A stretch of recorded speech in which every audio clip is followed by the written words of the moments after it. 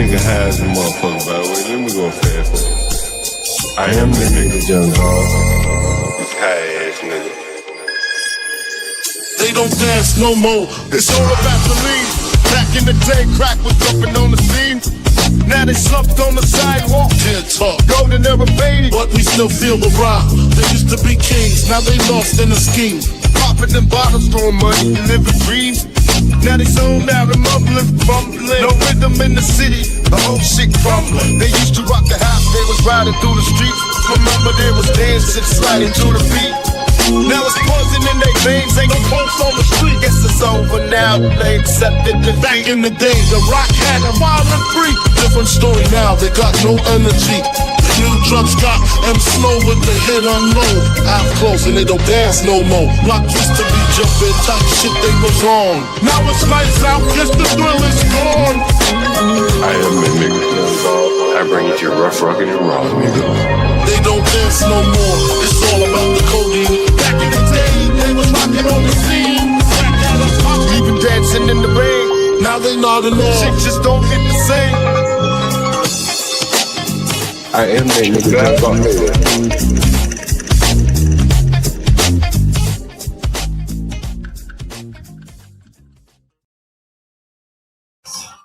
Damn. I'm trying to get this up here on YouTube, but you may be able to hear it, so I'll let you hear it. It is enough to get you going. I'll let you hear it. And then I'm going to show you the sights and sounds of what Junk Galt saw today. It gets more and more amazing every day.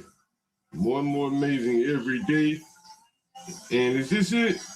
I think this is it. I think this is it right here. Listen to this.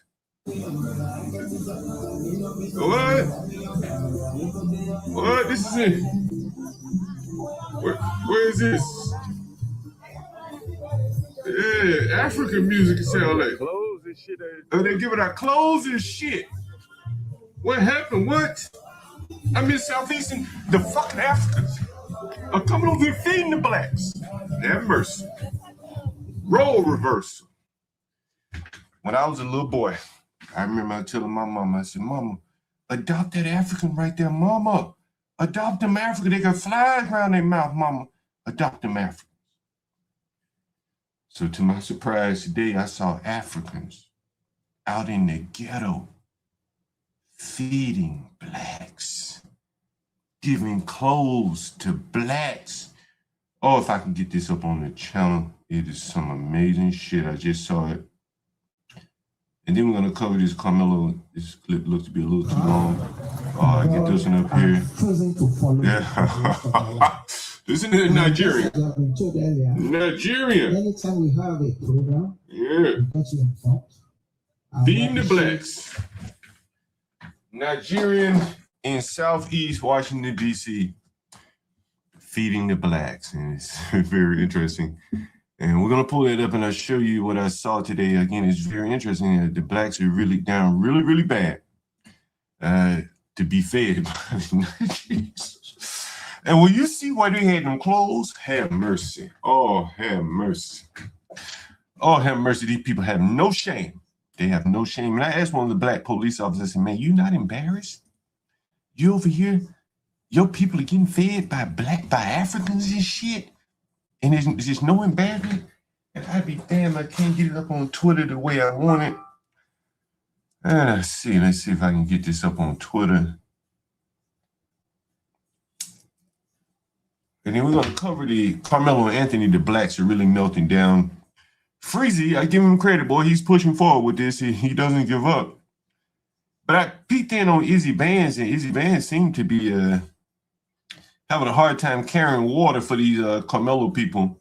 He said the text messages and all that stuff looks very, very bad. And I may not be able to pull this up. Damn, give me one second. From my Twitter. So I'm going to have to do it like this. But it is fitting that we start here. We're going to start here with the Africans feeding the blacks on Martin Luther King and Malcolm X. It's an amazing sight to behold. You just heard some of it. Nigerians feeding blacks and giving them a little dose of the Holy Ghost all at the same time. Truly amazing. And so let me see if I can pull this up. I just wrong email. Give me 1 second. And of course, they had the National Guard out there. We'll talk about that. I gotta get this email up here. Which one?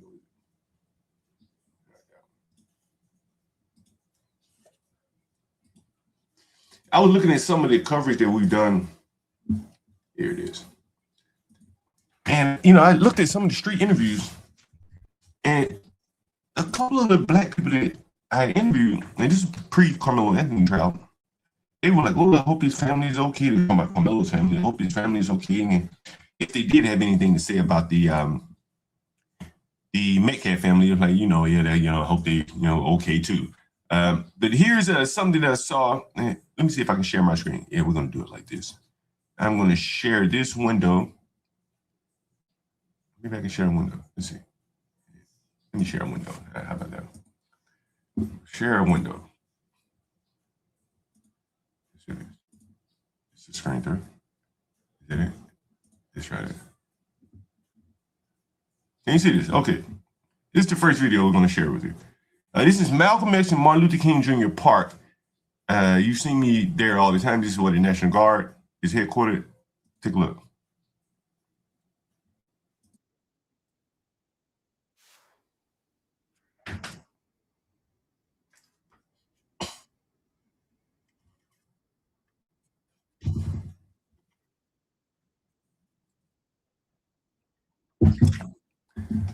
In the background, you're hearing an African preacher.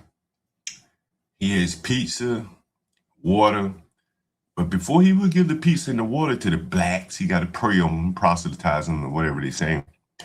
And the blacks, they're standing there obediently in line, waiting for a slice of pizza and a bottle of water from Costco.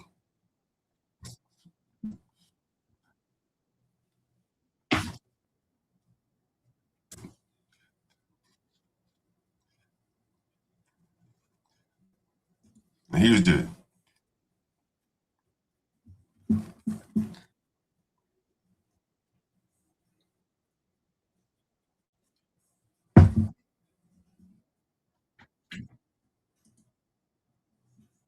you can see the white man's he's smiling and laughing and shit. The black man, he's sitting there like, yeah, it's true, but I can't say anything. I gotta keep this stupid ass job.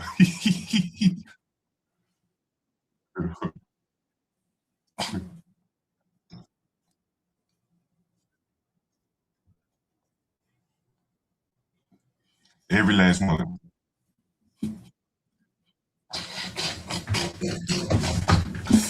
Oh, wait a minute, that's a good one right there.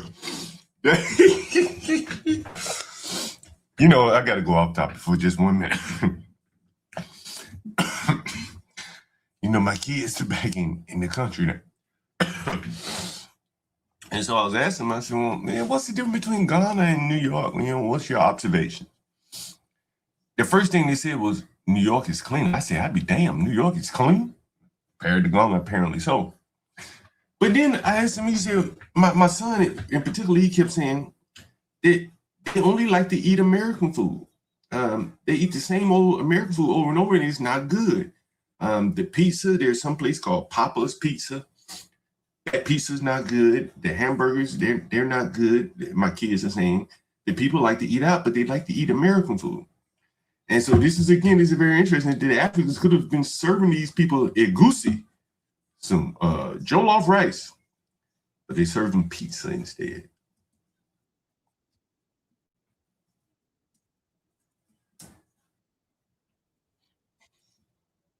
Who would know better than me? Who would know better than me?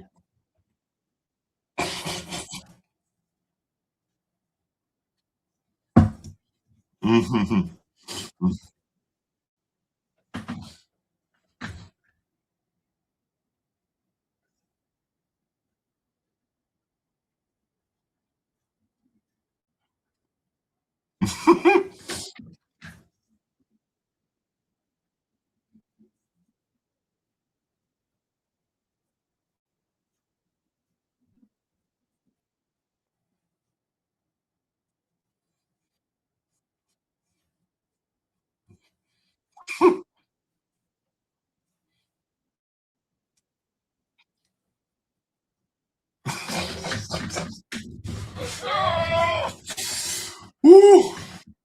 I might have to change the title to this stream. Blacks being fed by Africans in Southeast. Somebody said there's no sound. I'll fix that, promise you. Trust me, let me change the title of this shit. John Galt, Africans feeding blacks in Southeast DC on MLK Avenue. That ought to be enough to embarrass the blacks right there. Africans. Remember blacks used to adopt these little Africans? Tables turn. African feeding blacks on MLK and Malcolm. Is it Malcolm? And Malcolm X Boulevard. Yeah. Smitty, Lightfoot, whatever the hell, all the other blacks want to talk about how the blacks are doing so well here and this and that and this and that and shit. To reconcile that with these blacks. Let me go to YouTube real quick. Give me 1 second. Let me make sure this title is updated. And I'm gonna, oh, it's already updated. Okay, let me get this sound straight. Let me stop sharing. I think StreamYard gave some new features. Actually, we can update the sound, control the sound. And we try it again from the top here, no sound. Let me know if you got sound here. You know the crazy shit? In the name of Jesus. The crazy shit out of this. There's an African, a Nigerian in the background preaching to the blacks before he would give them a slice of pizza. That's what you're hearing in the background. A Nigerian, a bunch of Nigerians. You're going to see it all. Don't look away now, blacks. The tables are turned. Your black asses. I remember as a child telling my mom to adopt blacks. Now to adopt Africans. Now the Africans are adopting your ass in mass in your own neighborhood. Man, that shit. God bless you. You giving out food to these people? All these motherfuckers got food stamps. Everybody over here got food stamps. Let's come to that side. You don't need to Okay, give out stop these food to coming, these people. Come this I'm a way. landlord over here. Everybody get food stamps over here. And they give it that free food. That's amazing.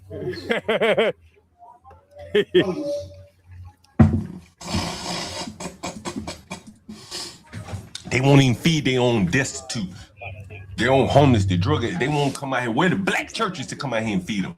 African Man, it churches. never ends over here, huh? Giving out free food to all these damn people. I bet you every one of these niggas get food stamps. Every one of these. I mean, how down bad do the blacks have to be that you got four Africans coming over here preaching to the damn blacks and giving them pizza and Costco water? This shit is kind of hilarious, huh?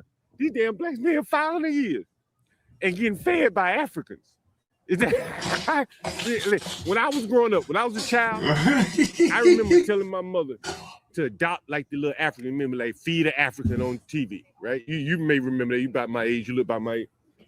And now we got Africans in America feeding blacks. As a black man, it's got to be really a shame, man. It's the way that the blacks have ended up in America is fucking embarrassing. You don't think the blacks say ain't nothing shameful about it. You know what I'm saying? This is what I'm saying. You can't shame these people. He's standing here with a white man. Ain't nothing shameful about this. Did you out here to deal with these blacks? Look at what they done to this park. Is there any shame in the blacks? If you don't think this is shameful, then the blacks just have no shame. Again, I just came out of a house, one of my houses. These fucking blacks, they steal everything. They steal pictures. I had a fucking picture of an Air Jordan. I didn't even think anything of it. Damn nigger stole a picture of Air Jordan. But he's fucking homeless. Where's he going with my picture of the Air Jordan? I mean, look at they play African music to these dumbass niggas. You gotta be a bad bro. As a black man, you gotta be fucking like, how did the fucking Nigerians pass the niggas by? You never thought about that? When you were never thought about nothing. arresting all these dumb cornrow, twisted, plait-head niggas, and the Africans.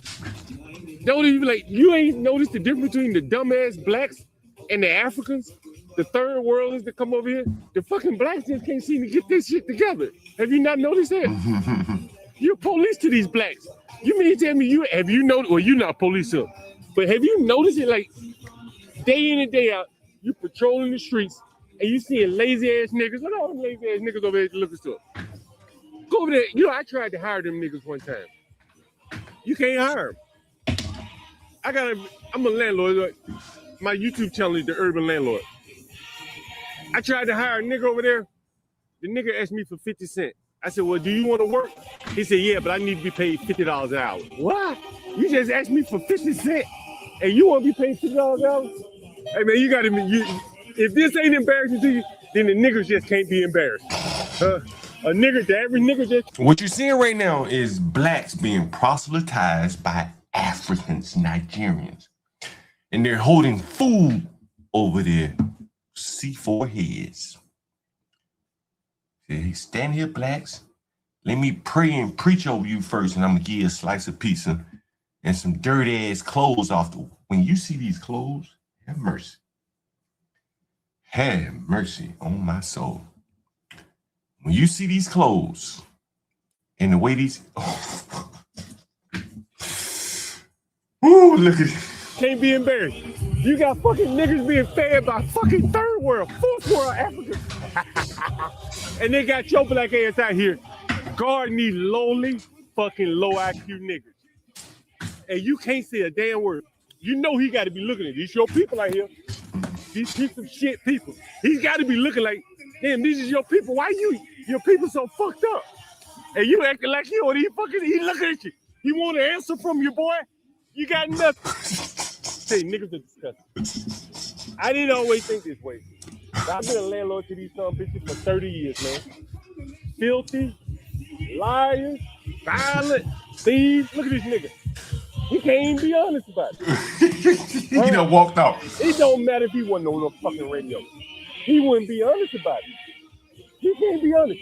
Can't you tell the difference? Like, are there any white areas in America where they send the National Guard to come keep these white people from just overdosing and shit?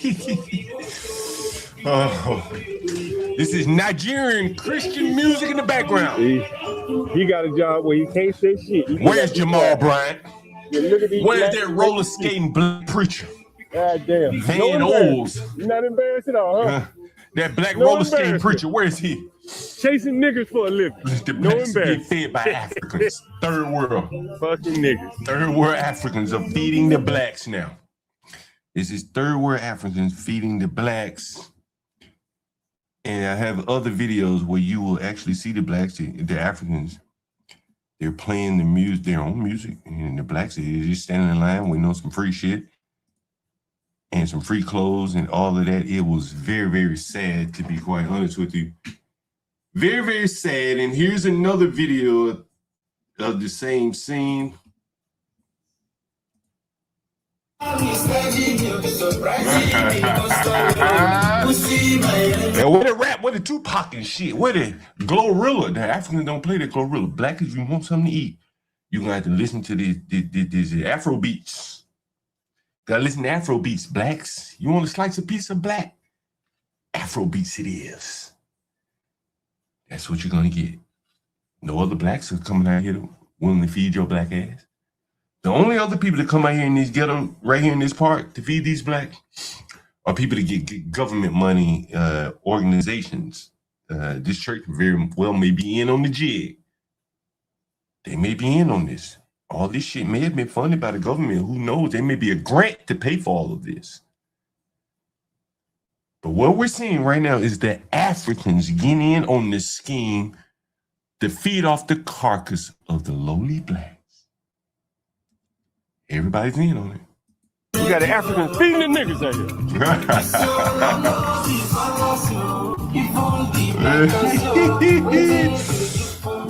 Yes. Look at the blacks. Damn, we got a fucking generator at this motherfucker.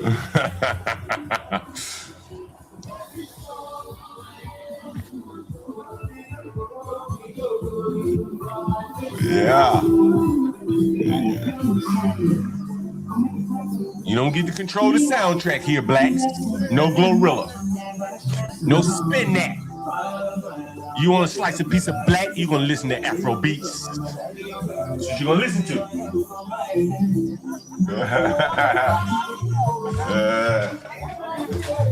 Africa in America. Oh, they beating the got black. clothes and shit that do. Look at these clothes. Look at these clothes. Have mercy on my soul right here. Look at these clothes.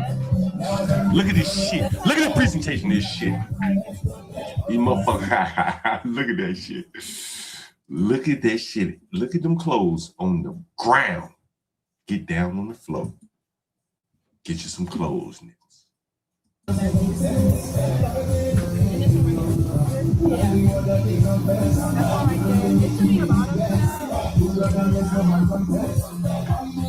This is an African woman helping the blacks find clothes. Look at them clothes on the ground. Look at them clothes. Look at the bull.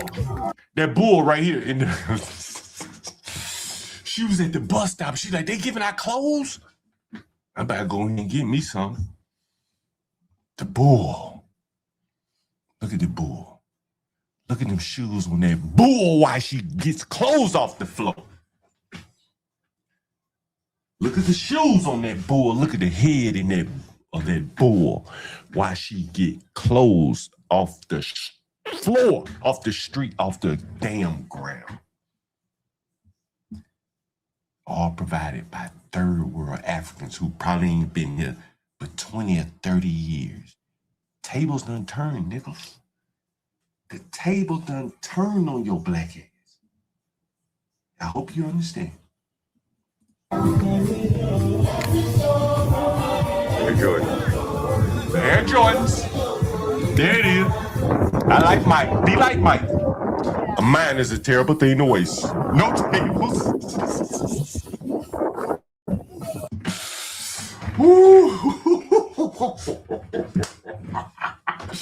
What will you expect? Hey, it's the third world. It's the third world providing for the first world. For first worlds. Or people who've lived in the first world all their life. So you get fourth world service, third world, fourth world service. You get the music of the fourth world. You don't get no fucking tables, no tags. Shit all folded up nice, like the white people would do it, like the Salvation Army, the Goodwill would do it. Nigga, this shit on the ground. Boots on the ground. Clothes on the ground. The blacks so damn mad. Taking hand-me-downs from Africans. Made the neighborhood so damn dangerous, white people can't come over and do this shit. Now they taking handouts from Africans. This has to strike at the collective psyche of these blacks. Look at these blacks bent over like they picking cotton. But they're picking clothes to put on their backs. They can't even provide this for themselves. And the Africans have stepped in the field of void. Where's that dancing ass black preacher, the skateboarding, the skater? Where's the Jamal Bryant and shit? Look at that big old bull. Look at the backside of that bull. That's fed by EBT. Backside of that bull.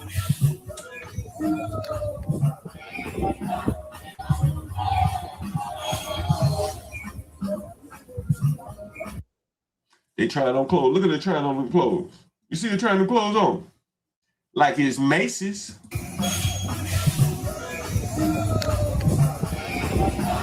It's Macy's, y'all.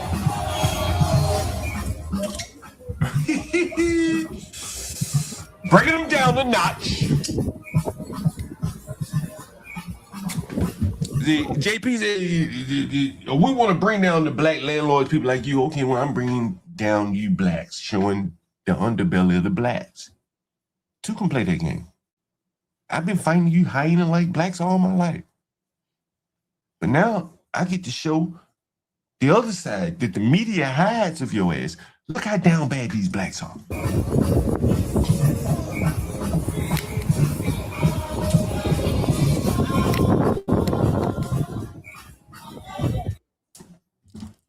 And that's the blacks taking food and clothing from the Africans. And oh, how the tables have turned. Just 30 years ago, the blacks would have been turning up their nose at Africans, taking anything from an African. But here we are today. The Africans giving out food and shelter and shit to the blacks. That God has chosen to follow you for the rest of my life. And just like I've been told earlier, anytime we have a program, we'll get you informed. And we appreciate. And that's the Africans. Feeding and clothing the blacks. And so when the black people, you know, and I want to address some of these people that have been criticizing me of late. I saw you, and it wasn't even all blacks, Skywalker. I saw what you said, Skywalker. NCT chat and shit. General Dave, I saw what you said. Hafez, I heard what you said. But I challenge you blacks, and anybody in particular. My daughter made this for me, by the way. How many of you blacks would have dealt with that black that threatened me? How many of you would have had the same outcome that I had? How many of anybody, the landlord to the black, how many of you would have had the same outcome? The same blacks that are advocating for Carmelo Anthony, hell, why aren't they advocating for me to have Carmelo Anthony that guy? But what I'm going to explain to you again is from a landlord's perspective. Sure, he got 2 weeks of rent out of me. But how much did he pay me while he was staying? I think he said he sent me $2,700 or something. $2,700. I didn't have to take him to court. He didn't destroy my property like JP described destroying other people's property. And he was out within 2 weeks. From a landlord's perspective, that's a win all night long. And if there are any landlords in the chat, you can come up here and attest to that. Seven Steel's in the audience. I think he is a tenant. Well, Seven Steel, you know, he's a, you know, he subscribed to the channel. He has a tenant that, you know, is not paying him rent or giving him some troubles.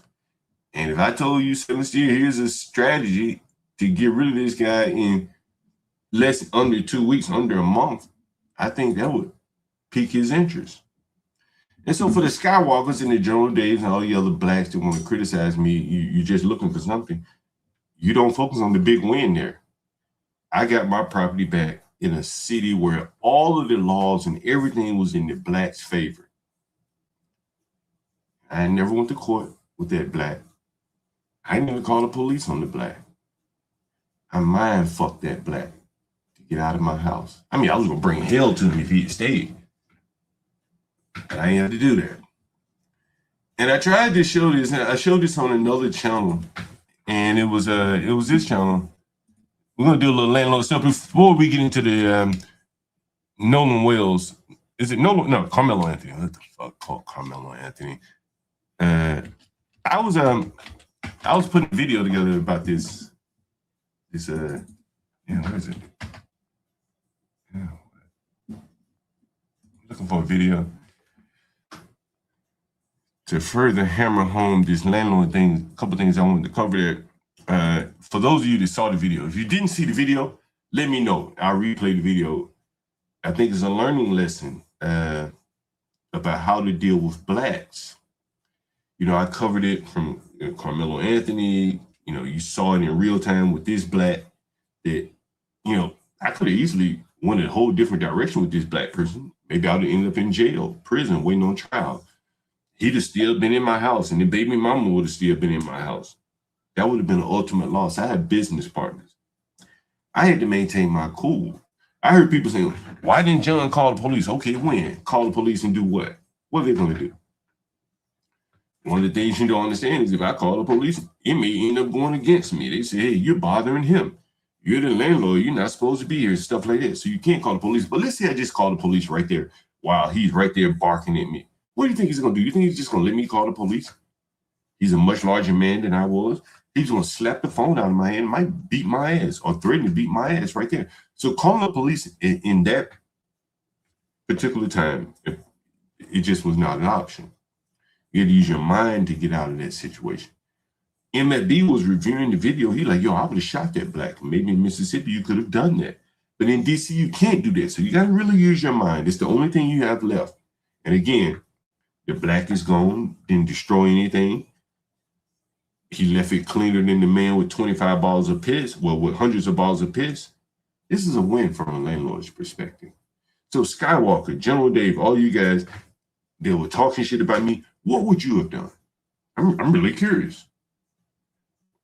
Once this channel, you know, my Clips channel, I think we just passed the 500. Someone sent me a text and say, hey, John, you passed the 500. It's shorter than watch hours. But anyway, I'm going to actually show you guys what I've done. A buddy of mine, I'm going to call this. He called me the other day, and I was telling him that I got rid of another squatter. And they come back again. Ladies and gentlemen, they never leave. They call me a slumlord, but they keep coming back while they do this. And here's another guy calling me back. What you need, my man? I got dope for sale. Give me a minute.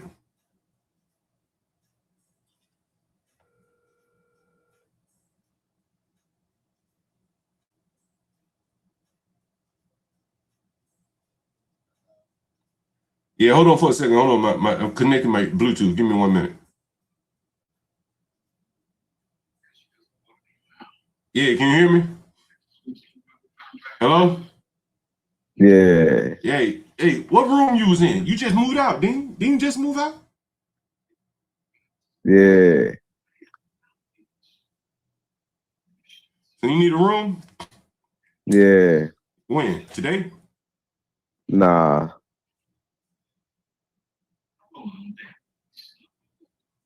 Well, Let me call you right back. All right, yeah. These damn blacks. This guy was just living in the room. He must have just moved out.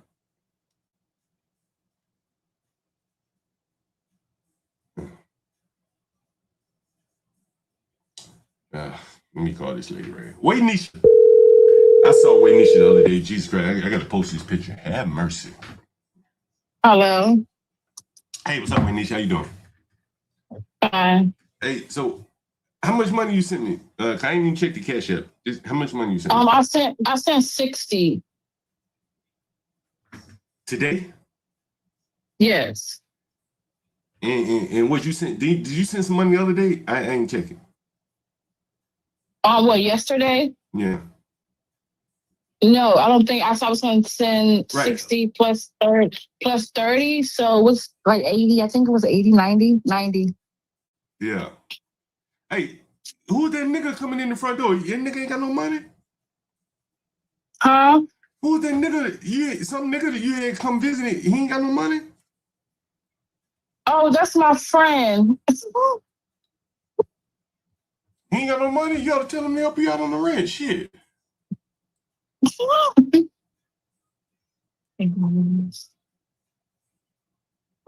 He can't help you? Not really. He just been like keeping me company and stuff, but not around. I ain't ready to get paid yet, he said. Well, you all see, at least if he can help you, shit. I know I should ask. Hey, but did Chipotle didn't call you back about that job? Oh, no. Look, I'm gonna give you some advice if you don't mind. Okay. You shouldn't have told him that you're not good in math. You know what I'm saying? Yeah. Because the cash register is gonna do all the math for you. You can count, right? You can count money, right? Yeah. Okay, that's what I'm saying. So, like, even if you can't count, don't go into the interview telling the person what you can't do. Because right. that would give you I did that twice. Yeah. I mean, like, if you go into the interview and you tell the person I can't count, why would they hire you? You like, I ain't good at math. Why would they hire you? Yeah. Like, let's just be honest. Like, you gonna have to fake it till you make it, at least. You know what I'm saying? Like, Yeah. don't advertise your deficiencies. If you ain't good in math, just don't talk about math. Right? They're not asking you to go in there and reconcile the cash register at the end of the night. They just want you to give proper change back. You probably missed out on the job at Chipotle, and it was a black woman, right? You said it was a black lady looking to hire you. Yeah. That's as good as it's gonna get for you. Like, I was surprised it wasn't all Hispanic in that motherfucker. Yeah, it is a lot. And that's what I'm saying. Like, I don't know if anybody ever told you, but you stayed with us, quite a few times. And when you mentioned that you're trying to get a job at Chipotle, I'm like, damn, she should get that job. And when you told me you didn't, and when you told me you didn't get the job, and then you said I'm not good in math and stuff like that, I said, like, you can't, then I'm just giving you some advice. Take it how you like. But if you're not good in math, they're not going to ask you to do any high-level math anyway. So just don't even talk about it. That's what the cash register is for. They don't need you to do math. They just need you to give the change back that the cash register tells you to give back. You're not doing any fucking math. Understand? So, yes. Yeah, right. You got to be assertive. Like, don't talk about your weaknesses and all that when you go on the job interview. You got it? Yeah, I really should. And yeah, I messed that up. Yes. Yeah. Yeah. Well, anyway, let me know when you're gonna get the rest of the money and shit, cause you trying to see another day. I'm guessing you don't want to go back to the shelter. I'm guessing, right? Yeah, I don't. Yes. But what's so fucked up about this shelter though? Other than them you said they stole your shit. But if they don't steal your shit, it's just a lot of people. It's just a lot of people, and then everybody. It's just ghetto. Like, it's just not a place for me. Like, I'm too pretty for that shit. I don't really want to. You know what I'm saying? It's just not for me. You mean you're too pretty with some ugly ass women down there? Or what? Yeah. Oh, Jesus Christ! So I know they be hating and everything then. Yes, it's just bad. I don't like it. It's not for me, to be honest. Damn. All right. Well, look. I'm doing you a solid, so you should at least tidy up in the kitchen and shit while you're there. Just okay. All right. Okay. I can clean up while I'm here. All right. Okay. Okay. You see what I'm saying? Like, did anyone hear the call where she said she's not good at math? Anybody hear that? See, like, no one's taught these people like interview techniques. I see Ponder and all this. Let me drop the link for Ponder. I want to ask Ponder about this if you have time. All right, and I want to play this interview again. This is what I'm saying about the blacks. Like, basic interview skills at a damn job like Chipotle. She didn't have it. She doesn't have it. Let me see. Where is it? For those of you that didn't hear the interview, what was it? Waynisha, was it Chipotle? Is she trying to get a job at Chipotle? It didn't work out for her. Yeah, is this it? This may be it right here. I don't know. Could be this. And so many of from Waynisha. She's probably stayed with me who knows how many times now. Let me share this. I think this is the video. I think this is it.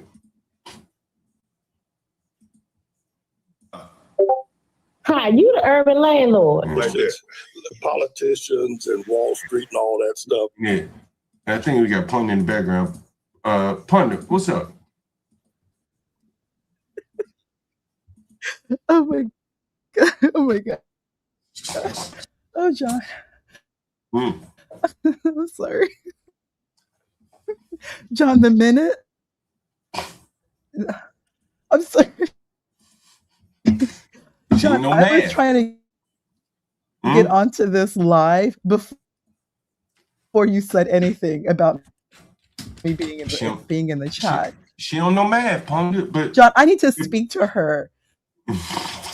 John, like sister to sister, like I need to, like sister to sister, like I need to speak to her.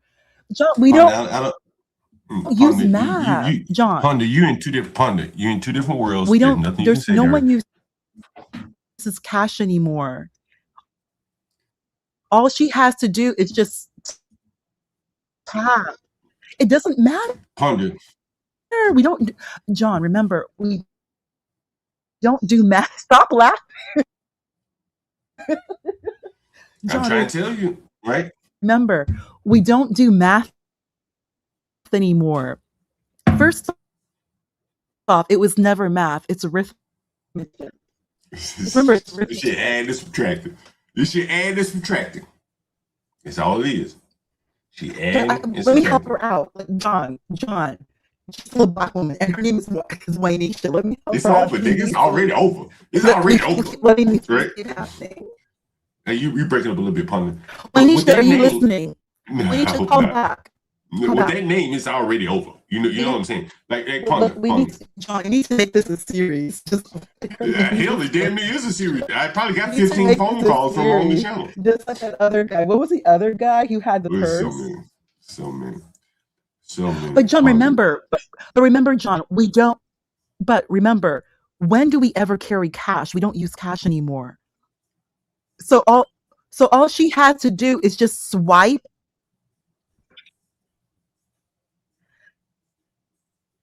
I know. Maybe what could her nickname be? That's probably 85% of all the transactions at Chipotle. We need to work on her name. Like she needs a new name. Hold on. She can't go into Chipotle in DC and be Waynisha. No, in the ghetto she can. Like that's a problem right there. Ponder, here's the thing. Like that, she's gonna be discriminated against. Like that's too much. You can't have a name like. Hold on, Ponder. Here's the thing. Like black people. Hold on, Ponder. Black people. This is what I'm trying to Black people listening. I know many of you. Ponder, can you hear me? Ponder, can you hear me? This is what I'm trying to explain to the blacks. It's just credit card. Yeah. No one carries cash, especially in DC. Hold on. Everyone is tapped. Hold on, Ponder. Waynisha, are you there? Hold on. She's not here. Okay, but she's working at Chipotle. Black people don't go to Chipotle in the ghetto. She's not fucking working at Chipotle. Stop for a minute. She couldn't get the job at Chipotle. Get it? My buddy. Yeah, I'm right. You sound great. Yeah, you sound clear. Like she couldn't get the job at Chipotle, but she also said the Hispanics are working at the Chipotle. Wait, I'm sorry. I'm not speaking though. Can you hear me? Ponder, you might need to leave out and come back in. Because I hear you, but you may not hear me. Yeah, come back in, Ponder. I gotta call my buddy on this.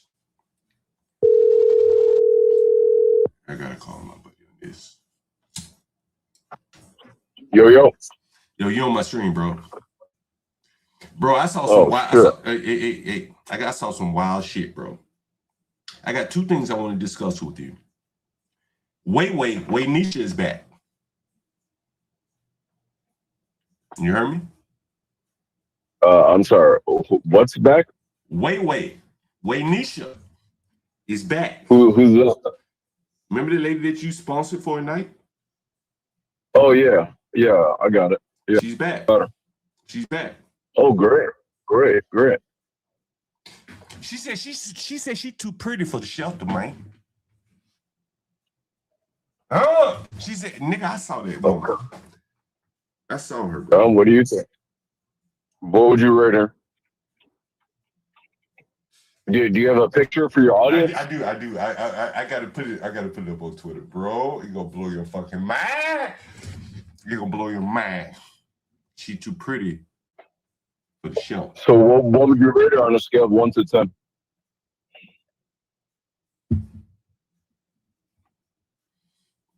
What's them Sub-Zero freezes and shit? Sub-Zero, nigga. I'm sorry? Sub-Zero, nigga. Sub-Zero. Yeah, I'm not understanding what you're saying. Sub-Zero. You know what below zero is? All right. 1 to 10, bro. Can you just give me a number between 1 and 10? No. I said below 10. I said below 10. Below zero. Oh. Below zero. Okay, got it. Right. Got it. Below zero. She's that ugly to like put up, bro. There's very few people zeros or ones, bro. You gonna make me pull a picture up now? Don't make me do it. Yeah, I mean, you should pull it up for your audience. Not necessarily me. Nah, this for you. This for you. No, you want it, you gonna get it. You need a visual for your audience. Yeah, I'm looking for it. I'm looking for it right now. But yeah, well, what else? What were you gonna say though? So I'm over in the house cleaning up, bro.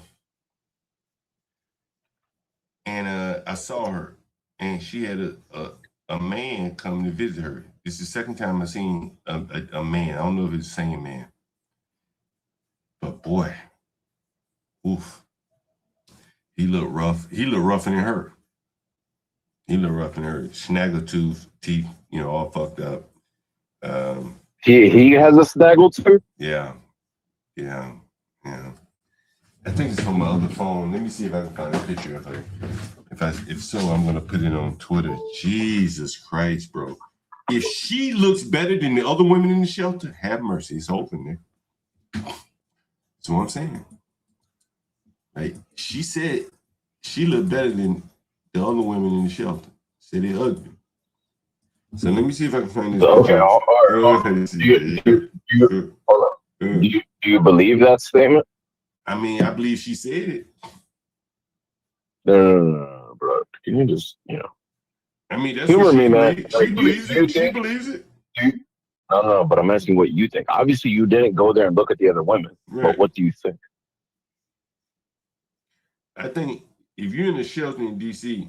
and you're a woman, you got to be ugly as all hell.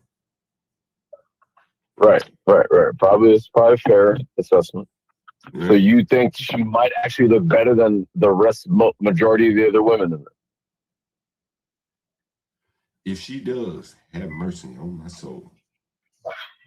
I got the video of her. I'm trying to see if I actually get the video of her. I hope I got it. Oh, I hope I got it. Oh, I hope I got it. Oh, if I got it. Oh, if I got it. Obviously you got to put a little curve for, elderly and shit like that. She ain't elderly, nigga. What are you talking about, the elderly people? No, yeah, the other people. You got to grade it on a curve probably, but, she might be right. She might be right. I'm looking to see if I got a picture of her right now. Damn, I thought I had her, bro. I thought that. Oh, I almost got it. Oh, I almost got it. Damn. I had her, bro. I guess I didn't get it. Bro, she got, how they, like, when they're so fat, they got like a stomach below their stomach. That's how she looks. Yeah. That's how she looks. Dang. And she's short. Like, she may be like 5 feet at most. And she probably like 200. She probably like 200 pounds, bro. Damn. So what else about her? What else about the situation? Oh, somebody said Fupa. Yeah. Bro, so I was on Martin Luther King and Malcolm X today. This shit might blow your mind. And I'm going to play a little something for you. It's like probably a Negro spiritual for you. Negro, spiritual for a Negro here. Let me know if you recognize any of this here. Let me know if you recognize any of this.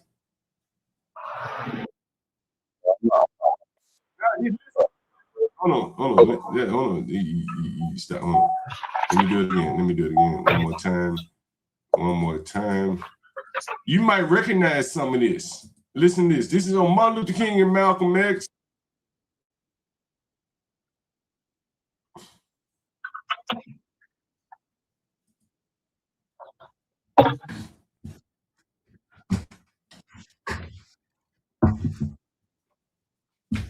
You hear that in the background? What's that in the background, boy?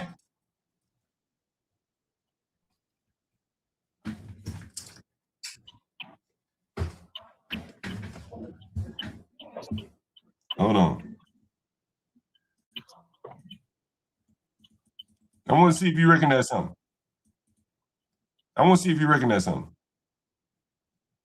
Hey, what's this? What's this in the background? Oh, somebody said no volume. Damn. Let me get the volume on again. Let me make sure I got the volume. I want you to tell me what you hear, young man. In the background here is something. Maybe may be familiar to your ear on Martin Luther King Jr. Avenue. Guys, put a 1 in the chat if you can hear the volume now. You hear that music in the background?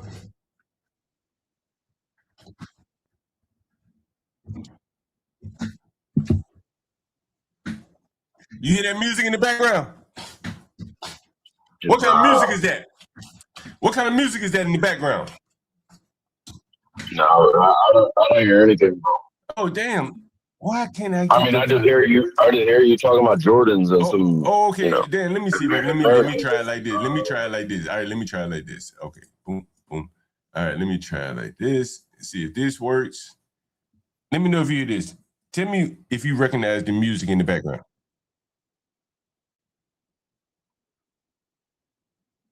Can you hear the music in the background? Barely, but not enough to make anything up. Okay, audience, can you hear the music in the background?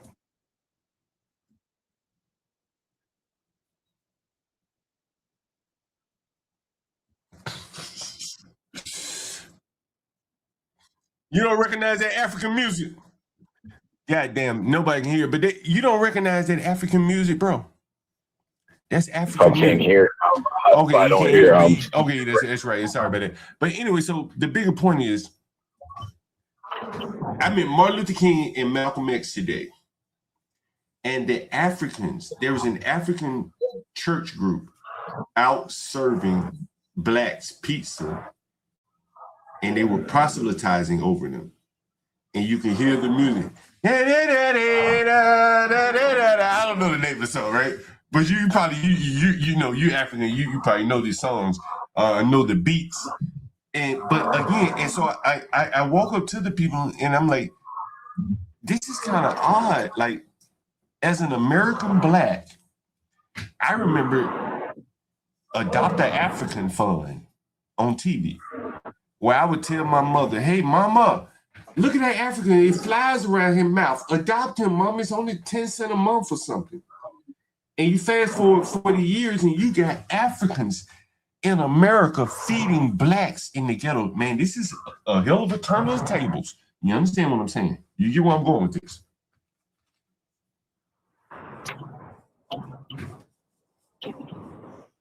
You get where I'm going with this, caller? No, not really, but go ahead. But anyway, and again, you have to be American, like, you know, as I talk to you a lot of times, like, growing up in America, again, we looked at Africa and someone said Destiny Swap. Someone said it comes a Destiny Swap. But again, if you grew up in America and if you're in your 40s or 50s or older, you would remember Adopt an African. I'll see if I can pull up some of these Adopt an African. I think it was Feed the African. But what's it? I'm not there. What are you trying to say? Well, today on Martin Luther King Jr. and Malcolm X, there were Africans. All right, I got you. Cut me off. He can't listen. But as so you're repeating yourself. I understand what you're saying. Okay, so now you get it. No, okay. I got it. I understand. Yeah, I got it. Yeah, you got it, right? Yeah, I got it. And that, to me, as a Black American, that's very interesting. It's almost like a turn of the table. Someone said a destiny swap. That Nigerians who probably haven't been here more than 50 years are out in the ghetto feeding blacks. The blacks have been here hundreds of years. They should be feeding the Nigerians. Do you understand where I'm going with this? Yeah, I mean, it's super flawed, but okay. Well, explain to me. Hey, look, I'm open to. I'm open. I'm open. No, I'm open to hearing the flaws because you know you're an African guy, and from a Black American perspective, this looks weird to me. But you're African. You say I have flaws in my thinking. I'm open to hearing what am I missing here. Well, let's assume the TV commercial back in the day was accurate. Okay. Is that accurate for the majority of the continent of Africa? Well, clearly not. Meaning, right? Hold on. I'm agreeing with you. Bro. I'm agreeing with you. Go ahead. Do most kids walk around with flies in their mouth in Africa 50 years ago? Do you actually think the majority did? Well, putting myself back in as a 9-year-old, back in America as a 9-year-old, I wouldn't have been able to make a distinction. I would have said, I guess so. That's what they're showing us, right? Okay, You know what I'm saying? But you're not. Yeah, right. But you're not of none. course, I've been to Africa now. I've been to Africa now. So, and to take it a step further, right? Let's say Africans here in America, the Feed the Children Fund or whatever that was, we're talking about children in Africa. So, like, they were talking about two different types of people. Right, like maybe the Africans that got here are not the same Africans that are on the TV commercial. I understand what you're saying. The quality of the people coming here are not the ones with the flies around their mouth. I understand everything you're saying. I get the distinctions. But what I am saying, though, and what I think that you're missing is that blacks have been here 400 years. Yeah, I understand. Okay, and to be in the ghetto being fed by Africans who probably ain't been here more than 50 years on average. It's like the tables were turned. I don't give a damn. These were Nigerian princes back in Nigeria. But hold on. Let me just. A lot of foreigners outpace Americans. That's true. I'm not disagreeing with you. I'm talking about all America. I'm talking about all America. But I'm not disagreeing with you on that. But what I'm saying is that a group of people that's been here 400 years, and again, look at the mindset of someone who grew up with a view of Africans, albeit skewed, as a child. Fast forward 40 years, and you see Africans out here feeding blacks in the ghetto, you have to understand it from my perspective. Say, damn, that's kind of weird. Like, I understand. That's all I'm saying, right? That's all I'm saying, right? I'm not trying to get you to agree with me and say, but I'm saying from a Black American's perspective, right. Standing in line to be fed by a goddamn African is amazing, bro. Right. In America, I understand. I've been to Africa. You've been to Africa, so you understand what I'm saying. A lot of Africans would die to get to America, and here blacks are being served by Africans. This is amazing. Yeah. I understand what you're saying. Right. So when I saw that, But again, you and I, we talk a lot. Matter of fact, this is the third story I want to talk to you about. You were at Chipotle in the ghetto the other day, right? Yes, sir. And you noticed something, and I want you to share that with my audience if you don't mind. What did you notice?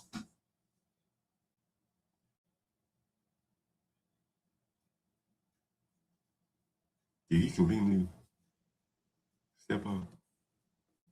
Are you still there, caller? Yeah. I mean. Can you tell my audience what you noticed when you visited the Chipotle in the ghetto? Yeah, hold on one second. So anyway, okay, yeah. So now the prices of the Chipotle in the ghetto were, they were let's just say 10% more expensive than the Chipotle like downtown. Basically, like more expensive than the Chipotle downtown. So what you're saying is that the Chipotle in the ghetto is more expensive than the Chipotle downtown. Is that what you're saying? Yes. Well, that's what I observed. Like in the three Chipotles that I 3 or 4 Chipotles that I you changed compared. So for my audience, right? I'm not cutting you off, but for my audience, you changed the location from where you were from the ghetto to downtown. You saw the price were lower. Right. Yeah. Correct. Then you changed the price to my neighborhood, and you saw the prices were higher. Correct. And then you changed the price to your ghetto neighborhood, which is close to me, and the prices were still higher. Correct? Yeah. Then downtown. Yeah, it's a little less expensive than yours. And then, my price is higher than yours, or your ghetto price is higher than mine? I can't remember which one you said. Yours were higher, I believe. Right. Because you probably have a little bit more commercial corridors than I do. Would you say that's fair? I mean, you got I mean, you got that Marion Street, Good Hope Road. That's a whole commercial corridor. Martin Luther King commercial corridor. You have more. The government, the welfare, the food stamp office, all them businesses that cater to the blacks, they're not going out of business. That's fair, right? All up and down Martin Luther King, they're not. They're fed by the government. They're not going out of business, and that's more or less the downtown. That's more or less the government operation center for the ghetto. It's headquartered in your neighborhood. That's where the food stamps and shit like that are allotted, right? When these blacks go lose their damn ID, they go down in your neighborhood. They don't have to go downtown. They can go to your neighborhood and get ID. Stuff like that, right? But the Chipotle really wasn't down there. But anyway, I mean, we're splitting hairs here. But hey, hold on. For the audience, for my audience, the Chipotle that you went to, and I'm trying to get the audience a color of DC. There's a Trek bicycle shop in the same plaza, right? No. Wait a minute. Is that not the, wait? Oh, but it's in that area. Well, you went over there by Skyland, right? There's a Trek. There's a Trek. If you went Skyland, if you went Skyland, and I think that's where you were. That's why I take my bike to get repaired. It's a Trek bike. It wasn't Skyland, bro. Oh, you didn't go to Skyland. Okay, sorry. Okay, but anyway, so Wait, Nisha. I mean, probably a mile away from there. Okay, but anyway, so so you understand Scotland. You understand Scotland is a bigger development than what's in my neighborhood, right? It's a much bigger. You got pizza place and shit like that. But anyway, so Nisha went to Chipotle to interview. You sponsored her that night. Job interviewing. You know what she said? I ain't good at math. And the black lady who was in charge of hiring her said, well, I ain't hiring your ass. And she didn't get hired. And I said, and I just told Nisha, I said, Nisha, what do you say? 85% of all transactions at Chipotle are by card? John, 95. 95. Would you say your order was by card? When you went to Chipotle the other night, did you pay with cash or card? Card. Okay. So in reality, she really don't have to know math. Nope. No. Is that right? No. Right? Yeah. But just push the chicken button. Push the button, bitches. The 5% of the transactions that are by cash, the cash register will do the hard part for you. It'll do the math. All you do is count pennies and dimes and nickels and shit. Right. She canceled herself out of the job because she said, I ain't good at math. That's what she said. Right. And she said, I fucked up a couple of jobs because of this. The point that I'm making here is, and I was trying to explain it, like, baby, you can't go into an interview like highlighting your negatives. Who the hell want to hire you? You telling me everything you ain't good at. Okay, great. Why am I hiring you then? You don't seem like you're confident to do anything. She went into Is she slow? Say what? Is she slow? She ain't as slow as some of these other dumb blacks. But what I'm saying though, bro, is that no one has taught these people. Their whole mindset is rooted in the negative. I ain't good at this. I just do bad by myself. Self-sabotage, John. Right. She self-sabotaged herself. Bitch, shut up. Ain't nobody asked you to do no damn arithmetic in no damn Chipotle. They got cash registers. They wouldn't trust your black ass to do it anyway. But she went in. You actually know what the issue is? Yeah, she told me. No, listen. She was essentially trying to tell her what she didn't want to do. Like, I don't want to work at the cash register, right? That was her mindset. She was probably like, yeah, I don't like working at cash register. I don't want to do that. So, like, she was trying to, you understand what I'm saying? Like, if you don't like cleaning toilets, you're gonna make an excuse of why you shouldn't be put on toilets. You know what I'm saying? You see what I'm saying? I get you. I get it. I get it. Hold on. I get it. But yeah, she eliminated herself by doing that. Hold on. I get it. It's like an entitlement thing. Hold on. Is it a delay? I get it. I get what you're saying. Normal people, that would apply. Totally get it.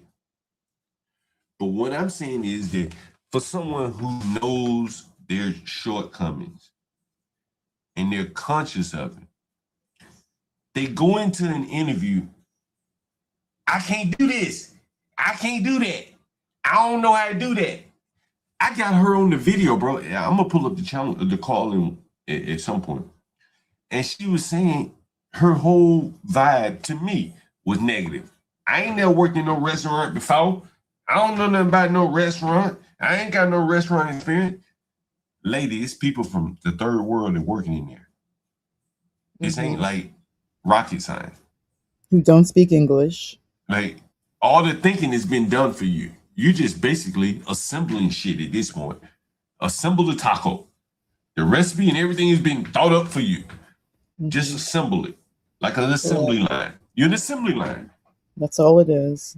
She's thinking, she's put too much thought into it. Baby, they need hands and legs and people that just show up for work. I ain't never done that before. So what? Figure it out. Don't go into the interview expressing like that you don't have the ability to do it. And that is what a lot of these blacks are doing in interviews. John, she didn't want to work. She didn't want the job. I believe she wants to work. She doesn't want to live in this shelter. She want to do some shit like that. Or maybe she doesn't want to work, John. Maybe. She does not want to work. I'll go along with you on that. But while she's pursuing work, she can't even get hired. Why? Because no one has taught her how to be confident and assertive. Like, Ponder, you've been in the damn job industry, in the professional world. You can't go in no damn job interview. I don't know this. I don't know that. I can learn it, sir. I can learn it. I can figure it out. Oh, yeah, I know something similar to, like, I don't, I ain't, I can't, I won't. All those negative words in an interview would doom you. All those negative words in an interview would doom you. Trust me on that. 100%. Right? 100%. And it's exactly what you just said right now, John. It's that lack of confidence. You're supposed to sell yourself. That's right. You sell yourself. You come in prepared. Even if you can't do it, you make it clear that, because remember, all they want to know is one thing, that you can be trained. Yeah, that's all they want to know. Partner, I'm trying to bring it home to this Nigerian on the phone right here. You in sales, sir, right? Caller, you in sales, right? Yeah, you guys are missing it. No, hold on. For my audience, you guys are missing it. Hold on, we get to it, but for my audience, because this is very important to me. Hold on. We get to it, but you were in sales. You've done sales before, correct? Yeah. Did you ever talk about the negative aspects of your product to the customers?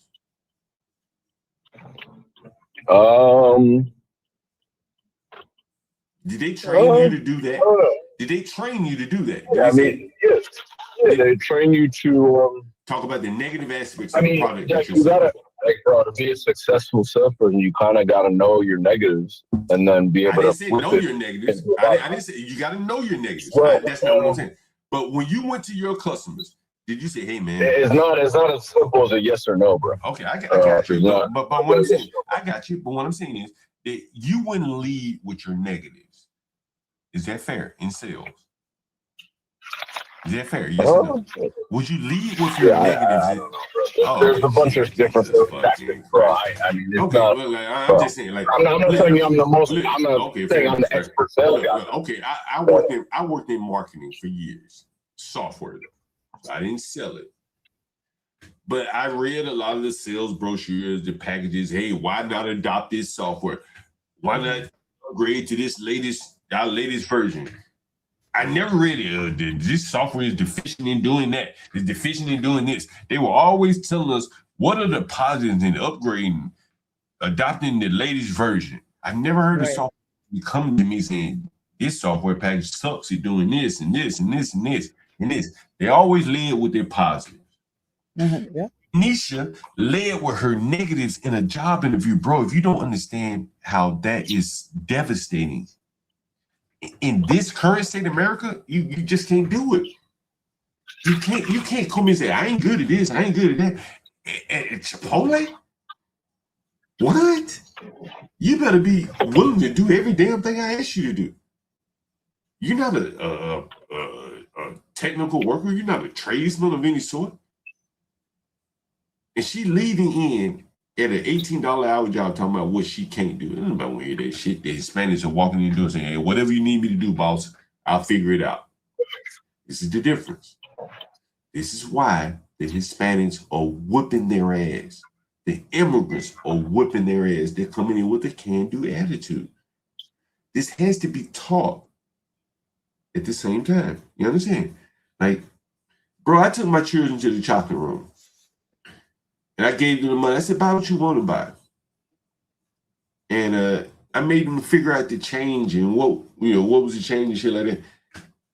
Waynisha can't figure this shit out. Or at least she goes to an employer expressing hesitance about being willing to do this. She's unemployable. You're unemployed. You can't get past the damn. And she was interviewed by a black woman. And the black woman turned her down. Make hay of that, my friend. Because she knows she'll be a problem. John, it comes down to just one thing. Can you be trained? Because everyone knows there's going to be that grace period where you have to learn policy and the procedure. That's all they want to know.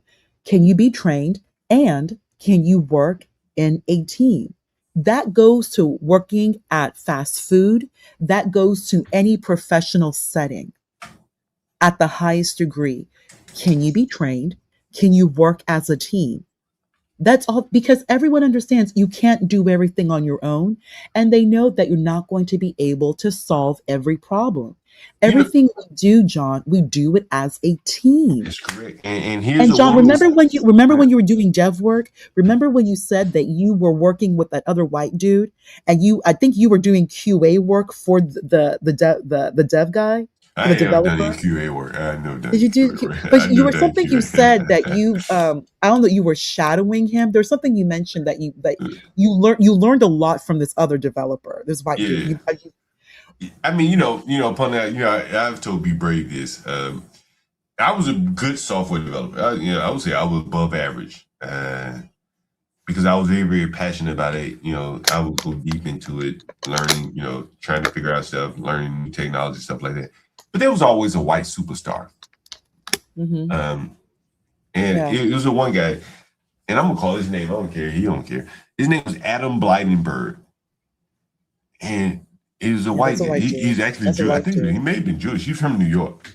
Absolutely Jewish. Listen to that name. Look at the name. Look at the name. And he was so good at software Ponder that he could come to work whenever he wanted to on a government job. This is a DOJ. It wasn't Berg like that. It was a Burgh, something like that. Adam Blydenberg. Very, very good. This was like pre-front end asynchronous programming type shit, where if you're understand asynchronous programming on the front end, nowadays you can't, if your site didn't have asynchronous programming. In other words, when I'm saying asynchronous programming, an example would be the chat. Every time someone writes a chat, the chat updates. That's asynchronous. Mm-hmm. Got it? Right? Yes. So he was very good at that in a time where asynchronous was not vogue. It was like nouveau, chic, if that makes sense. So he was very good at the asynchronous. Like Instant Messenger, AOL Instant Messenger, right. Yahoo Instant Messenger. Yeah. So he's very good at that. He's very, very good at that. But asynchronous programming is just more or less like a model, or you could have a model or what is it? Like have an asynchronous model, the things that constantly update queues and stuff like that. He was very good at that. And, he was a rock star. So he'd come to work however he wanted to come. Even on the DOJ installation, he cut off a pair of pants and just wear them in. Come in at 11 o'clock. My manager couldn't fire him because he was best software developer we had. This is the real world, Ponder. Everyone's not equally yoked or equally talented. And he was. John, and you're speaking about a time. What that Adam dude was able to do, you just mentioned that word with queues. That goes into middleware. Middleware, like message queue, that's very important. Oh, John, that's very important. Look, I work with this guy right here, Ponder. Handling transaction, that's really middleware. I work with this guy right here, Ponder. I worked with him at Con Edison. Again, I was good, probably above average, but this guy was a fucking rock star. He's a millionaire. John Galt is a fucking landlord. But this is the way it works. This is John West. I actually worked with this guy. Worked with him personally, talked to him on the phone. He was living in Singapore at the time. Look, this is John West. I worked with this guy. Like on a very big client, Con Edison, the utility company in all of New York City. There are millions and millions of people that were dependent on the software that we were developing. This was the lead guy. He developed, look, you see it right here. Look what he wrote. I am a helper at my core. John, that's so specific and important. Look at this John, shit. he's a problem solver. This is how I made my living right here. This white man right here, this one white man right here allowed John Galt to make his living. Honestly, one white man. And I actually had the benefit of working with him. That's the irony of it all, or maybe the interesting thing of it all.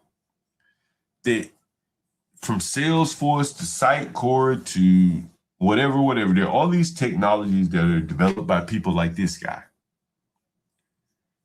And he's written a lot of books on the software that he developed. And he worked for a company called Sitecore, where he developed this content management system. And so I ended up making a career out of developing content management systems for companies, but he developed it.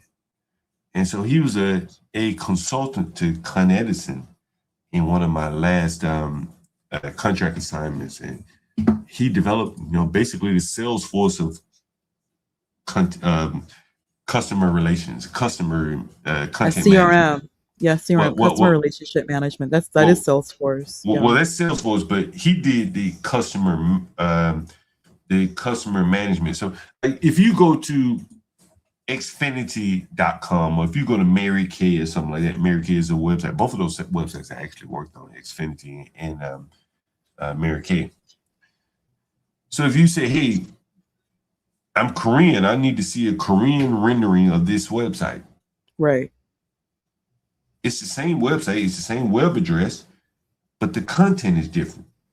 Right. This guy thought up all of that concepts.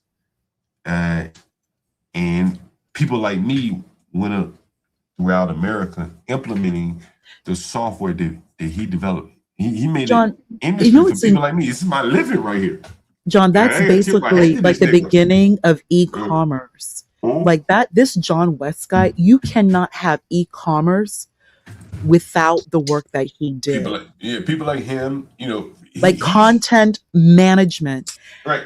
Like, let me give you a good example for the audience. When you call into a call center, they say press 1 for English, press 2 for Spanish. Right? Right. It's the same functionality. Only the language changes. That's what he developed. You understand? Yeah. So you say press 1 for English. Okay. It's going to be the same prompts, but the language is just going to be in English. Everything downstream from that. Press 2 to see your account. Press 1 to pay your bill. Whatever. It's all going to be the same. It's just going to be in different languages. This is what he developed. The content management. The content is the different languages. If you go to Shake Shacking, they know that you've been there before. Maybe they give you a discount on the French fries and all that kind of shit. This is what he had a large role in. It's the content management. And it created an ecosystem for people like me. Yeah. Unbelievable. Do you know what they're doing now? You know that has now matured to something called CDN, Content Mm, Delivery content. Network. Yeah, yeah. You know that was part of his world, and I'll show you that CDN because I'm very familiar with CDNs. Let's see, Yeah. Sitecore I CDN. I You'll see just it I, right. I just looked it up right now. Yeah, Sitecore has documentation specifically to the CDN yeah, overview. yeah. Very interesting. Look, I'll I put work the for this link in company your right here. I'll put the link in Actually, your back chat right now. yeah, I Very actually work for interesting. this company right here. Horizontal integration. You see, they say they have 50 Sitecore projects. Um, Sitecore CMS. And you see, they're talking about headless here. And what headless means is more or less just asynchronous. Headless means it's on the front end, um, and it doesn't have to go back to the server. So John West was at the forefront of a lot of that, and I had the opportunity to work with him. He was living in Singapore. I can show it to you. Look, John West, Singapore. This man Have is you a seen multi-millionaire, by the way. Look, you see many this? times over, Look many at this. times over? He's the director of the Asian Century Institute. He teaches economic development in Japanese business and economy. And one of the reasons why he doesn't do software anymore is that AI has more or less gotten rid of content management. That's why John Gall doesn't do cycle content management systems anymore. AI can easily translate everything on this screen that you're seeing, Ponder, into 100 different languages like that. And the software can use Yeah, it. to an extent, but think of CDN because I'm looking right here on Sitecore's website on their documentation. The Content Delivery Network optimizes to deliver web contents efficiently to clients. CDN servers are usually distributed. That difference, though, John. What I'm assuming the work that you did back in the day was mainframe. Now we're all Now it wasn't. basically on distributed systems. Now it wasn't mainframe. It was it was It was all your distributed typical. systems. Yeah, but the thing is, so again, like we're looking at StreamYard. If you look at StreamYard right now, we're looking at it in English. If we were there is people that speak solely Spanish, but use StreamYard. So when they come into StreamYard, everything is in Spanish, right? But all of the functions, like when I click this, show this comment, it's the same function. Be it if this is in Spanish, English, or Portuguese, it's the same function. Show a comment on the screen. Only the text, the content changes. This is Spanish or this is English. If we were in Spain, it would be Spanish showing up on as content. But Yo, what's the the title? functionality will still be the same. The title of this stream is Africans Feeding Blacks on MLK. We gotta go How like the hell are you talking about this bullshit? because I'm a software guy, so this is my passion. As I told you, bro, I've never taken a okay, well, can a man have more than one passion? I've never taken a software class in my life. But here I am talking about software for 30 minutes or so. No script. So your man can have multiple passions. But anyway, back to the title of the stream, Ponder. Did you see the Africans feeding the blacks on Martin Luther King and Malcolm X? We have an No, I African on the haven't. phone right now. African dude, did you hear the title of the screen? I didn't. The stream. I did not see the earlier. I just got on. Other African people are now feeding Black. FBA, the Yeah. black people in DC. Yeah. Yeah.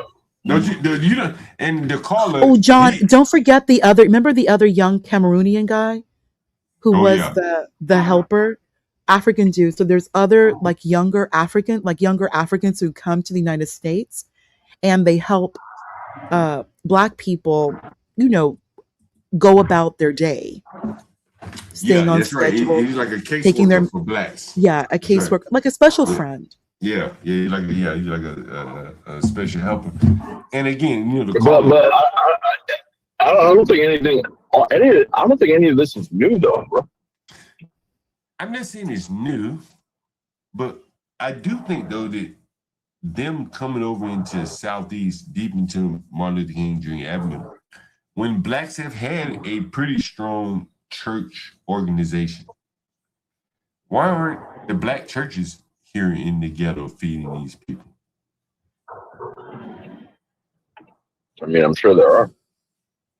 Well, I've never seen one before, so this is very interesting. Again, that the Africans, and again, the blacks are so down bad, they're willing to listen to Africans preach over them, pass them out pizza, because like I don't know, it just should be the other way around.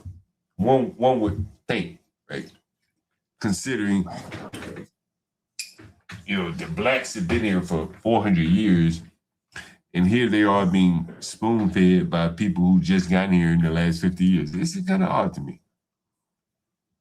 Yeah, I mean, again, I think foreigners a lot of ways outpace Americans.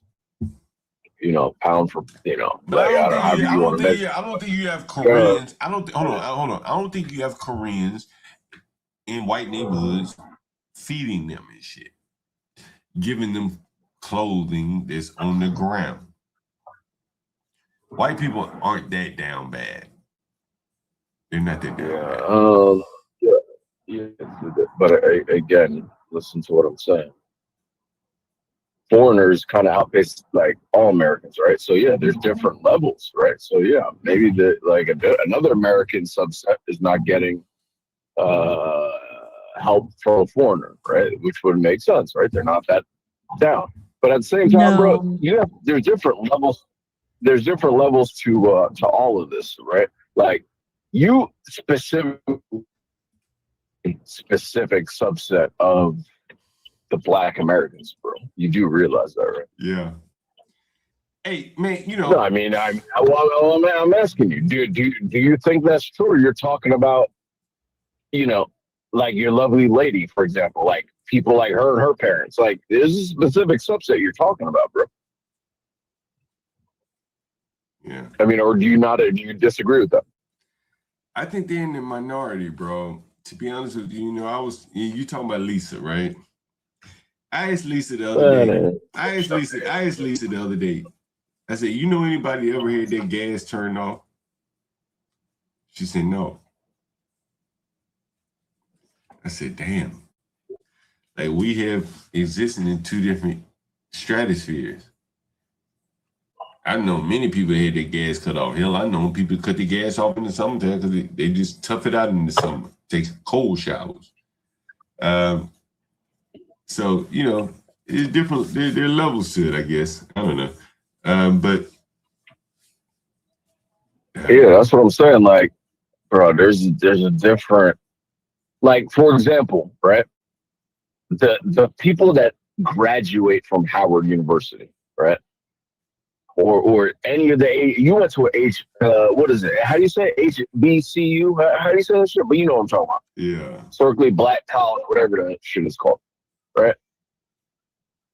Like, those people that go on to graduate and extrapolate 10 years out are different than the people you talk about on your stream, bro. I don't think so, bro. And this is what I'm trying to explain.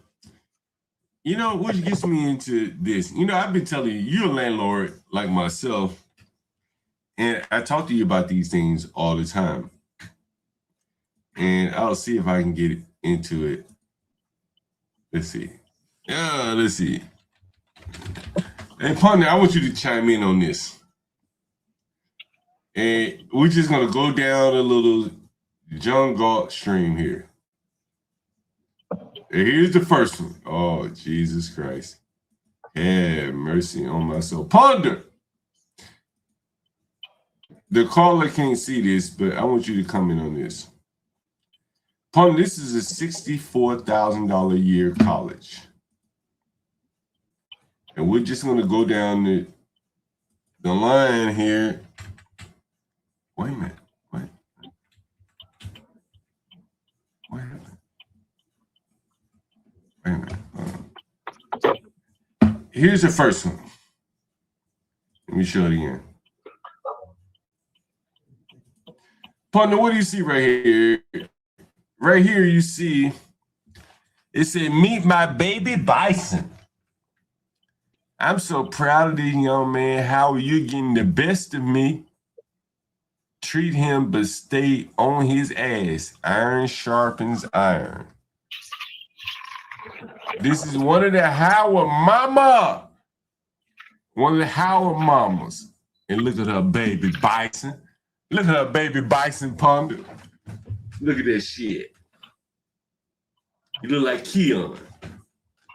Look at that baby bison ponder.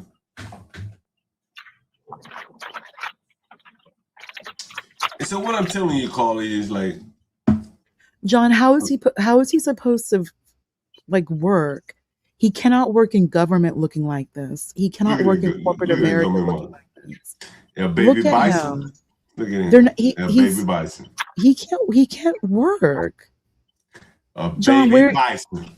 And his shirt is wrinkled. And not only wrinkled, he's untucked. Stop. This, John, you cannot put this on LinkedIn. Pardon. His mammy posted this picture. Yeah, we know. Wait, are you looking at a picture on LinkedIn? No, we're looking at a picture on a Facebook Howard group. Yeah. Okay, stop. Hold on. Is this person a college student? Yep, but his mammy posted the picture. Said, "Look at my little Howard baby. He look like Keon. He look like Keon." You guys are commenting on a. So you guys are commenting on a college picture. Look like Keon. My baby look like Keon. Y'all hear yourselves? Y'all commenting on a college picture. Right? Call it respectfully. Remember, college, you are preparing to transition a young adult into the adult world. This is $64,000. Caller. May I finish? Have you went to college? Of course I've gone to college. Of course I graduated from college. No, of course. What do you mean of course? What do you mean of course? No, I mean of course. We're in 2026. You have to go to college. It's not even a question anymore. You have to go to college. Anyway, you heard exactly what I said. My little baby bison right there. Caller, the way this young man is dressed, caller, why are you interrupting? Think about when you were 19. It doesn't matter, caller. Why are you interrupting? Why? So you wanna argue back and forth? It doesn't, caller. You're not even in a position to hire anyone. Come on, Blacks. Come on. One at a time. Come on. I'm talking about a college picture. Like, I'm trying to show y'all going down there. Y'all talking about some college picture, bro. Like, yeah, I'm trying to help y'all. Okay. Hold on. You're not helping anyone out. There's no one that you can help out. Hold on. Ponder, he's not seeing the picture that we're showing on the screen, so he is kind of flying a little blind. We have to give him that. Right? He's flying a little blind. But here's the picture. You were talking about a Facebook picture of a 19, 20, 21-year-old. What the hell are y'all even talking about it for? Yeah. Like, what am I missing? You're commenting on a 19, 20-year-old's Facebook picture?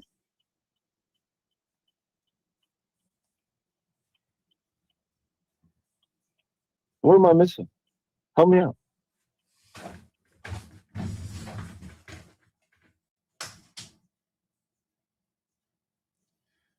You don't know what he's missing, partner. He can't say he need help. The thing is, caller, here's what's interesting to me. Washington, D.C., you'd have to say is probably the most fertile employment playground for blacks in all of America. Would you say that's fair? Colin, you live here?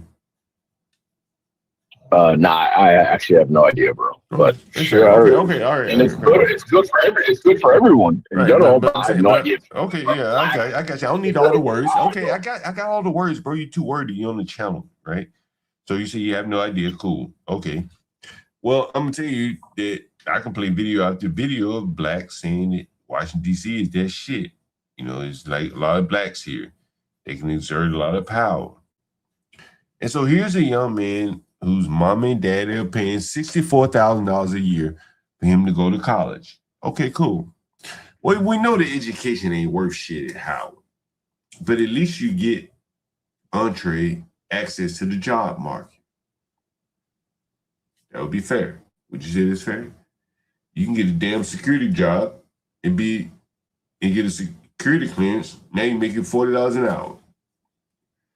But look at this young black who probably doesn't aspire to be a security guard.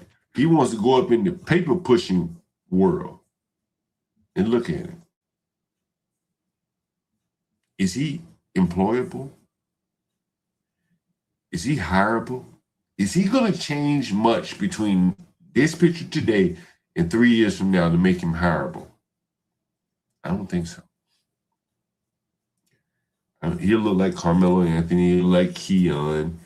He's not. No one's going to tell him, "Hey, boy, cut that hair off." His mammy posted this picture with these long woman-like locks on his hair. His mammy posted that picture. There is no one telling these people you're going to have to conform. No one telling them. So the only thing available to him is government jobs. Look at him. Look at him.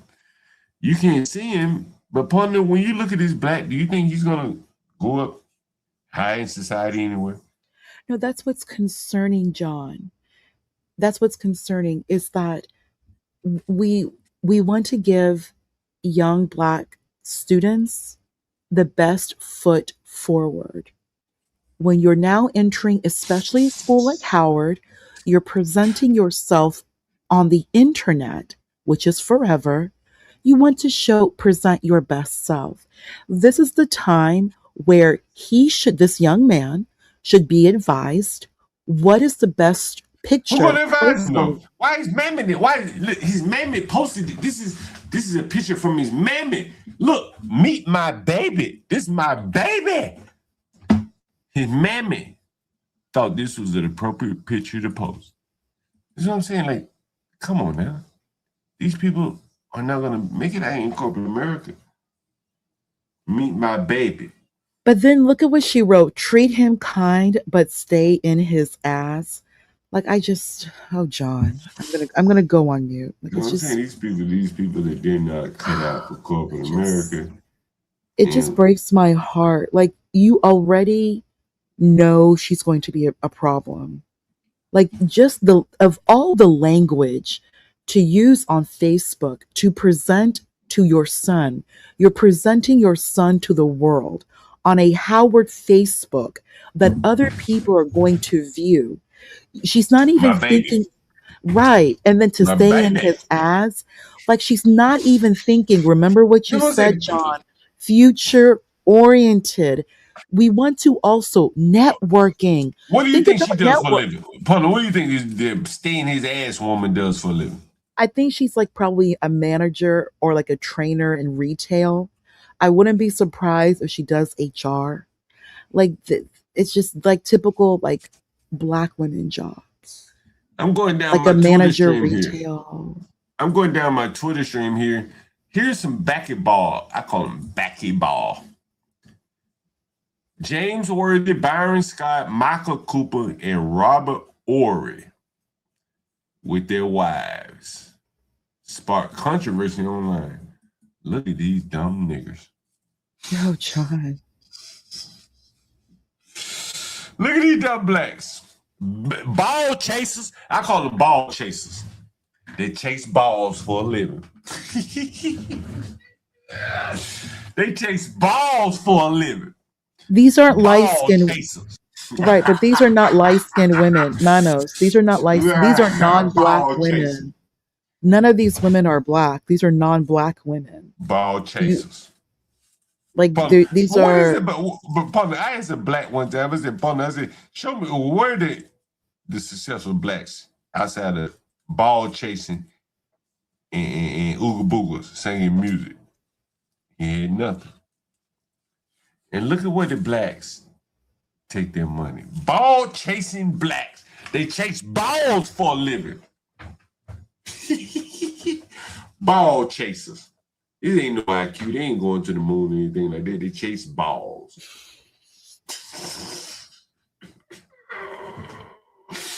Look at these stupid ass blacks. Look at these dumb fucking blacks with these white women. You know what's interesting? Ball chasers. You know what's interesting? What's interesting?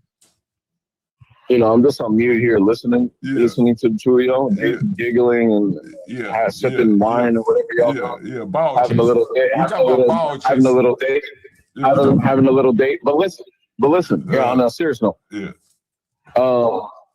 You guys are interesting because out of one mouth you'll say, oh, they're too good to be a security guard, but yeah, in the other breath you'll kind of degrade a manager at retail. Like who's you guys ever degraded a manager at retail? Who's ever done that? The tone that your co-host just. No, listen. I'm not saying it's bad. I'm not saying it's bad at all. Okay, there she goes trying to overtalk. One at a time. Go ahead. What's he upset about? Like in the same breath, right? She trying to whatever that word is, like put her manager or retail, that typical black woman job, like what's wrong with that job? Y'all interesting. She has benefits. Go back to your date. I'm gonna put myself. She has benefits. It's not a bad job. It's not a bad job. She has benefits. A lot of black women have like those $7,500,000 jobs annualized. That's not bad. 7,500. That's not bad. Or maybe 60,000. You're a manager at Kohl's. These are not bad jobs. I'm just saying they're not bad.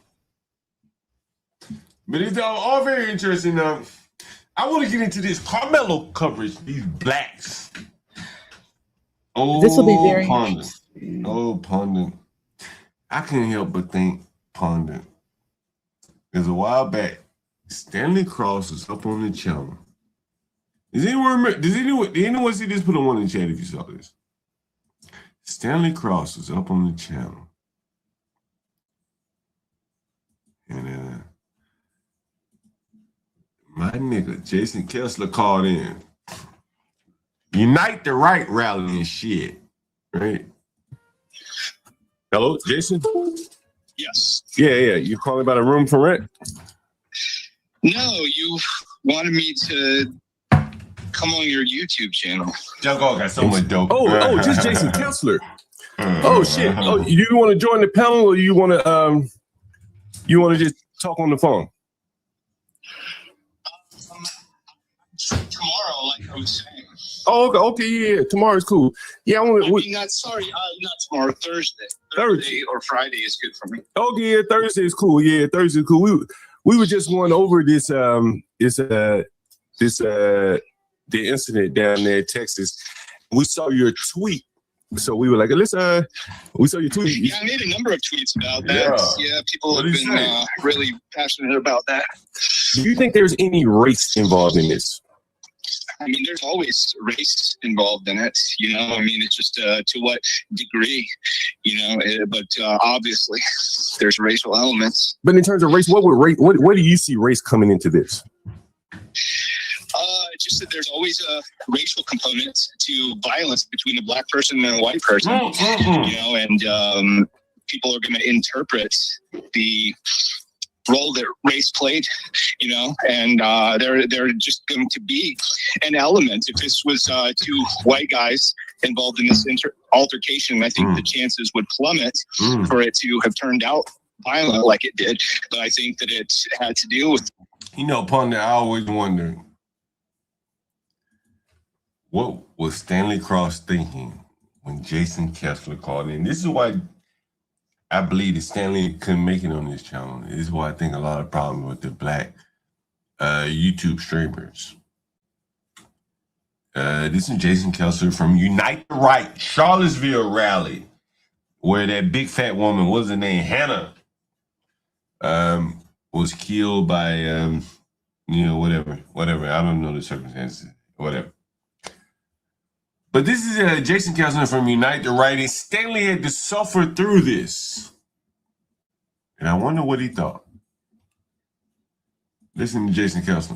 The nature of the perpetrator, Carmelo Anthony, that he was primed to respond violently. But why would from your point of view as a white guy, how is this racial? I think it can't help but be racial when it's a crime involving an interracial homicide. But also, I think, it's just there's a disproportionate amount of crime, in particular homicide, that are done by the black community, specifically black males. And so from my perspective, it's hard not to look at that disproportionate share of the interracial homicides being committed by black males. And we're going to hold the rest of it to Thursday. I do want to go into the psyche of the young man. What's his name? Carmelo. Yeah, Carmelo Anthony. Isn't that a basketball player too? Do you know what his middle name is? No, I don't know the middle name. I'm so sincere. Sure there's a basketball player named Carmelo Anthony. Well, it was a different spelling. He's the young guy. Instead of the K. Yeah, and his middle name is. But he's probably named after the basketball player, though, wouldn't you think? Yeah. By his age, he probably was born around the time the basketball player was at the height of his career. His middle name is I'm so sincere, and that's a rap reference. You probably didn't know that. You'll have time to look it up. I don't know that one. Yeah, his middle name is Sincere. I don't know the rap reference, but I've heard it before. So yeah, I'm looking forward to the talk on Thursday. All right, sounds good. Yeah. Anytime you want to do it, I'm on your schedule. Okay, well, just pick a time. Anytime is good for you, and let me know anytime the evening is fine. Hey, I would love to have another guy on the panel. His name is Be Brave and Think. Would you be willing to join with Be Brave and Think? Okay. Matter of fact, this is my nigga Be Brave. Oh, my nigga Be Brave right there. Hey, John, can I ask you a question? Yeah, my nigga Be Brave. What you want to talk about? Be Brave? What you think about? Be Brave? What you think about Be Brave? Fuck that. I don't want to hear what you guys talking about. What you think about Be Brave? Let's talk about Be Brave. Can I ask you a question? Yeah. What do you think white people think of John Galt? Like offline. What do you think they said to themselves about you? See, I don't give a fuck, to be honest with you, but I think. No, but that's I didn't ask you. That's good. I'm going to answer your question. I think that there are probably a lot of white people that they say, "Damn, like he's saying what I would like to say," or he's saying what needs to be said. Then there are probably some white people like, he shouldn't be saying it about his own people, blah blah blah blah blah blah blah. I don't know, but we have white people in the audience. You tell me what you think. I don't know what white people think. Okay. Can I rephrase it a little bit? Yeah, sure. What do you think they think about you in comparison to other blacks? I don't know. I can't answer that question, but the white people in the audience can answer that question. I don't know. I can't speak for white people in that regard. I don't even think a lot about what white people think, to be honest with you. Because I understand. Because I live around black people, and I'm like, yo, just stop stealing my fucking bikes. Every time I got locked on my bike, man, it just pissed me off. All right, yeah. If a white person was stealing my bike, I'd probably be on their ass too. But ain't no white person stealing my bike too. These are the things that affect me personally. That there's no white people around me, so I can't. Can I ask you a follow-up question to your? Can I ask you a follow-up question to the college student that you had a picture of? If you could think back to 30 years ago when you were 20 years old in HSBCU college, right? You went to one of those, right? Yeah. Okay. the of the people that graduated, like, how do you think they are faring? That's a good question. The lady, my main lady, my lovely lady Keisha, I should call her right now. She became an actuary. You know what actuary is? Excellent work. Excellent work, John. She's a very intelligent lady. Excellent work. And she ended up working for a couple companies doing actuary shit. Do you know how important that job is? They're the ones who assess risk. Their work goes direct to insurance. What they find, it's one of the oldest professions. Actuarial work. They're the ones who determine insurance, the insurance rate, coverage through the data. Like they just look at data and they assess it. Like caller, you know what that work is. Like they do risk management. Like their work is to quantify risk, and then we're going to determine, okay, by this thorough assessment, we're going to charge this much as an insurance premium. For each particular line item, when it comes to insurance, we're going to charge this much. Very important work. Actuarial science, very important work. That's a smart girl, John. John, do you keep in touch with her? That's a keeper. She's the reason. John, you gotta keep keep the good girls. Come on, I keep telling you, keep the smart girls. And then you know Lisa. Since when does smarts and women have anything to do with the value of a woman? Like, let's keep it a buck here. Like Lord, that doesn't. No. Wait a minute. Hold on. No, I mean, no. She said it. So I was like, let me stop you. She was a dude. Yeah, that might make some sense. Keep her in your role. No. She's smarter. No, hold on. That shit don't matter. I don't talk about fucking relationships and all that kind of shit on the channel, but I think that intelligence, at least from my perspective, I'm not gonna say it doesn't matter at all. Well, okay, so there we go. So can you reason with the woman? Hey, baby, we don't need that Versace purse. We need to pay our utility bill and daycare. Like, that's really what it boils down to. In a lot of cases, like, you know, the African, you're African, nigga. Y'all gonna pay y'all bills and your food first. And then gonna worry about everything else. Right? You agree with me. We got DJ Wish Doctor in the chat. He's Caribbean. Same thing. You know, I don't know. Have you met my African lady? I don't know if you met my African lady. Have you met her, Nima? Yeah, I met her. Okay, all right. Like, man, like one of the things she tell you, man, like, look, food and shelter come first, off the top. That's African. You understand that, right? And so then everything else flows from there. And so this is a different mindset. Africans. But yeah, I'm not saying intelligence don't matter at all, obviously, but it's not the first or second or third. In order to keep a woman in your Rolodex, it's probably not even top 3, bro, to be honest. I don't know. I think I'm just calling it straight, bro. In my opinion. So you're a landlord. Let me ask you this question. As a landlord, did you see the interaction with me and that violent black? Nah, actually, I never did, actually.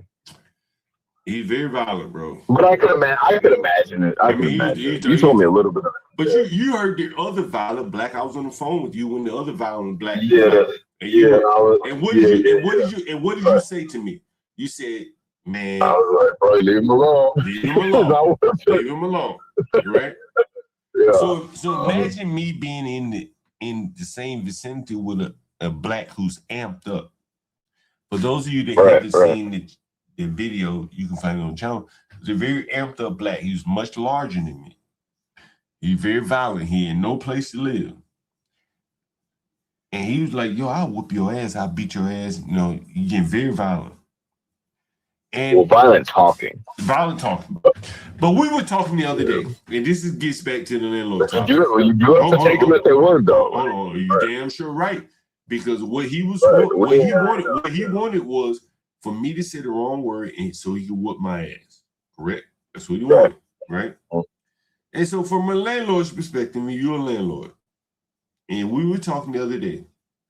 Have I not had like a string of wins? Oh yeah, yeah, definitely. Like, I would caveat it with saying, use time. Probably more than maybe I would give. You definitely use time as a tool, but yeah, you've won, right? Like no property damage, no court, right? Like, that's pretty much a win, bro. Nigga, is that not a win-win, a big win? Because if you go to court, honestly, what are you looking at in DC? A year? What are you looking at? A year? 2 years? Listen to this shit. Woo. But I appreciate John's honesty, transparency. Yeah. She said, let me see.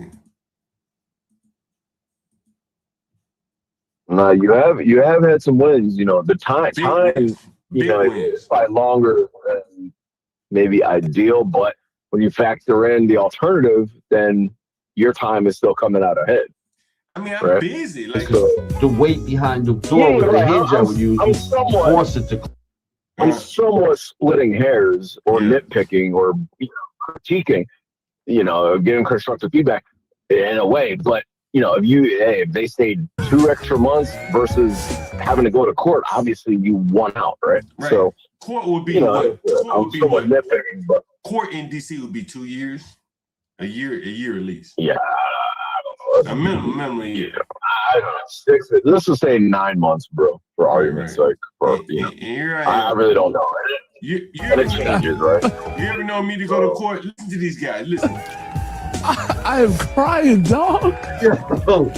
I'm gonna be thinking about this conversation all night, bro. I'll be driving to work tomorrow morning at 6 o'clock. I won't even need the radio on because this whole conversation will be going through my head like this. Yo, comments on put your comments. If you have enjoyed, holy. This is the first time we let somebody come on live like that. And it's all right. Listen, Jamal, you gotta unmute your lounge, Daddy Chris. Damn, it was a lady that came up a little bit later. I'm sorry. I do these niggas down on the level. Hey. Listen. Yeah. This is what these people say about me. But hey, yeah. One of the reasons why I prefer to deal with the high end inside.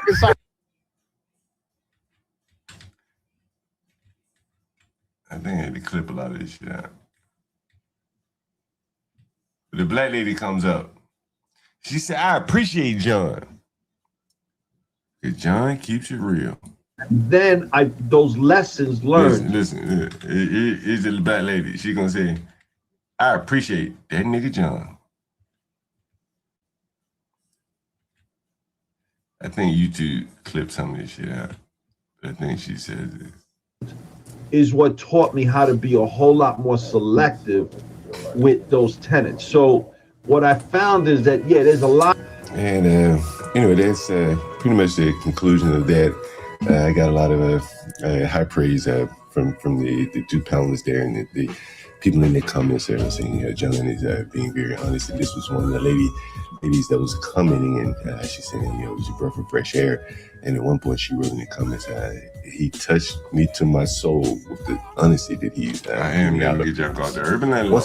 I am the urban landlord. That nigga John Goff. Thank you for joining. Man, sometimes I go through the clips, bro, and I look at some of the videos that we've had over the last couple of years. I'm like, damn, this is some amazing shit. Some amazing shit. I don't think any other channel has this. I don't know if Carla's still here, Ponding's still here. I guess it's time to get into the Nolan Wells. What do you say? No, I'm still here. I'm still. It's I guess his name is Philip. Is he still complaining? I can go back on mute. No, Philip. Who you talking about, Philip? Yeah, that guy who called in. Oh, you talking about calling on the phone right here? Yeah, the caller on the phone. I'm here. Call on the phone. We should give a little history. Calling. He was once my tenant. To be honest with you, and caller, you have to say you learned a lot from John Gall how to manage these tenants. You know, you got to say that. Don't give yourself too much credit, bro. I ain't saying give me too much, just a little bit. Can I get a little bit? No. Can I get a little bit? Can I get a little bit? Can I get a little bit? Can I get a little bit? Can I get a little bit? Okay, I get a little bit. Okay, all right, fair enough. All I want is a little bit, just like, look, bro, I ain't trying to take all I ain't trying to take all your credit. You've had to clean up you have to clean up your rooms. You have to market them. You have to do all the heavy lifting, right? But but maybe I just planted a seed, right? It's fair. Is that fair? Okay, fair enough. No. Maybe I didn't plant a seed. Okay. I was already just a matter of time. Yeah, but okay, fair enough. But but reinforce. So another guy doing the whole room bit. Minority guy doing it. Reinforce what I was, where I was going. Like, okay, doing a room in house bit. Like, just for the audience, basically, I guess the old school, what you call it, or maybe it's still the same term. You call it a rooming house. Yeah. Like, you have a house with 4 bedrooms, and each bedroom is rented out by someone not unrelated. Yeah. Depending on how the landlord wants to do it, you might rent it out and say, "Oh, go and invite your buddies," and then you have buddies that know each other in the house, but everyone signs their own lease for their own room. Lack of better term. Yeah. I know you don't lose leases, but you know what I mean. I don't do any leases, but you know how it goes, right? Yeah, called rooming house. Yeah, so just another environment that I was like, okay, people are doing it. It doesn't seem hard. It's not scary. Like, same way I got in here, someone else can rent it from me if I posted my shit on Craigslist, right? So just reinforcing the shit that I was on, You ever seen anybody? Because that was basically my trajectory. You ever seen anybody put people out the way I have, though? Nah, I haven't seen that. Nah, that was, I saw firsthand. That's credit to my mama right there. That's credit to my mama. My mama, my mama hates taking credit for this shit. You know what I mean? Yeah, I think you mentioned that to me. I think you mentioned that. I never seen I saw live in color, firsthand. What do you mean? Yeah, I saw that. You talking about real? Yeah, when you pick someone up. Yeah. I tell you, I went to the bar one night. I've already told you this story. But for the other people in the audience, I put this woman out. The bitch had a Rottweiler. Bro. I mean, yo, she was smaller than you think, though, bro. You might want to. What do you mean? What do you mean? Nah, just the city's smaller than you think, bro. I mean, I'm just, Hey, I'm on the line, so I gotta say it out loud. I just gotta say it out loud, bro. You do what you want, bro. So I used to go to these bar raves. I mean, it's one thing to share online, though, bro. Like, it's one thing that I used to go to these bar raves. I used to go to these bar raves called Dancing Liquor Bar. I love to drink. And you can see 4.5 stars. The Dancing Liquor Bar, right? So I walk into this bitch one night, and I was with Lisa. Did I tell you who I was with? Was I with Onika, Lisa, Alexia? Who the fuck was I with? I don't know. I think you told me you were by yourself, but I don't know. I was with a woman. I may have been with Jada. Oh. I may have been with Jada that night. I think I was with Jada. And they come up to me. They said, "Mr. Gall, we know you come here a lot of shit, but we got an employee that don't want to serve you or whatever." I can't remember exact words. They said, "Since you come here a lot, we just comp you out, come back another time, whatever." But it was the bitch that was living in the house with you, Laria. She was a cutie too. Remember that? She used to look cute. Mm-hmm. You look cute. And she had my nicing unit, and I put her black ass out and got rid of her dog. Me and Johnny Boy got rid of her dog and everything. Me and Johnny Boy got rid of the dog and everything. Me and Johnny Boy. And yeah, that was very interesting. And you were living in the house with her, so she was bartending that night at the Denson Liquor Bar. And the manager came up and said, "Yo, what you did to that woman, she can't get over it." I put a whooping on me and Johnny Boy. We laugh about this shit all the time. Man. I put a whooping on her ass like nobody's business. You hear me? I showed you how to whoop these fucking tenants with this black ass woman. She was a little cutie, and I whooped her ass real good. You never thought I'd whoop her ass like that, huh? I whooped her ass real good. Me and Johnny Boy whooped her ass real good. You went hard on her, bro. You went hard. I wasn't expecting that shit. He was the caller on the line was living in one of my houses when I had a black woman tried to squat on me, and he saw me go hard. This was 15 years ago, right? What about 15 years ago? What are we in 2026? I don't think it was quite that long ago, but let's just say 10, bro. It was at least 10 years ago. And then, I've taught you some other things. We ain't gonna mention it right now. But I told you, I tell you about my big joker. Remember I tell you about my big joker? If I pull that fucking big joker down, all these niggas bow down. I gotta forget what you said. Your big joker was. I kind of forgot. Oh yeah. No. I think I used your big joker. Big joker. I think I used your big joker. But don't. Did I use your big joker or no? I can't remember. We had to put that shit on members only. No, you know my situation, right? Hold on. Let me go ahead. Hold on. You know my situation. Yeah. Remember my situation? Did I use the big joker? Mm-hmm. You said no. I vaguely remember. You know what I'm saying? But I had a season and shit. I can't remember. Yeah, you're good. But go ahead. Tell what. Nah, I don't want to get into it. But for the landlords out here, we're going to go members only at some point. The Urban Landlord Clips, if you have not subscribed to the Urban Landlord Clips, you should. Maybe we'll unveil the big joker for the landlords out here that want to get rid of blacks or whoever, one of these fucking tenants that don't want to pay you. I got that big joker, right? Call it. You get that big joker? I pull that motherfucker out when I really want when one of these tenants are really being owners. They make me go to the big joker. And I'm like, all right, big joker. Yeah, I don't like using it.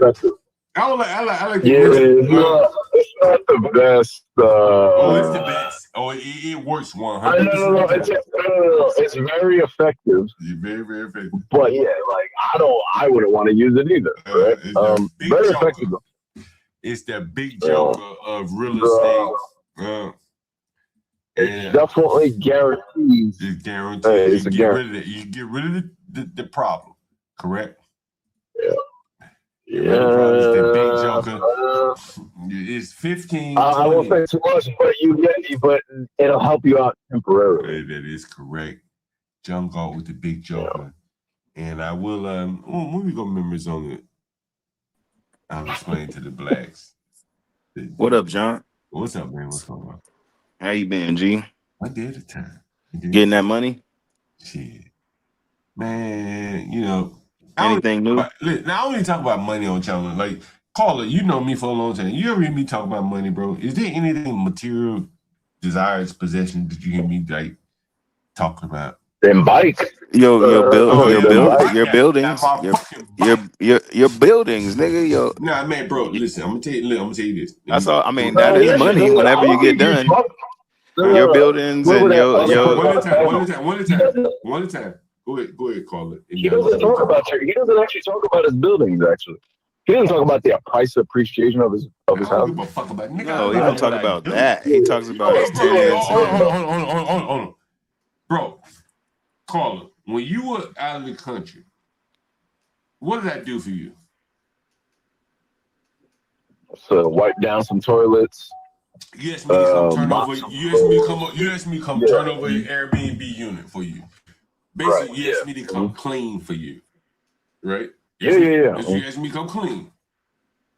Right, yeah. How many smarty-arty ass blacks you think you could ask to go clean up some shit for you? Right. I don't, I'd be hard pressed on my phone to find people. You can barely ask family to do anything, so I get it. But bro, I got degrees. I got all this bullshit. Right, I gotta do those shit. Like I don't know. And when I say that, I have me personally, I can ask anybody anything. I don't care. But when I ask you, I have to have some hope that you might say yes to what my ask is. Like what I'm saying is, I don't think there's many people that would have said yes. Like, you know what I'm saying? Like, nigga, I'm 3 generations in a cleaner. My whole family been cleaning. Right. You gotta understand this. This is not beneath me. You understand? It's not beneath me. Clean up is not beneath me. Right. My grandma was a maid. My mama cleaned up. So, I clean up my own houses now. It's not a big deal to me. You got these smarty-arty ass, overeducated blacks. They see cleaning is beneath them, while the Hispanics are making buku money cleaning up houses in the ghetto. You know what's interesting? And specifically in the Washington, D.C. area, I will just say, because that's the area I'm in. Cleaning is beneath people where they hire outside help to clean their own house, let alone someone else's shit. Yeah. Like people have enough disposable income out here to hire cleaners for their regular house. Yeah. That is what it is. So it's that beneath them that they don't even want to clean up their own place. That's DC. That's DC, bro. It's not real. You got half-wits making $150,000 in DC. Would you say that's fair? Am I right about that? Yeah. Like half-wit fucking people making $150,000 a year in DC. Half-wits. Right? It's not me just saying this now. It's not me. My cousin was the half-wit. He was driving a bus. He was making about $130,000 a year, and he was halfway retarded. And he quit the damn bus driving. I'm like, why the hell would you quit that? What are you going to do better than that? So this is DC. It's a very, very. Would you say it's kind of unique to any other city in the country? Because of the federal money flowing? Yeah, it's hard to, because I haven't lived there. But it's definitely unique, bro. It's definitely bro, that bike shit. I would say general, without me fully knowing. Like how many fucking bike programs do we have here? I got a $3,000. Remember that $3,000 bike I had? Government paid for half of it, right? The one I got stolen. Yeah, the turn. It was a turn. It was a turn cargo bike. Remember that? Remember DC gave you. Oh yeah, I never saw it. Yeah. And you said dude left it outside the convenience store. Yeah. That was another bike that got sold. The turn, the other bike. But DC gives money to blacks. Preference. You have to say it's preferential for e-bikes. Would you say it's fair? I mean, there's a lot of, I don't know if it's specific to blacks, bro. Come on, dude. All right. But DC the city is what, 40% non-black, bro? So, but DC gives a lot of subsidies for people to ride bikes and scooters and shit. That's why you see a lot of blacks ride. Yeah. Right? And the Produce Plus. I went to Eastern Market today, got me a yellow meat watermelon, peaches and shit. On the house, huh? All that shit was free. All that shit on was the free. house. Huh? All that shit free. You understand Produce Plus, right? You understand that, on right? the house. Yeah. I know exactly what it right? is. Yeah. All that shit was free. There's no other city. So just give your audience a quick rundown of what Produce Plus. This is super quick, or you want me to do it? No, go ahead. You do it. So Produce Plus is basically they give you, let's just say, $50 a month to go to farmers markets and get fresh produce, vegetables, fruits and stuff. But basically, it's kind of like having an EBT card for the farmers market. Yeah. And they give you That's exactly what it is. $50 to $100 a month. That's exactly what it is, right? Free food. And more free food, correct? It's free. Yeah, free. It's free. And here's what $3.99. This is what he's talking about here. Produce Plus is on the stream here. It's free food for people in DC. It's mainly DC, right? That specific Produce Plus program is DC. Yeah. Hey, bro, you remember when we used to go to that school and get all that free shit, that free food? Oh man, you making me mad, man. I'm getting sad right now, man. That was a beautiful thing, bro. Now that food, especially now, bro. You know what the fucked up part? That was, I don't know. Let's just say 7 years. It was before COVID, right? Yeah. So that was like 7 years ago when grocery prices were like fucking normal. Yeah. Like we didn't even need it. Now, man, you make me sad, bro. Getting dog. But for the audience, that was like premium food being given out in the ghetto. Salmon. Yeah, hell duck, rabbit, chickens. Oh my god. Right? Oh my god. Remember all that shit? Bro, oh man. Turkeys. Oh shit. All that shit in the ghetto for free. Right? Right outside of a school, right outside of Endicott City, right? All fresh break, the bread. I'm not huge on bread, but it was everything from Wegmans. Like, if you Wegmans. Right? Because Wegmans is the only grocery store that sells rabbits, right? I'm a country nigga. I like rabbits, and so I buy rabbits from Wegmans. And so not many people buy rabbits from Wegmans, so Wegmans would give the rabbits away at the school that we would go pick up the free food, right? Like, that shit would be mind you, I don't mind saying it. Did we have any children that go to that school, bro? No.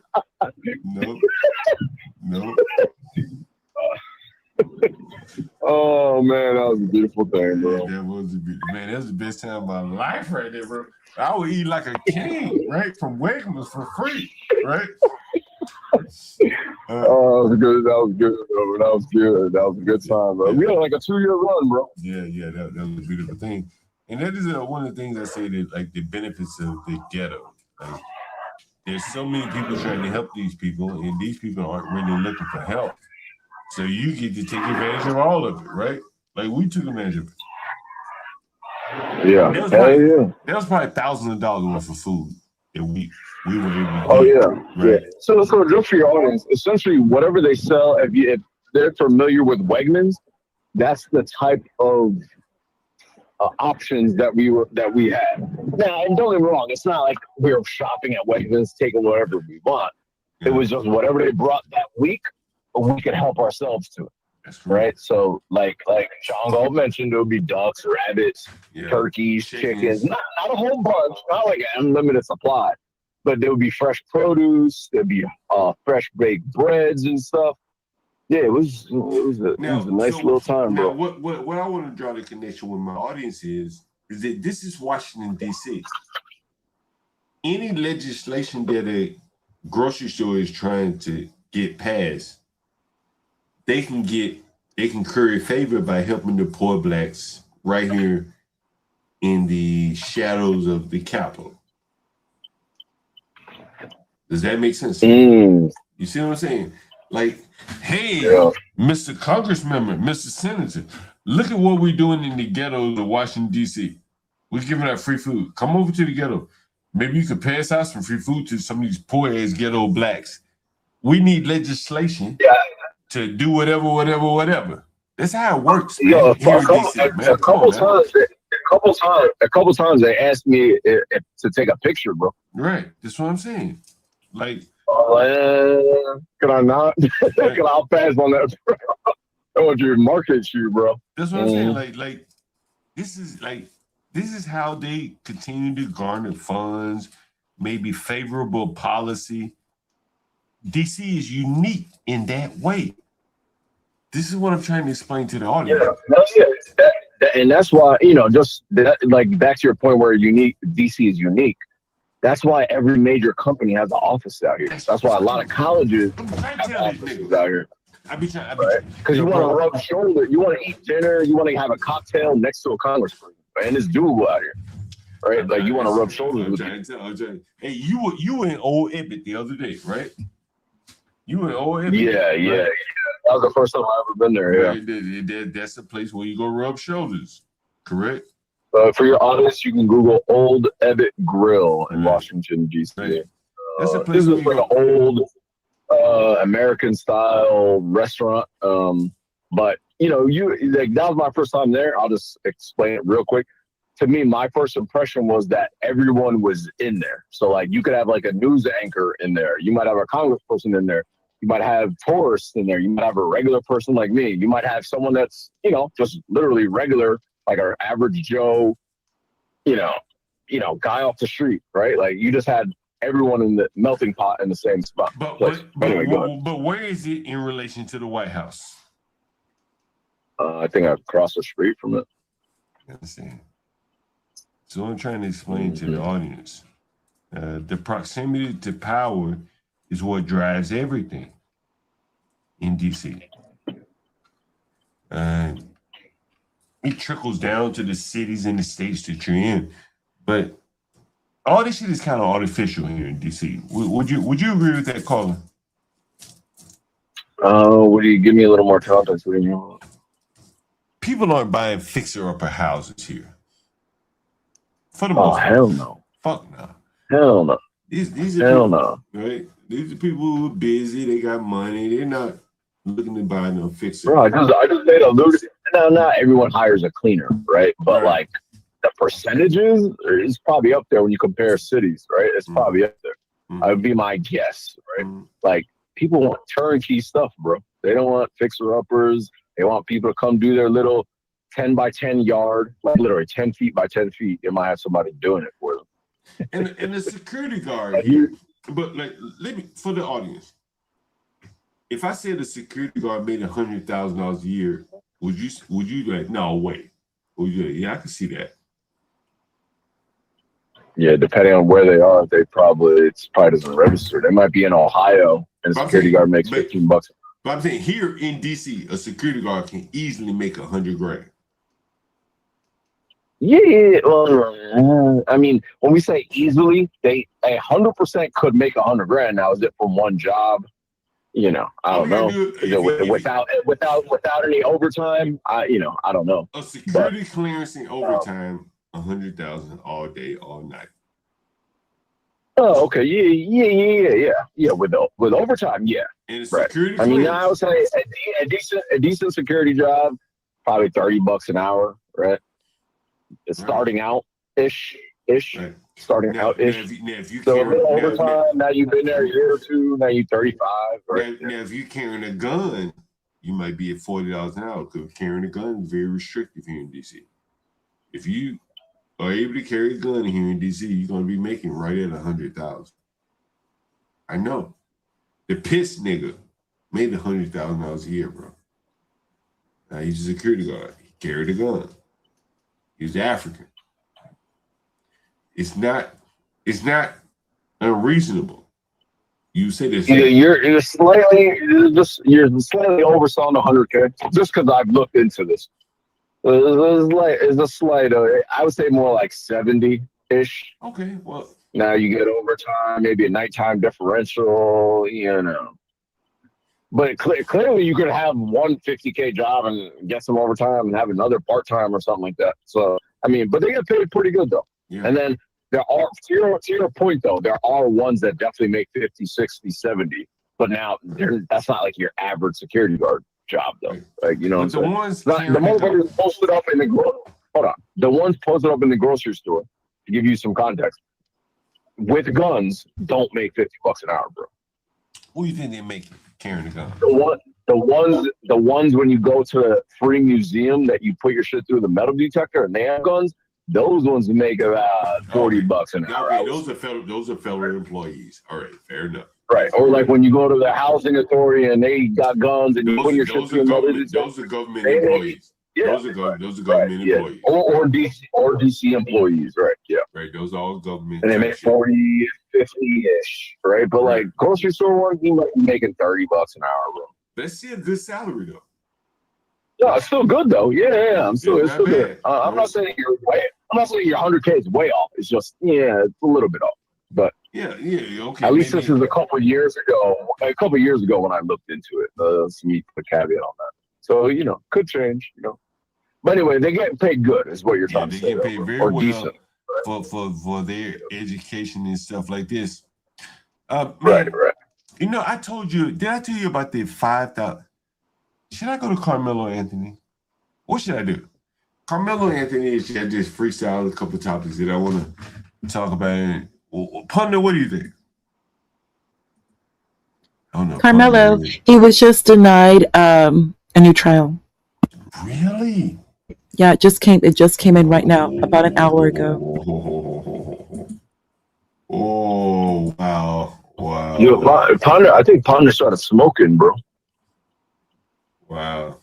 Her voice is not like the same. Oh no. Anyway, Ponder is right. Ponder, you got a cold? Ponder, you got a cold or something? Carmelo Anthony's motion for a retrial has been denied. Judge Michael Chitty has denied the defense request after a 2-day hearing. You know what's interesting about this, Ponder? He had until Monday to decide. He didn't have to decide today. You gotta wait until Monday and told the blacks, hey, I'm thinking it over. Deep thought about this shit. He didn't do it. This is a very Republican county. I covered this on the channel. The black lady, there's one black lady judge. She's the only black one. She's a Delta. The rest of the judges are white people and very conservative. Hey, fuck it, Saturday, nigga. We letting your ass know. Denied, black.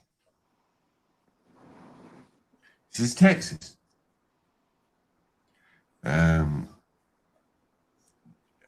The Carmelo's moved there, probably for the same things that he's been punished by.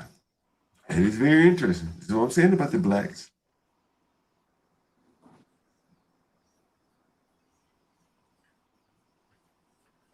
Anyway, very interesting. Denied. 2 days earlier, he could have waited till Monday, Punda. Why do you think he didn't wait till Monday? To set the tone, to make it very clear that, just this conviction. And that's, keep in mind, John, that's just for the new trial. He still has the Fifth Circuit, the North Texas Fifth Circuit of Appeal. He still has there as well. So remember, that's a Texas judge, but that's not the appellate court.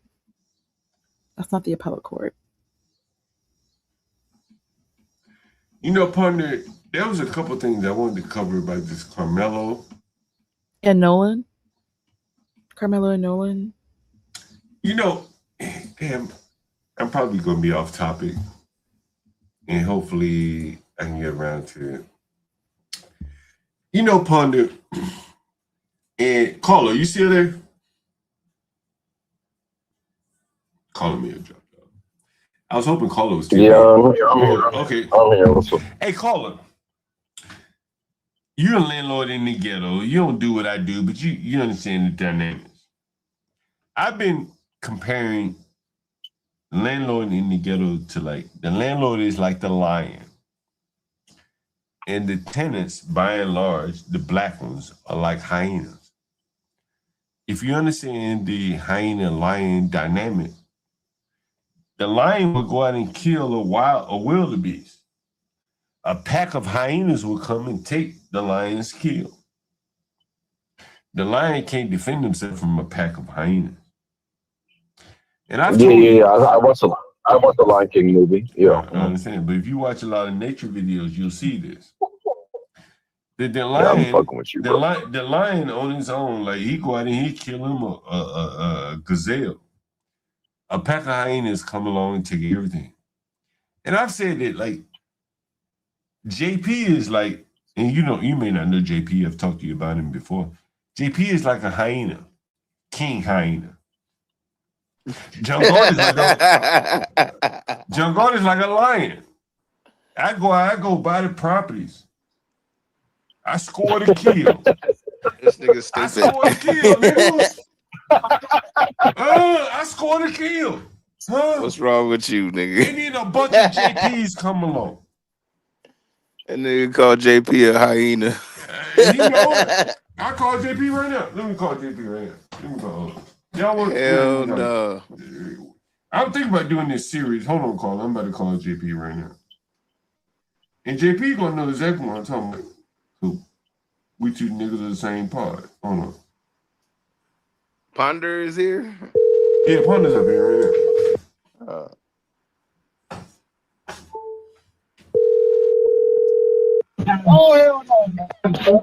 Hello.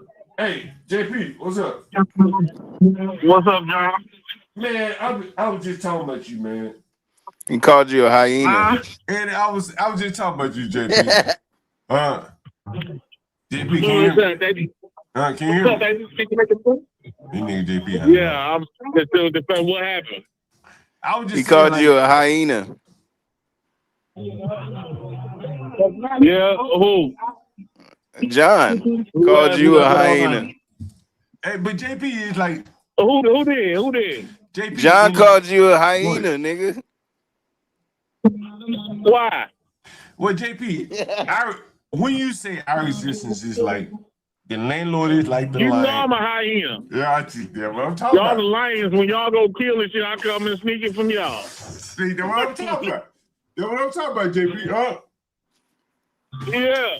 See, JP, like, understand, like, this is what the smarty are the blacks don't understand, JP. It's like the existence between a hyena ass nigga like you and a lion ass nigga like me. I'm trying to minimize I'm trying to minimize the damage from a nigga like you, because I know you'll flood my shit out. I know you'll flood my shit, right? You already know it. I already know it, right? I tear that bitch up. And so I'm trying to tell the blacks. You ain't right, JP. You would do that? Nigga, I done had niggas do it. What the fuck you mean? He telling you that blacks will do it. Don't run away from this. He telling you that blacks will do it. And call it. You still online? Call it. You online? We got a landlord on the phone, JP. And he need to hear this. Y'all do? Yeah, he on the phone right here. He a Nigerian nigga. He need to hear this. Nigerian nigga. You're fucking shit up. Hey, John, you funny as hell, man. Your voice is cracking me. JP, will you fuck his shit up? What's up, homie? Will you fuck his shit up off GP? Yo. Will you fuck his shit up off GP? Yeah, I'm in the ghetto right now. Will you fuck like, if he JP be over in the ghetto just to get some pussy. That's why he over there. JP, if he come to you as a black man, and you ain't got your rent, and he pressing you about the rent, what you gonna do, JP? I'm gonna tear that shit up. That's right. He already know what I am. And dare him to say something. See that? And what can you do to prevent him from, stopping you from tearing up his property?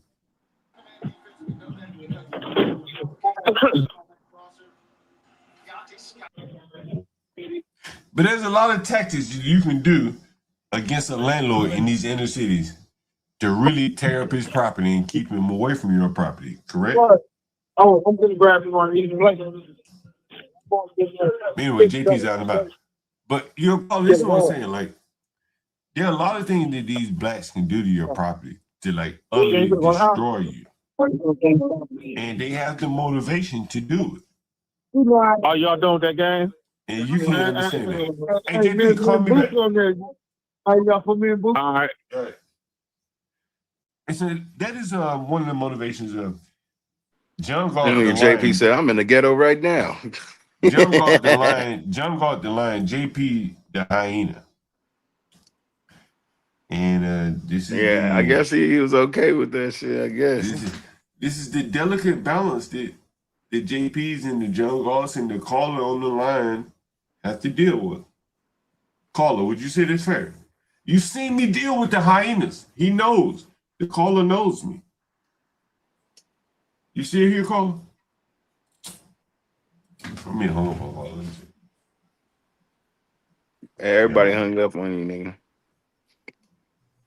I hung up on him. But yeah, I mean, you know. Yeah, hello.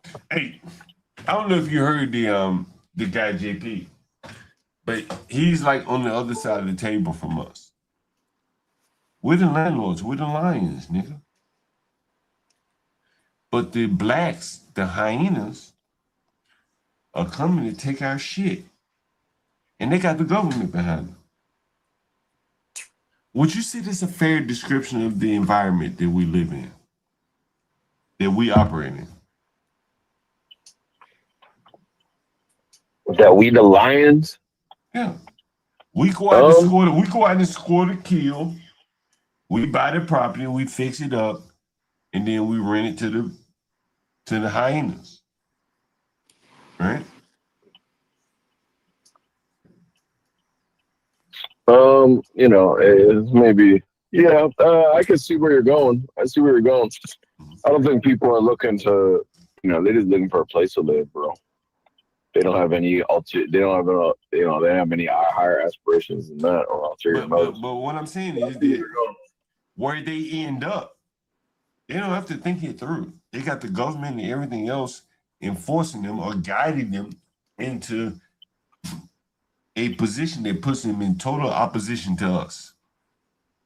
So you hear the caller saying, I'll destroy your shit. I'll flood your house. I'll bring rats in here. I'll do everything he can. I'll call the city on you. Bro, how many times you heard that people say that they're called the city on you? We've talked about this. We want to keep the government out of our business, correct? Mm-hmm. Right? And these blacks want to engage the city because they know the city is going to protect them. That's why I've never taken a tenant to court. Why would I take them to court? Mm-hmm. But the black hyena, wants you to take him to court because he knows once you take him to court, he's winning. Because he's going to drag up every grievance that he has about your property. And you have to fix all of those grievances before you can address him not paying rent. Correct?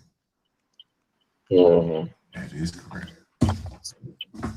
That's why John Galt does not take these blacks to court. Nigga, we're going to fight it out here on the streets. Gangster style. I'll be right back. Is that how you do it, John? Damn. John said, fuck the police. The urban landlord, ladies and gentlemen. How did John bring it to you? Rough, rugged, and raw. Other guy on the panel, what are you? Are you a lion or a hyena? I pay my taxes. I'm a citizen.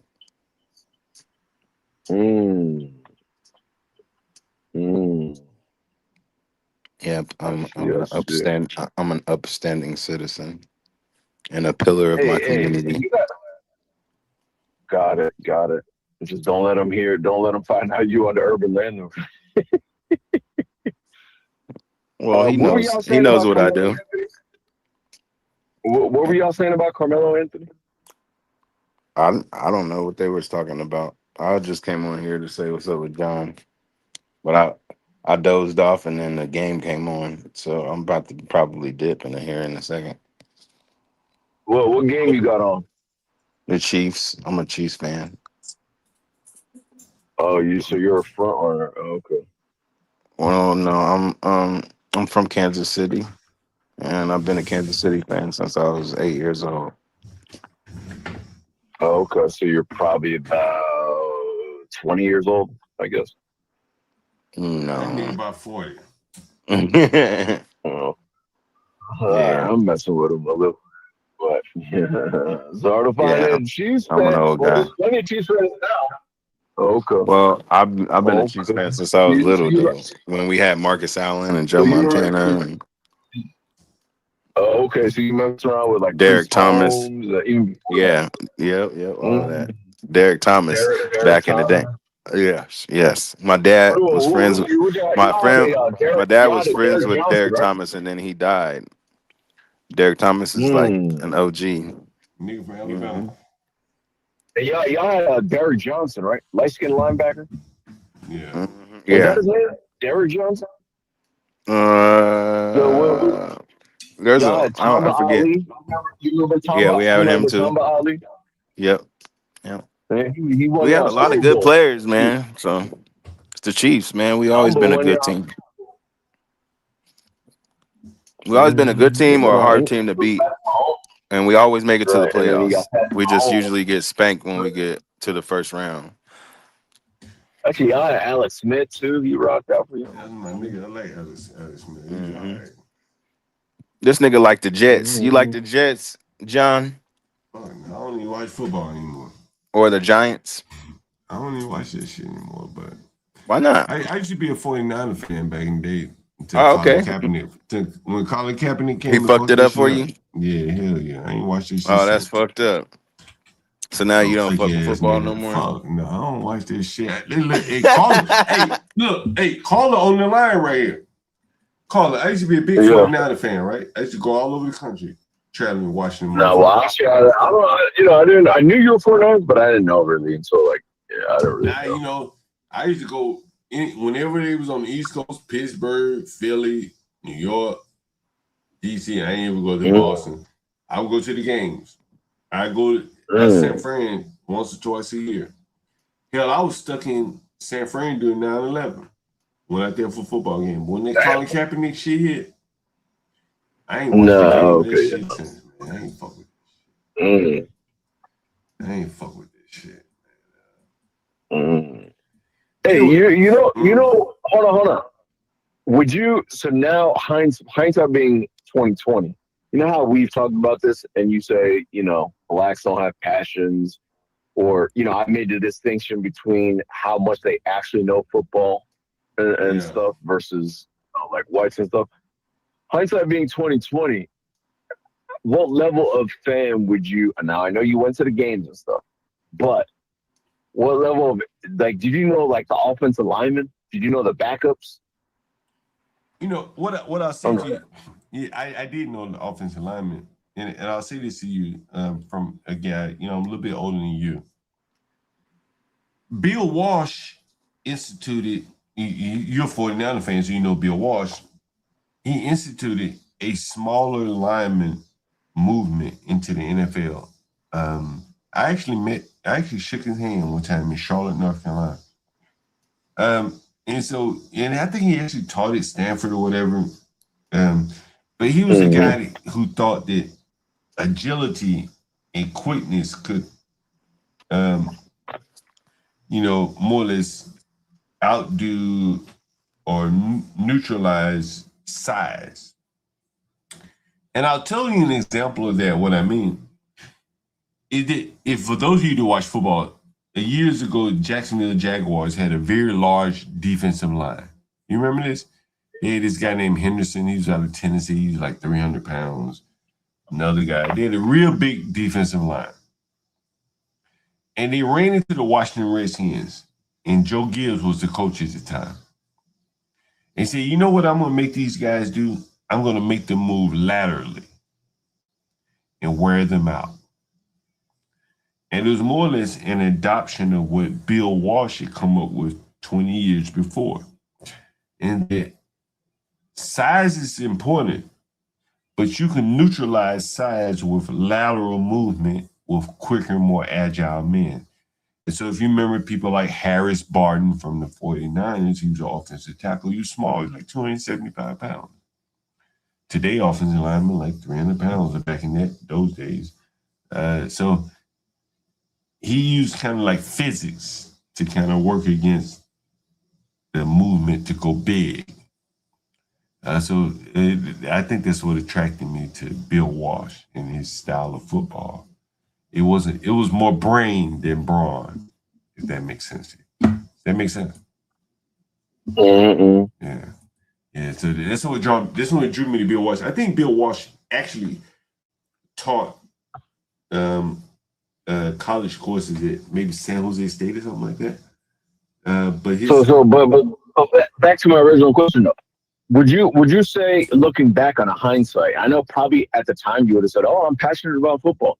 Hindsight being 2020, do you actually think you were passionate about football? In that time? Yeah, I truly believe that because I was passionate about let's just say the science of football. The era I came along, Bill Walsh was an innovator, a thought innovator. He said I could win with smaller men. Jerry Rice was not fast.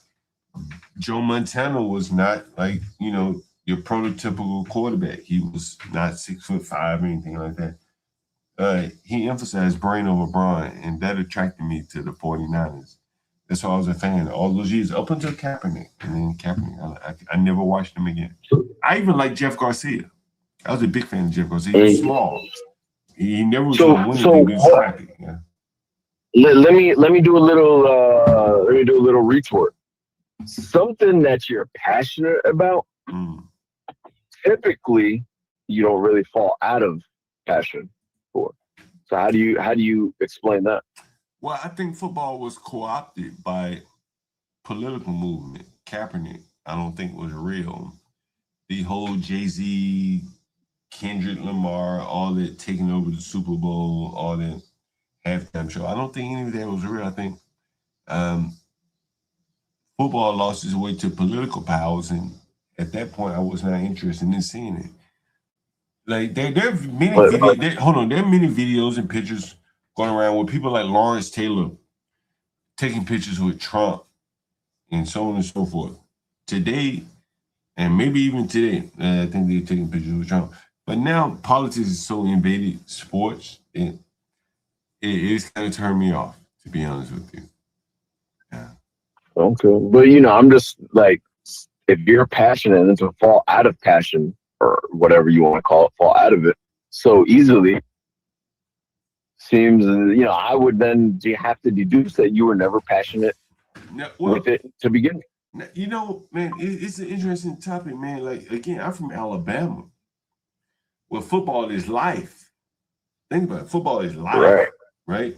You're passionate about it. Right, very you passionate. Talked about it right. with kids and all that. Football is life. There was no politics. No. You didn't hear what I said. I'm sure you talked about it with all your grade school kids and all that shit. That don't mean you fucking were really passionate about it. Like me. I'll just give you my take. Or just give me 10 seconds. There would be numerous people I would talk to at work and friends, and I could just tell they were not really they didn't really know football like that. So I could tell pretty quickly. I was I don't want to fucking talk to this motherfucker about football. You don't know what the fuck you're like. But a lot of people are into it. Like, oh yeah, the Giants won, or but they didn't really know what the fuck was going on, bro. I'm saying professional football, that's commercial. That's the commercialized product of a generation of Americans cultivating the product. High school, elementary school, I still have vivid memories of me playing quarterback, at the boys' club. Football has changed. I remember, I tell you an interesting story. I don't like doing these type of stories, but I remember trying out for some black team. Maybe in let's say 9th grade. And you know what their tryout was? how far can you throw the ball? How far can you throw the ball? Now, I want you to juxtapose that with Bill Walsh's standpoint. He never looked for a strong arm quarterback. He looked for more accuracy and thought. Can you put the ball where it needs to be to the person where it needs to be based upon your reads? The blacks were looking at quarterback as a brute strength position, like a defensive tackle. How far can you throw the ball? How fast can you run? Hence the Randall Cunninghams, the Colin Kaepernicks. But I'm looking for the Joe Montana, the Steve Young. That's what drew me to the game, the craft of it. If you ever listen to Steve Young, and you're a 49er fan, so I'll share this with you. I don't even have to, let me show this.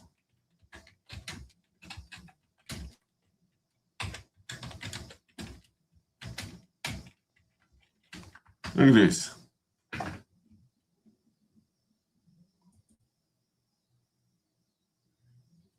And there's videos. Steve Young talks about the craft of playing quarterback. He called it a craft, almost like a trade. I don't think the black quarterbacks see it that way. And so for me, it's difficult to watch because that is the focal point of the sport, is the quarterback. And if he doesn't see it as like a craft, I can't watch it. And I think that's what it has become to me, along with the political aspects of it.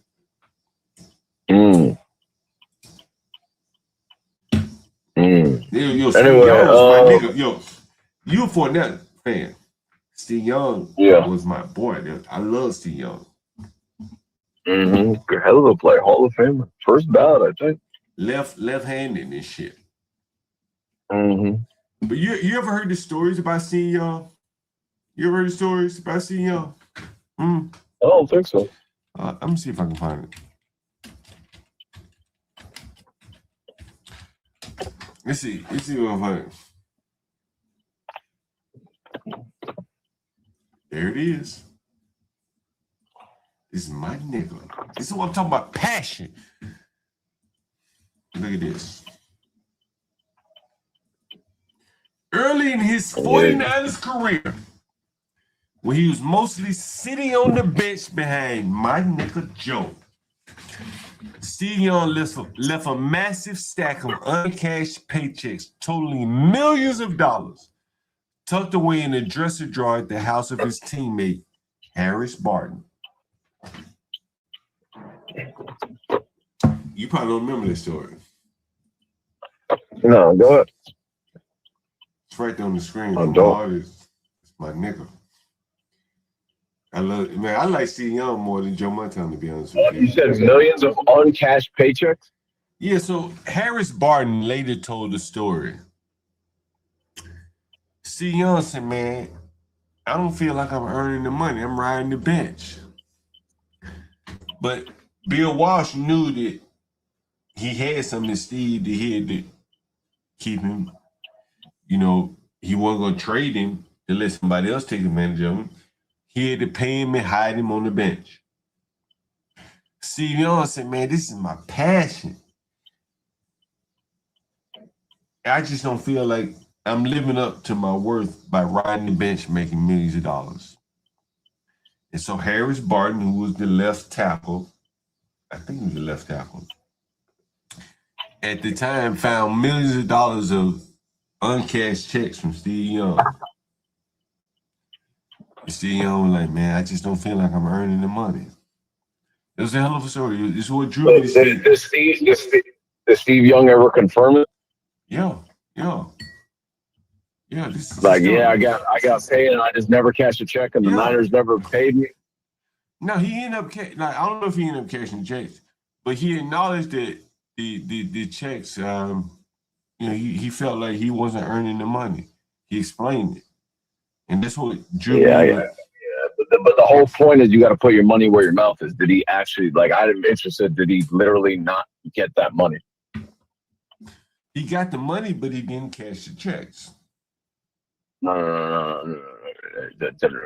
Let's not split hairs here. Does he have the money? Did the money ever go into his bank account in some form or fashion, bro? I'm sure he did.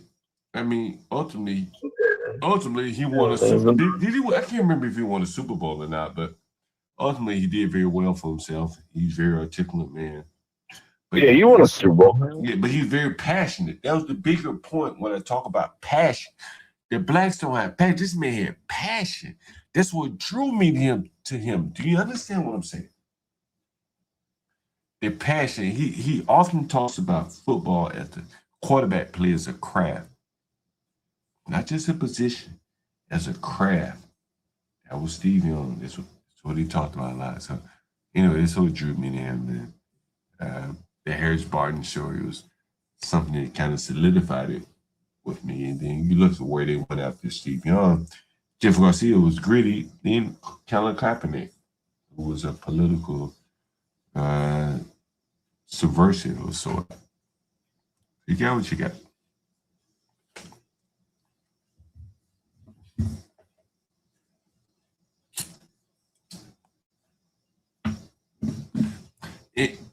Anyway, updates.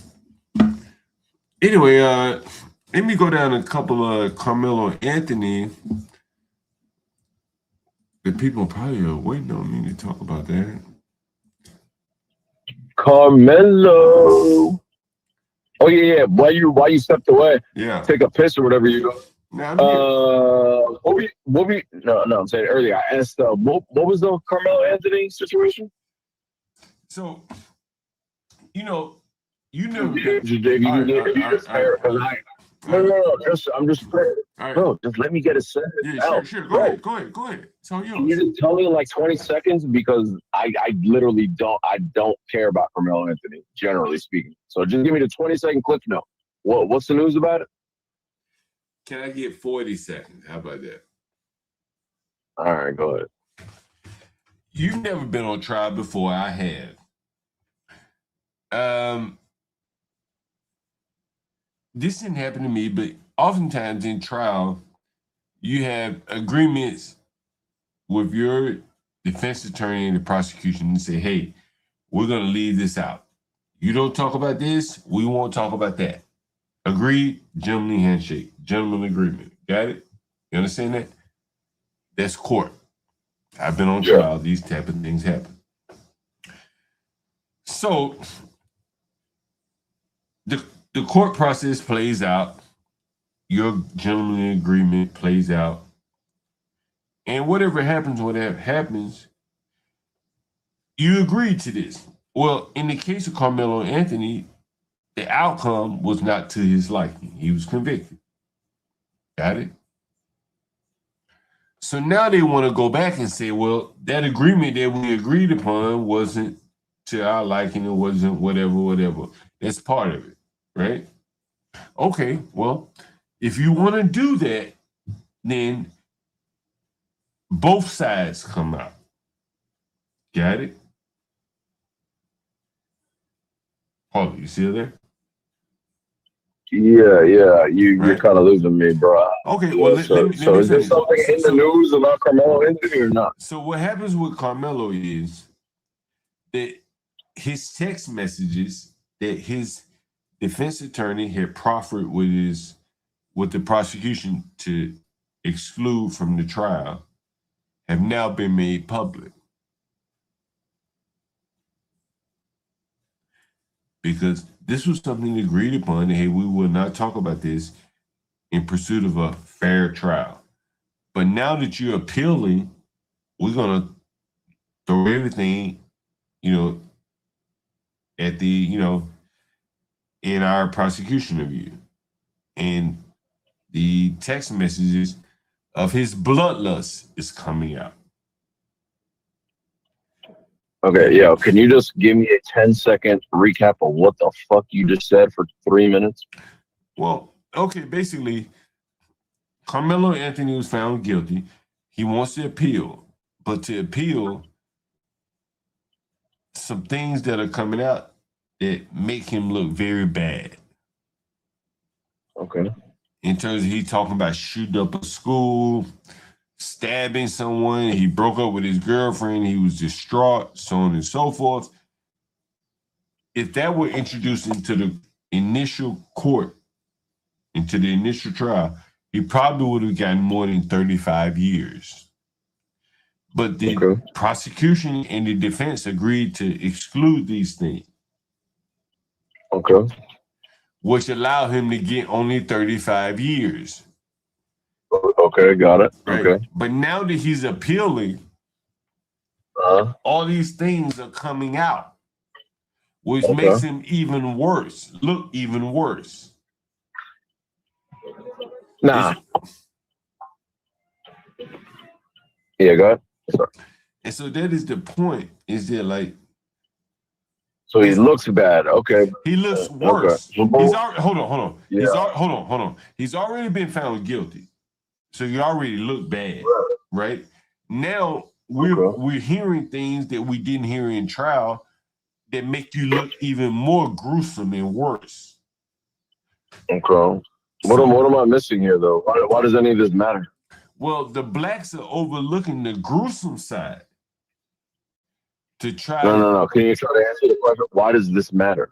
Why does well, this matter? why this matters is because the blacks are overlooking the gruesome side of the facts that are coming out. Okay, got it. But why does it matter? He's not going to get 36 years after an appeal, right? Or I don't know.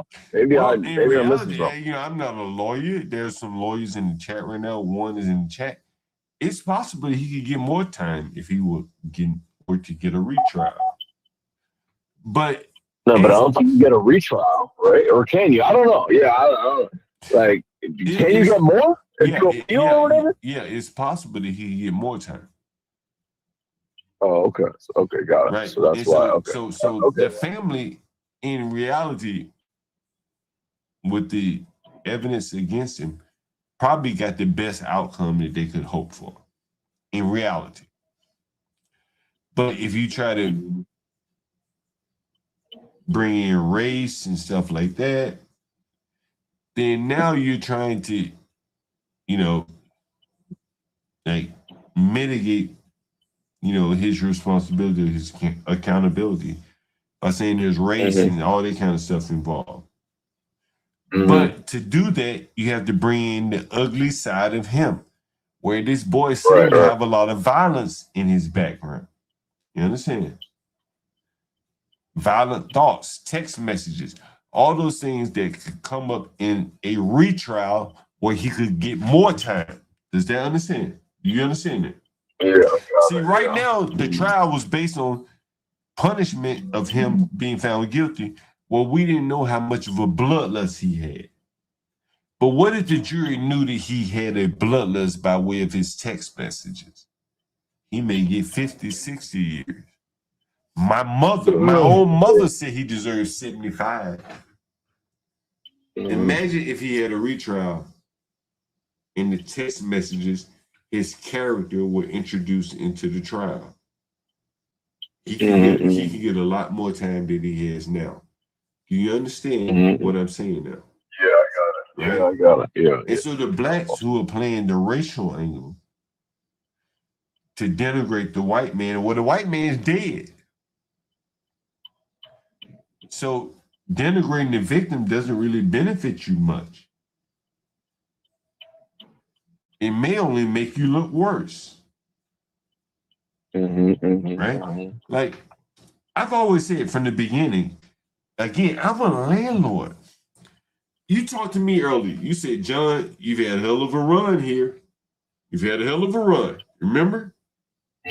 No evictions, landlord-tenant court, no violence, no destruction of your property. Correct? Correct. Yeah, correct. The family should have done the same thing and should have said, hey, we need to mitigate the damage to my son by showing some contrition, remorse. They didn't do that. They didn't do that. So now they're getting their pipes and their house flooded. You understand? Now, does it make sense to you? Yeah, I Right? understand. You understand that? Give me 1 second. I'll be right back. All right. You can talk though, caller. Do you have any other co-hosts up there?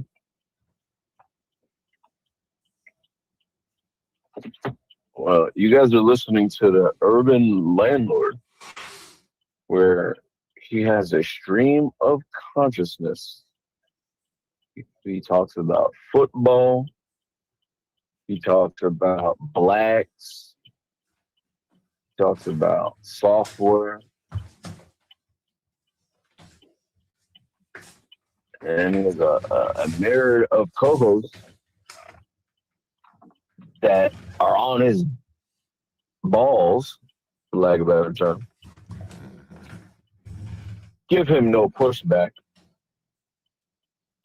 But Jungle is a problem. Just for y'all. What do you think about the discussion? I was thinking about maybe once a week. Let me call the nigga back.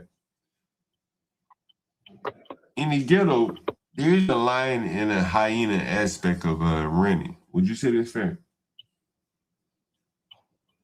Nah, not really. Well, you're not in my business. You're more or less an Airbnb, correct? But I don't think they're not trying to take nothing, bro. That's how I look when I hear hyena. I'm like, yo, they want to take it. They want to eat the meal. They're not trying to take nothing. They just trying to get a place to live, bro. That's how I see it. But I'm not saying I'm right or wrong or anything. That's just how I see it. They're trying to take your property or something, right? Hey, landlord, what's that, TOPA, Tenant Opportunity to Purchase Act? Like, if they were trying to do that type of shit, yeah, then I'd be like, okay, yeah, they be in hyenas type of shit. But don't you think that they are partly doing TOPA when they say, hey, man, like, get up out of here, get out of here? When that black man was telling me to get out of here, what do you think the foundation of his thought came from? Well, okay, and I'll use one of your arguments and throw it back on you. Do you think that was his idea, Topa? You think that was his idea? Well, I think, honestly... No, hold on. Answer the question first. I'm about to answer you. Do you think that was his idea? Yeah, okay, well, answer. And then go into your spiel. No, let me know when you're ready. I think, honestly, I think it has been so seeded into the ground here, into the fiber, that even the people you want to think that are honest, same way. It's my thoughts. It's my thoughts. If everybody walked through the subway turnstile and it's free, why would you pay, right? And that's kind of where people are in America today. Right? I have videos. Like, I'll give you just your example about going through the subway turnstile. I actually felt for years, like the COVID years, I felt at some point it reached a point where I felt stupid paying for the subway. That's correct. Right? Like, I would go on the subway and let's just say there's 100 people, 100% of the people, like 85% of them were not paying and 15% were paying. So like you see that every day. At some point you're like, yo, why am I paying? Right. And like 85% of the other people are not paying. Like I'm the stupid motherfucker that keeps paying. Yeah, you become the one that's stupid, right? Yeah. I know exactly what you mean. I'm trying to be the honest one. Like, shit, I'm actually just a stupid. Oh, shit myself. Fire truck coming by. Yeah, I ain't paid for the bus in years, bro. I don't pay for that shit. Yeah, no, me neither. No, me neither. Probably at 5 years. Yeah, I want to share a couple of clips with you guys. Let's see. Here's one that I really want to share with you. It really shows you how people turn on you. Let's see if I can find it. Let's see. Damn. know I have it.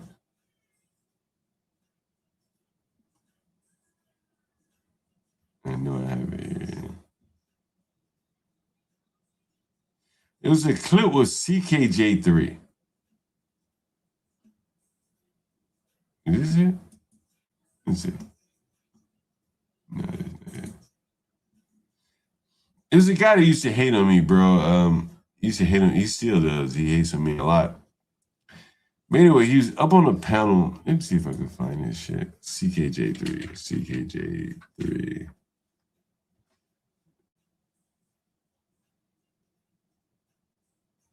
Is this it?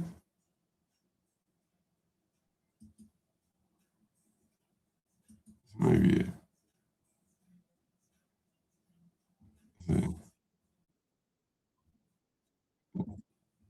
Let's see.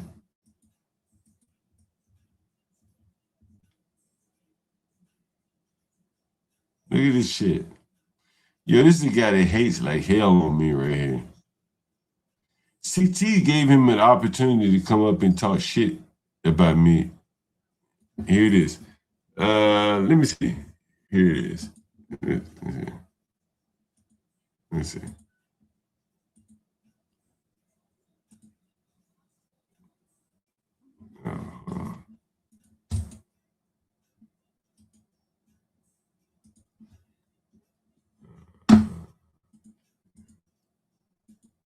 CKJ3. Here it is. Let's see.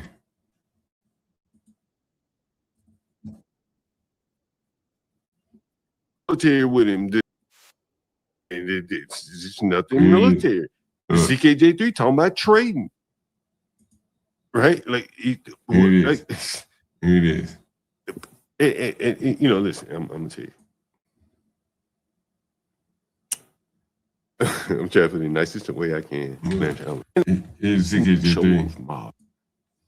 Can you imagine, like, a motherfucker like that being your, you know, money? He doesn't want to live around other blacks. Eric, he said something to Stanley, and then Stanley had mentioned that he was an officer inside the Navy. As much as he fucking hates So my he jungle. told him that if they were both in the Navy at the same time, he would be called a Stanley Sir, which is true. Which is just it's a true statement. That's all it was. Let me ask you: do you think you would have liked serving with Stanley as an enlisted man? Johnny doesn't bother me, man. No, I'm just asking you. Yes or no? Yeah, it won't bother me at all. Okay, cool. I want to play this for you, and I want to get your honest assessment of this. Listen, wrong nigga, right? Because he'll do it. John allowed me, even though we don't agree on politics, he allowed me to be there. I'm going to stop right there. I want to get your response to that. Would you allow me to be on the platform, right? It's Stanley. Would you agree? I'm making CKJ3. I hold that nigga to the camera. No, you didn't. No, it's the reason why you wanted him on your platform, right? But I didn't have to. Correct? No, you did not have to, Jack. I did not have to. I've had other people that ask me, and I could have chosen anybody. I could have chosen nobody. I didn't have to have anybody. Yeah. Right? Okay, fair enough. Fair enough. So regardless of why I chose him, right? I chose him. I allowed him to come and do it. Correct? Sure did. Yes, you did. Right? And so, and I also paid the StreamYard fees. That's none, probably not something you would know about, but and I also will let you know that I have Stanley's phone number. Okay. I've talked to Stanley privately off the phone, or behind the scenes by phone. Stanley has never said any of these things he says publicly. I've talked to Stanley with Porsche and Universal and maybe even Get Crack. Nigga never saying things in these things personally. So again, I'm going to play a little bit more of this. And again, do you think that someone at this point, based on what Stanley said, he should have been grateful that I allowed him up here? Would you say that's fair? You say he should be grateful? Yeah, that I allowed him to come up here. He didn't have to pay his own StreamYard fees. I had someone to help him with his title, his thumbnail, his show prep, everything. We said it. Has he ever mentioned to you that he was grateful, John? I'm asking you again. I didn't ask you. We'll get to that later. But we're saying that he should be grateful, correct? Correct, John. Yes. You be thankful, right? Like, hey, somebody set him up with not only allowed him to do a show, but set him up to stream from my channel, my StreamYard account to his channel for free. Allowed him to pitch his channel on my channel to build up his own audience. Portia helped him develop Stanley versus the World, the thumbnail, everything. He didn't do any of that. Do you understand that? Yeah, he says that all the time. Yeah, you understand it, right? Okay. Yep. So that's a lot being done for him. Correct? Right. Correct. Okay. Good. Okay. And he just expressed some gratitude for that, correct? You say he did what? He just expressed gratitude for that, correct? Yeah, he does. I seen him do it all. Right. He said you did. He said, even though John and I don't agree politically. Right. Now you do know that I don't even vote, correct? I've made it widely known. Right? I don't vote. I'm not. Right. If you look back through all my streams, you're not going to see Trump pass this legislation streams. You're not going to see that from me, correct? Right. So the fact that he's talking politics and saying that, basically my politics is different from his, I don't talk politics. Hey, call it. It is fair. You don't hear me talking politics with you at all. We don't talk politics, right? No, not really. Yeah, I'm not into politics. You just said it's fair. Yeah. Right. And Stanley's kind of into politics, and this is kind of the beginning of the divide between Stanley and I is interesting because this is CKJ3. An acolyte of Stanley's, I guess you would call him. And this is interesting, huh? Would you say that's fair? You say you don't talk politics? Don't talk politics. You go back through all the streams, and I'm not telling you, hey, I'm a Republican. Hey, I'm Democrat. No. In that way, John, you don't. But you not talk politics. Now, I may talk downstream from politics, crime, violence, how people are. Yeah. But I don't tell you who to vote for. I don't vote. Right, so I can't tell you who to vote for because I don't fucking vote, right? Like Trump, anybody, I didn't vote for him, right? So I'm fairly it doesn't. I'm indifferent. You know what I'm saying? I live in DC. I see how it goes, man. Like I'm indifferent. So when he thinks he's feeling an echo chamber, he's really the only one really talking politics. Him and Portia. Would you say that's fair? You talking about at that time? Yeah. Yeah, right. At the time, like he's really the only one talking politics. Yeah. Right. Okay. So, but he thinks he's entering an echo chamber. Oh, well, he didn't want an echo chamber. That's what he says. He said, "John allowed me." I'm trying to explain something to you. That's why I'm doing it step by step by step. He allowed me to be there, and I think he, in all honesty, took a hit. Now, why do you think he thinks that I took a hit? John, I don't know what the context is talking about right now. Okay, let me ask you this question. If I would have put a poll up in the audience, was Stanley a positive or a negative for this channel? What do you think most people would say? You said, was he a positive or negative? Or negative for the channel? What do you think most people would say? There's 44 people in the audience. What do you think the response is? There's no right or wrong answer. Hey, Carla, what do you think? You think Stanley was a positive or negative for the channel? For the channel? Yeah. What do you think? Yeah. What Stanley brought to the channel? Positive I think early on he was fine. I think if you would have maybe gave him a little more direction later on, he would have been all right. So you think I need to guide the old man?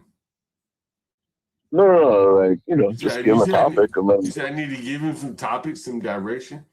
Hell, he older than me. Why you didn't say you need to give me some topics or direction? He was streaming on your channel, right? Uh-huh. So, I mean, do I need to explain more? Or do you get it? So to answer your question, was he positive or negative? I don't know, depending on what you're trying to get out of it. But I thought he was kind of positive for the channel. I mean, you share some concerning things, with me like offline, but from the little I saw, I thought he was good for the channel.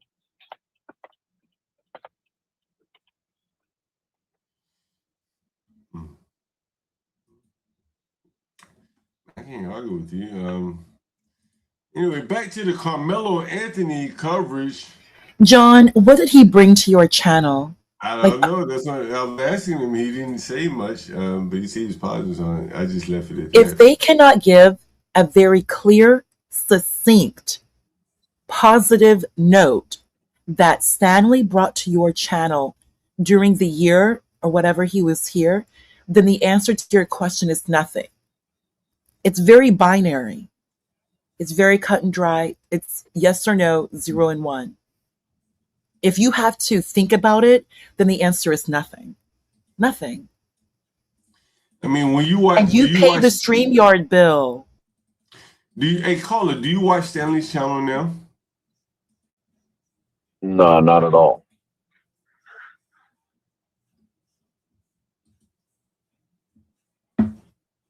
But Ponder, then the same question would go to you, right? Like, if someone has to think about it. I mean, the answer is no. I mean, that's probably not that fair, right? Hey, what does Ponder bring to the channel? Oh, let me think about it. Oh, well, I guess I'm thinking about it. I guess she brings nothing. Right? It's probably not fair. But Ponder doesn't have a channel. Ponder is not up here contributing to, like at the time Stanley was on your channel, he didn't have a channel either, bro. I'm saying he was contributing to the growth of a channel. Stanley had his own channel. Stanley had bro, you're trying to have your his cake own and eat it channel too, during the time he was with you. You're trying to have your cake and eat it too. He did not have a channel when he was on your stream. He never came up. He never came on your channel talking about how he was trying to build your channel. He never said any of that, bro. It's very similar to what Ponder's doing. She comes up on your panel once in a while, like, You see, this is the thing, like the blacks can act like they don't know things. I just call shit how it is. What I'm saying is, but there's some things. Do you think I have a dog in the fight? Wait, I think. Well, if you clearly, because you don't let me finish, because like we had off stream, we have meetings like how to do things for the channel and be good for the channel. I think that you would look at, if you were to look objectively at Stanley's time on the channel, it wasn't anything interesting or positive or something that would at least be neutral to the channel. He was negative to the channel. Some things you don't see behind the stream, the copyright, not strikes, but warnings or whatever the hell they call. Much of his content was copywritten. That's a negative, or at least, it ain't neutral. He's a 60-year-old man. He has no life experiences where he could have talked about those things as opposed to playing some random people's content where you're going to get copyrighted. That's a negative. That's behind the streams, behind the scene things that you don't see. It's the emptiness of many of these older black men. This is why I talk to you about passions. Stanley doesn't necessarily have a passion that he can take control of. Maybe politics, but he has no control over that. Be brave and build a shed. Stanley is not going to build a shed. It's different people.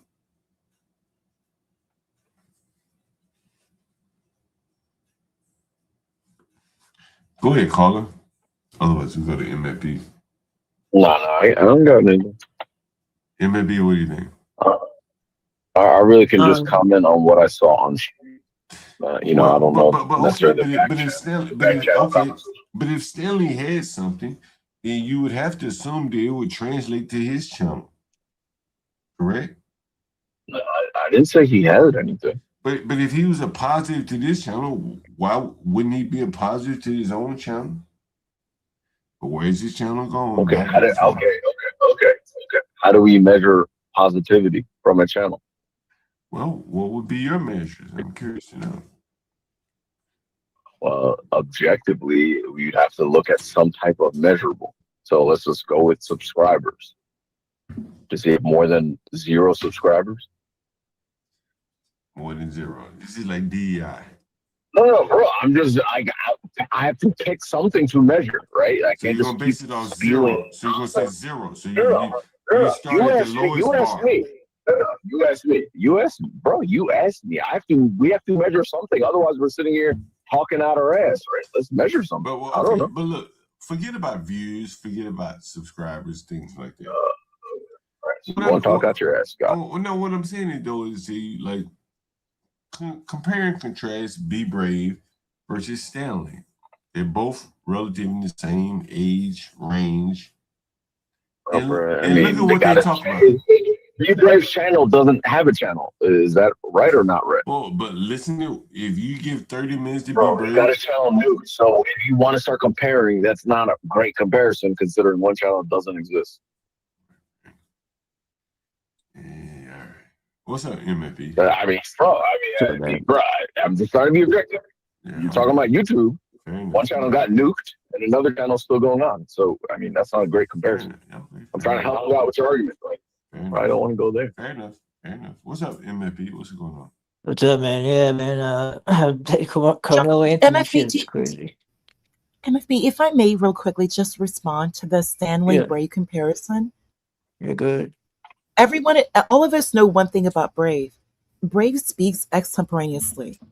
Brave is as boomer as it gets. He does not use other people's content.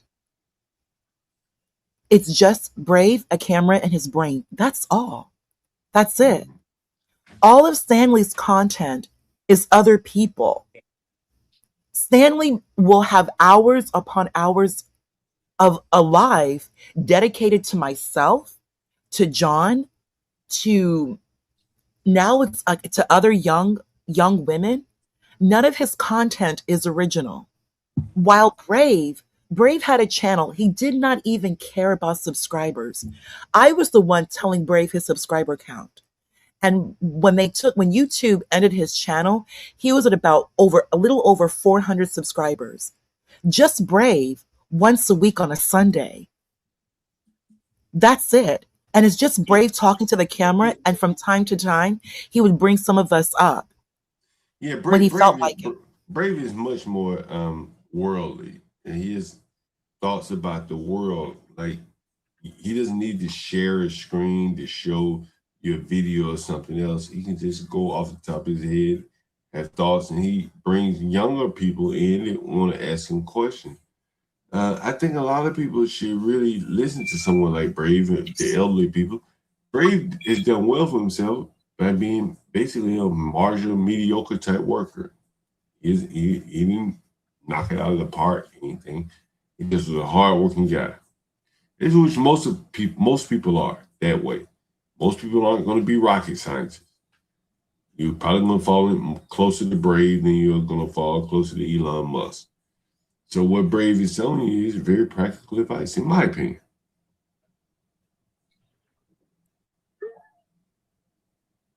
Brave would have people who were young enough to be his grandchildren beg to come on his panel.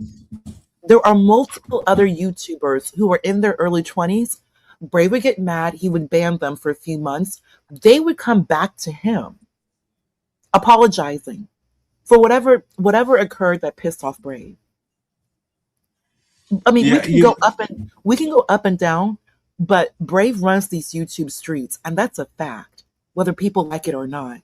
Yeah, I think Brave, is, what we need from our elders. Someone who's going to speak harsh wisdom. It's not politically correct. I don't know if you heard the video of the lady that I interviewed. She was a Caribbean woman. I just released the video. Did you hear the interview? I saw it. But did you hear what the lady said toward the end of the video? Did you hear what she said? About segregation shit? Well, but she said, CT plays the video all the time, and she says, where I say, give me my beer, right? Yeah. And she went on to say, and I'm a Southern boy, my mother used to call me boy. shit like that. Oh yeah, And, yeah. I heard it. I heard that part. you Yeah. remember that? Okay, so Yeah, I'm with gonna their play son. it. With their son. Yeah. Yeah, yeah. And she said that with her son. I don't know if you guys remember that. I think this is it. This is it right here. This is it. In 20 years. I would love to see my son making a difference in his community, giving back. Okay. If you ask him, he sees himself playing football. Okay. If you ask him, but I would love to see him giving back to the community and taking young boys underneath his wings and making them into something that helping them become somebody is what I would love. You allow him to play football? Yeah. You're not concerned about the. It's all about the energy. Yeah. And and I think there are no impacts on race relations when I call them whatever the hell I want to call them versus if someone else. If a white person call them, hey boy, anything, it's gonna hit you. It's funny that you say that. It is a black woman. She said it's funny that you say that jungle. A man of the people here, and listen to what the sister gal's about to say. Hey boy, anything, it's gonna hit you. It's funny that you say that because to my son, I'd be like, boy, get over here. There you go, right? But as of late, I found myself saying, he's not a boy. Mm-hmm. How old is your son? He's 16. Oh, yeah, he's a grown man. Yeah, but again, this is the way I grew up. My mom was like, boy, get your black ass over here. Sit your black ass down. It toughened you. The lady is saying that she's kind of teetering between calling him, boy, sit your black ass down. Boy, get over here. It takes a rough talk. Give me a beer. So what CT keeps playing. I think this is what it takes, honestly. And these people don't have anyone saying that they respect. And that's the problem. That boy that I told you, give me that beer, you heard him laughing. He didn't jump up and beat me up or anything like that, which he easily could have done. He got me that fucking beer. He laughed it off and got me the beer.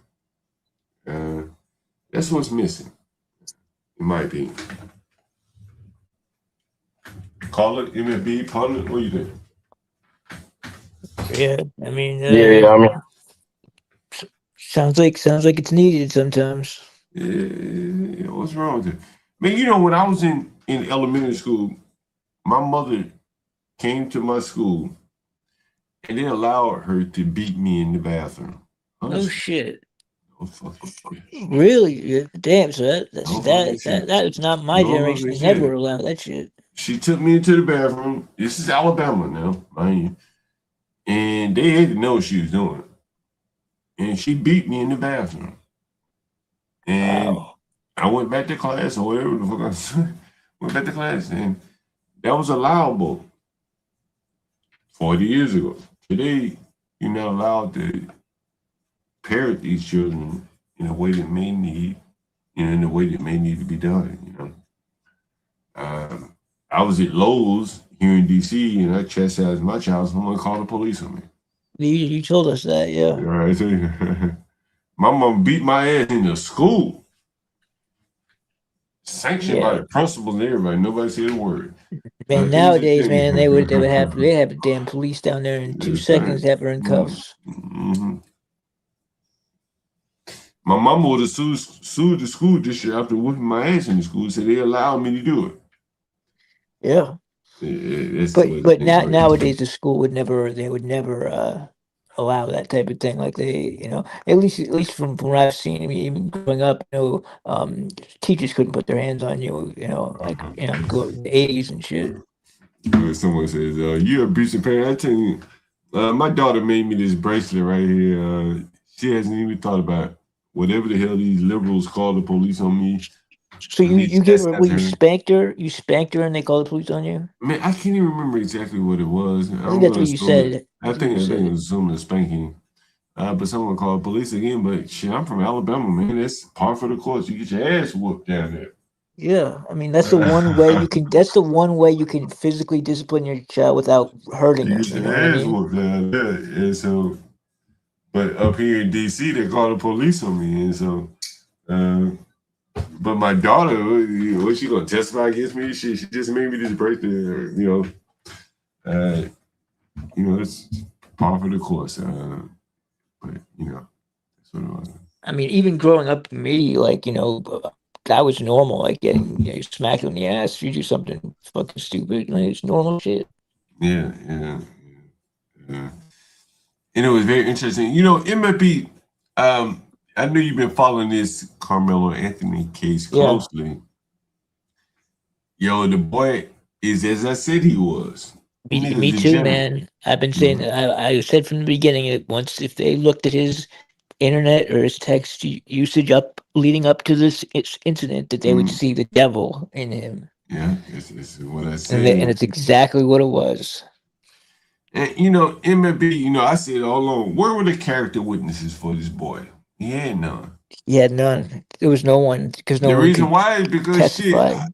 Well, like the family probably never led a life where they was engaging in any type of community service or anything like that, where they would get character witnesses. So yeah, I mean, and if the character witnesses would have to tell the truth, if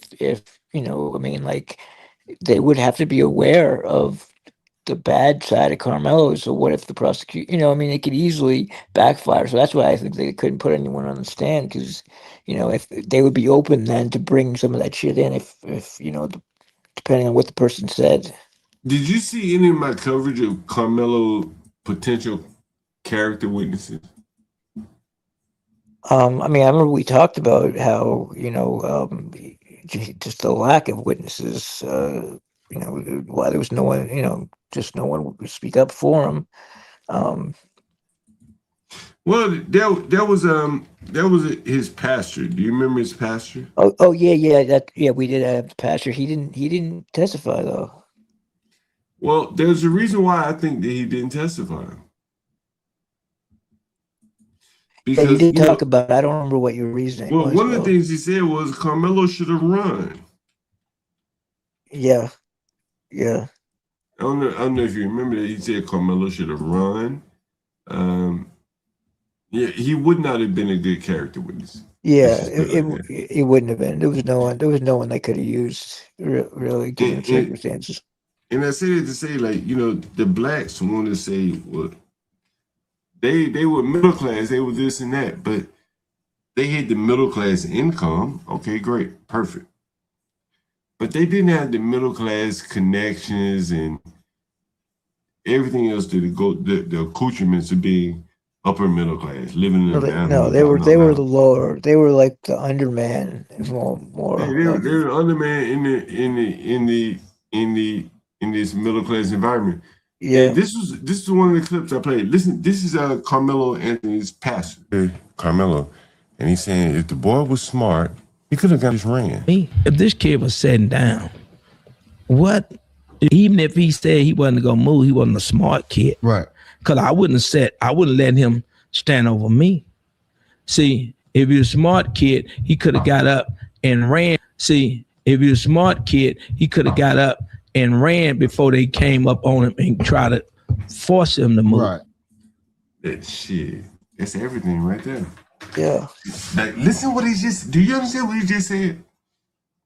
Carmelo could have run away. Yeah, but and avoided the conflict. He chose to stay there and engage in it. So this is why he can't testify. Yeah. Carmelo's pastor. It's Carmelo's pastor. Yeah. They should have just been happy with the 35 years, man. They really should have been. They should have just been happy with that. Never let any of that shit come out.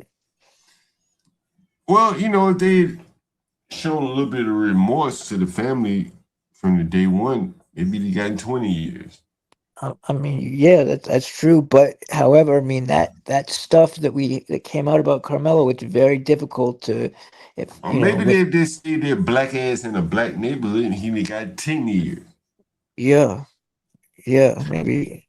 Right. I think it would never have happened in a black school. I don't think that shit would happen. Right. Yeah, what shit wouldn't happen? And the black lady, it was a black lady I interviewed a while back, MLB, and I released the clip just the other day. Just today. And she basically admitted, listen. You know, it's gonna hit you. It's funny that you say that because to my son, I'm like, boy, get over here. Yeah, there you go. Right? But as of late, I found myself saying, he's not a boy. How old is your son? He's 16. Oh, yeah, he's a grown man down there now. He's not, hold on. He's not grown. But the connotation of boy. Yeah. You understand what I'm saying? And I'm raising him to be somebody's husband, somebody's father. I shouldn't be calling him a boy, even though I don't mean it from that sense. But when I look around today and how I feel where we're going, potentially, I need to learn how to respect him as such. And he's not just a boy. He was called a boy at birth because they had to identify him as a girl or a boy. So I've decided that, you know. Damn near signed up for the military now. Military now. How old enough? 17. Now you're so. And we'll see whether you're worthy. Right. For them to stay the hell out of that shit. Attracts them is the healthcare, the benefits, right? I ain't got no healthcare. But that's what attracts. She's talking about McNamara's moron. She's talking about Leonard Roy, the Stanleys of the world. And she said, what attracts the blacks to the military is not patriotism, it's healthcare. It's very interesting what she says, if you listen closely. She said blacks go into the military like Leonard Roy for health care. They didn't want to be taken care of by the government. Babies. They're babies. They're the babies of the government. Children. Perpetual children. And I challenge her a little bit on this. You'll hear me say this. This is blacks. And her husband is an Army intelligence analyst. Anything as a man, right? We have influence over our children. I would influence my children. I would try to influence them to stay the hell out of that shit because that ain't my war. You know what I mean? I don't get paid for whatever they want to fight for. What attracts them is the health care, the benefits, right? I ain't got no health care. But that's what attracts. It's the health care, the promise of the education, the housing after you get out, those different things. McNamara's fathers. Right there. Them niggas that want a house, a car, a 82-inch TV like Black Ivy. CT had to be embarrassed when that fool talking about, I got 75-inch TV, I got 82-inch TV. Nigga, I got 50 TVs, nickel. I got a TV behind me. I ain't turned that motherfucker on in years. Call it. You still there? You call it. You still there? Yeah, I'm here. What's up? Nigga, how many TVs you think I got? A lot of TVs. I don't know, 30. 30. At least 30 TVs. I ain't cause I'm fucking TV on. And when you hear these fucking blacks talk about how many TVs they got, that shit sound ridiculous, huh? To a nigga like me, that sound ridiculous. I got an 82-inch TV. Yeah, who the fuck watches TV, man? Like, I put the TV on for YouTube to watch, for my daughter to watch cartoons and shit. That's it. The only reason I would You got old 60-year-old blacks talking about how many TVs they got. 82-inch. To me, of all people, I got one TV right here, another one up front. Hell, I got 3 of them in the living room in one of my houses. I ain't watched any of them motherfuckers. I don't even turn them on. Dude, no one watches TV. The blacks just want the damn TV. I don't want no fucking TV. Huh? Yeah, man, their TV's worthless. It's a worthless item. Yeah, seriously. Yeah, we got Master Kim. What's up, Master Kim? Hey, what's up, John? Hey, MFB and Pond. Hey, great show. Yeah, a very good interview that you I guess really yesterday kind of you breaking up, Mexican. What is it?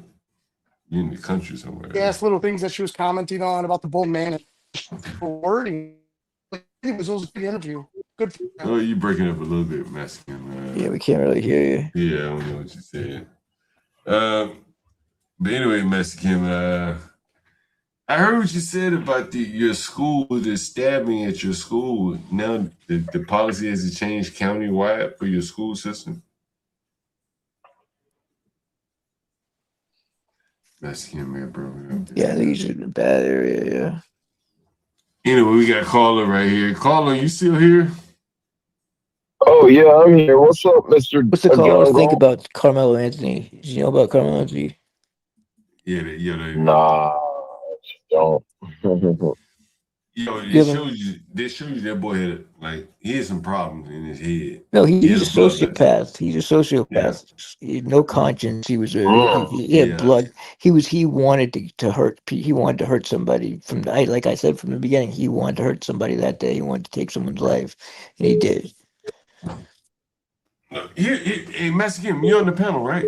You're on the panel. You calling me, right? You know, here's the thing, MLK. His parents would have been aware of all of these things. Oh yeah, yeah. Of course they were. His Yeah. parents would have been aware of this. That's why they came up with the agreement to say we're going to exclude this, exclude that. Of course. Right? It far outweighed for the prosecution. I don't know why they agreed to it. I mean, I guess I do understand why, but the prosecution had a slam dunk case. They could yeah, I agree mean, this. you're right, they did. But that protected Carmelo did way more for the defense. That deal helped the defense way more than it did the prosecution. Yeah, I mean, like they had a slam dunk case. Yeah. From the defense standpoint, they gave up attacking the victim. Yeah, I mean, How is that a win? I mean, it's How is that a not. win? It's not. Right, I it's mean, not a but win. still, like they would have been better off. I mean, that may have saved him getting a life sentence, not having that bad shit about Carmelo in there. That may have saved him from getting 99 years. Right. And so now that they go about the retrial and the prosecution going to say, okay, you want to do this, we're going to, if a retrial is granted, we're going to go full bore. Well, they denied the retrial. Well, whatever the case may be, assume, for the blacks that are perpetuating this whole bullshit, wherever he goes from here, we're going to see the full picture of Carmelo. Yeah. The text messages and all, which is what his family did not want us to see. Fair? Yeah. That's not good for him. He's not going to get less than 35 years based upon what we've seen so far. Just a couple hours ago, the judge denied the new trial. Right. But if he got a new trial, he would be in jeopardy of getting 99 years, I think. Right. And so the next question I have for you is if his parents knew all of these things about his character and they let it go on like this, then you'd have to assume that they made a choice to go for the money, the GoFundMe's. Of course they did. Clout. They knew he was guilty. They knew he was guilty. Yeah. That's right. They knew this boy was guilty. And instead of showing some remorse and maybe getting him 10, 15 years, they went for the money and sacrificed him, and he got 35 years. John, may I comment? Yeah, go ahead. Go ahead, Juan. It's like I said on your panel last year, they sold him up the river when you had that show with Dominique doing the conference or what have you. For that reason, I hope that the appellate court doesn't reverse and remand for new trial, because if they do, he's done. Yeah, my mother said he should have gotten 75 years. And I think that's probably right about where he should have gotten. He would have gotten 99 with all of that evidence that came out. I think he would have got 99. Do you know how close he was to 18? I think he was 17 years, 10 months. Yeah, he was close. And man. 23 days or something. That's how old he was. He was almost 18. He literally. That would have been a capital murder case. Yeah, it would have been a capital murder case. The boy would have spent a lot more time in prison. So you have to ask yourself, like, what the hell is Freezy still talking about? I mean, he's dude, that guy Freezy, man. He just is so dumb. It's just I can't even. Are you not knowing how much money he's making? I mean, Freezy's making like $1,000 per night. But it's pathetic to watch what he's doing. I mean, he's a grifting fucking idiot. But I think though again, murderers are gonna. It really says something about those blacks that he can make this kind of money perpetuating the lie. It's sad. It really is sad. Yeah, it's very disgusting. That he can't be honest with his audience and say, "Hey, man, this looks like, whatever it is, what it is." Yeah, it's fucking disgusting. And night after night, he continues to make grift off of this Yeah, I couldn't do it. Yeah, I don't know how he does it. I mean, what he's doing is completely against. I mean, he's going against John, his there's own no true integrity. beliefs. There's no Yeah, there's no integrity. integrity. There's absolutely no Yeah. integrity, and none. Yeah. There's no integrity. And that is like the number one problem across the community. There's zero integrity.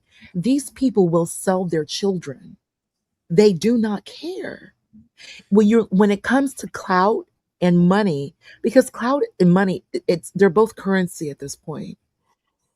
They're going to do it, especially for a young, like a YN like Carmelo. They know that they can abuse, use, undermine, manipulate the youth.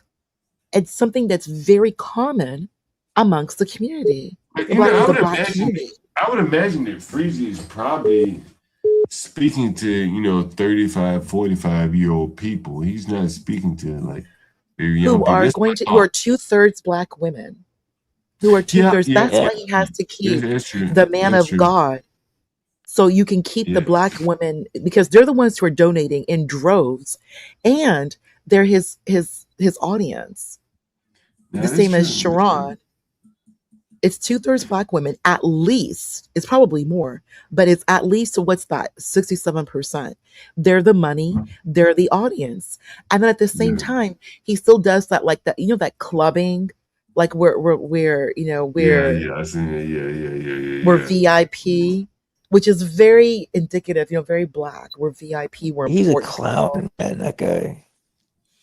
But But what I will it say about doesn't matter though. He's slow, but black women like I mean, he just. slow men. what I I got no will say respect for him. what I will say about Freezy is that he's smarter than a lot of these other blacks that like and I hate to call names, but I got to do it for a fact.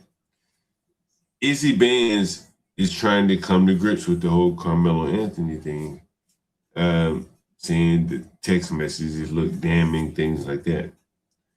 But I think Izzy and Freezy can cover the Blackistan side better than Izzy can try to be straight.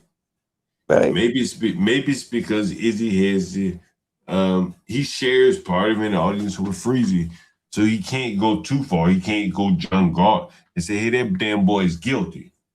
He got bloodlust. He can't do that." So he's kind of caught in the middle. Freezy, he can go all out and defend the boy. Izzy can't do that. John Galt can say, "Well, fuck, he's guilty." I say he's guilty from day one. Yeah. And so that leaves Izzy in the middle. Freezy can exploit the low IQ blacks by defending this criminal black. I mean, but that to me is he's completely disingenuous. I mean, it's everything about it is just a lie. It's all based on a lie. He doesn't even believe it himself. He's just eating off of this carcass of this kid. Well, did you see the Nigerian people passing out food to the Yeah, black? you showed me that. That was pretty bad. Everybody's eating, man. Like, why not him? Why not them? I mean, it's just when it's This is aggressive, America to this. it's just he's just taking advantage of stupid people. Like, I mean, and he's Everybody else drumming up, is.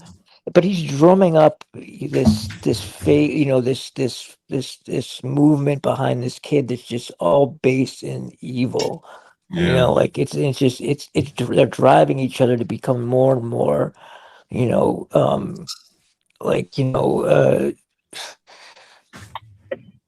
I just can't. I just couldn't. If that, anyone with a real conscience, strong conscience, couldn't do that.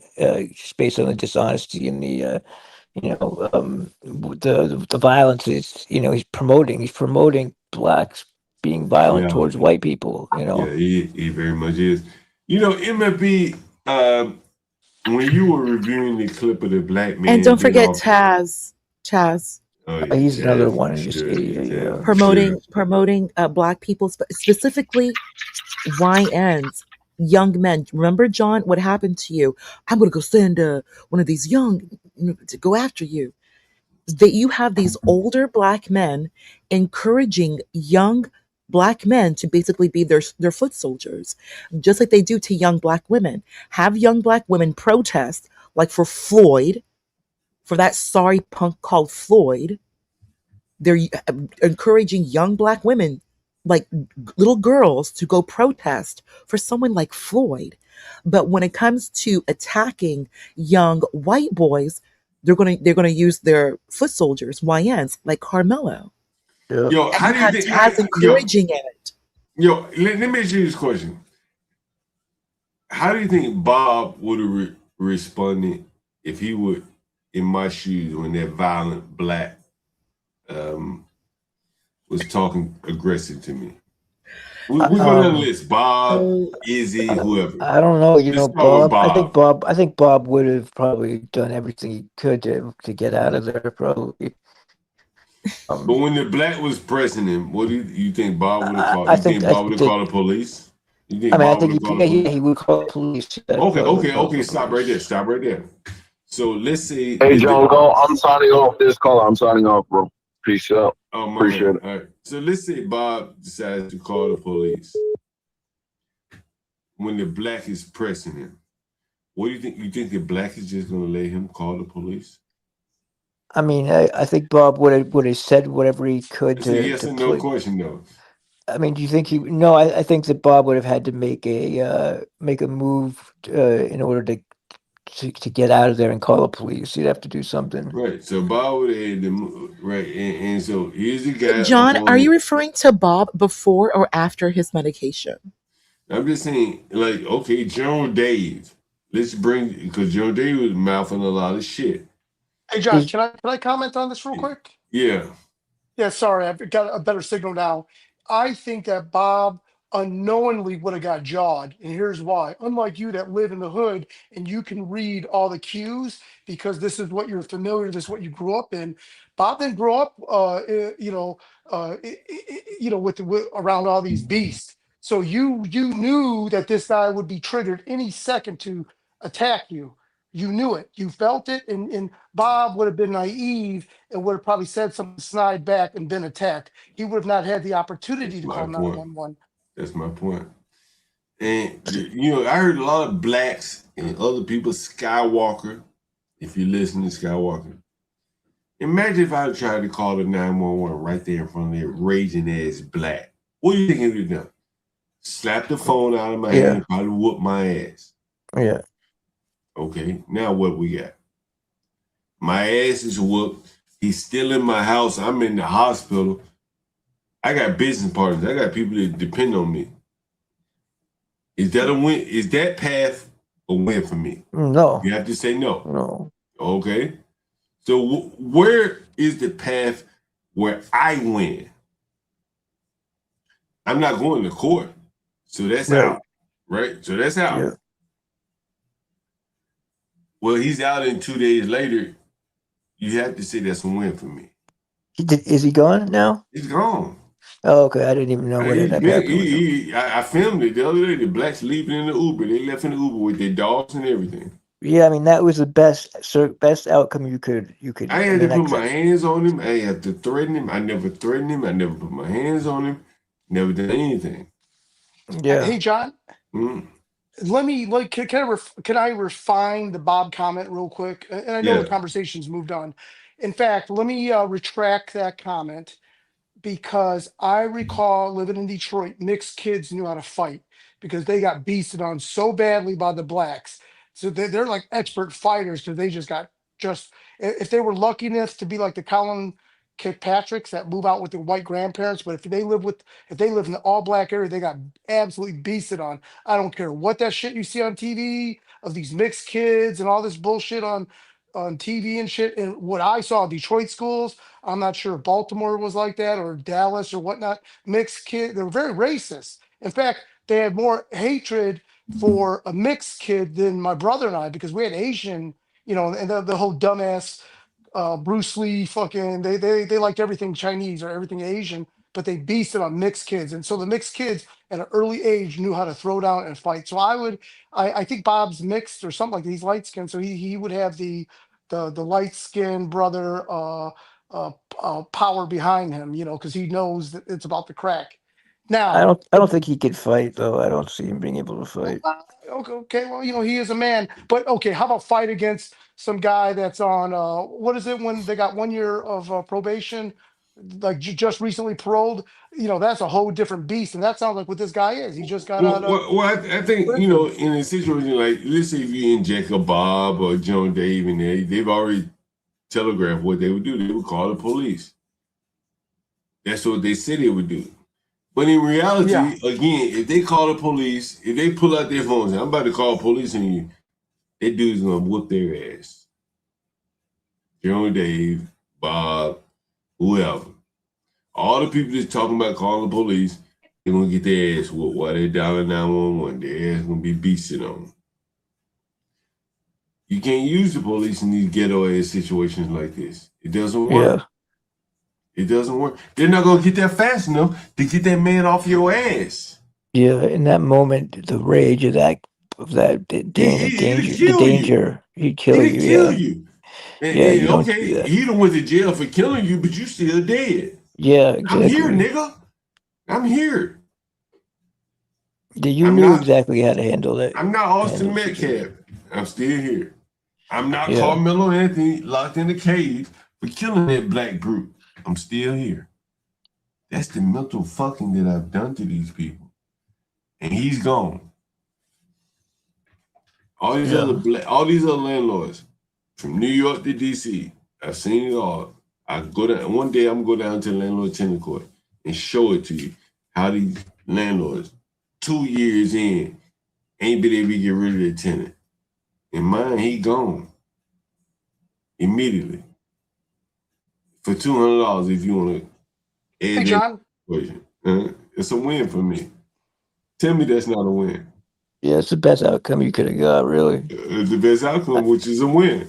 I mean, if let's say like you were a bigger dude, like someone like General Dave, and you was someone who's big. I don't know if General Dave. He seems like he's a fairly Fantastic big is dude. big. Mr. Fantastic is So big. that guy he could have physically could have whooped that guy's ass, but that presents a whole different set of But problems. even if you whoop his ass, he still had a girlfriend there. Yeah, I mean, and you still have him in your house, so he's going to retaliate. Right. So okay, let's say you kill the guy. Worst case scenario, best case scenario, you get rid of him. The girlfriend is still there. Now what? I mean, it's a Now bigger problem. Hold It's a on, bigger you're in problem. jail. You're in jail for at least 5 days while the girlfriend is there. Yeah, I got business partners. How is that's that terrible. That's a horrible How is situation. I'm in jail? My business partner say, "Damn, John is in jail." Yeah, okay, he got rid of the big brute, but the girlfriend still left behind in the basement, and she probably ain't going anywhere. How is that a win for me? It's not. It's not a win. I mean, no. The only path that I see where I can win is getting him up out of there. He's gone.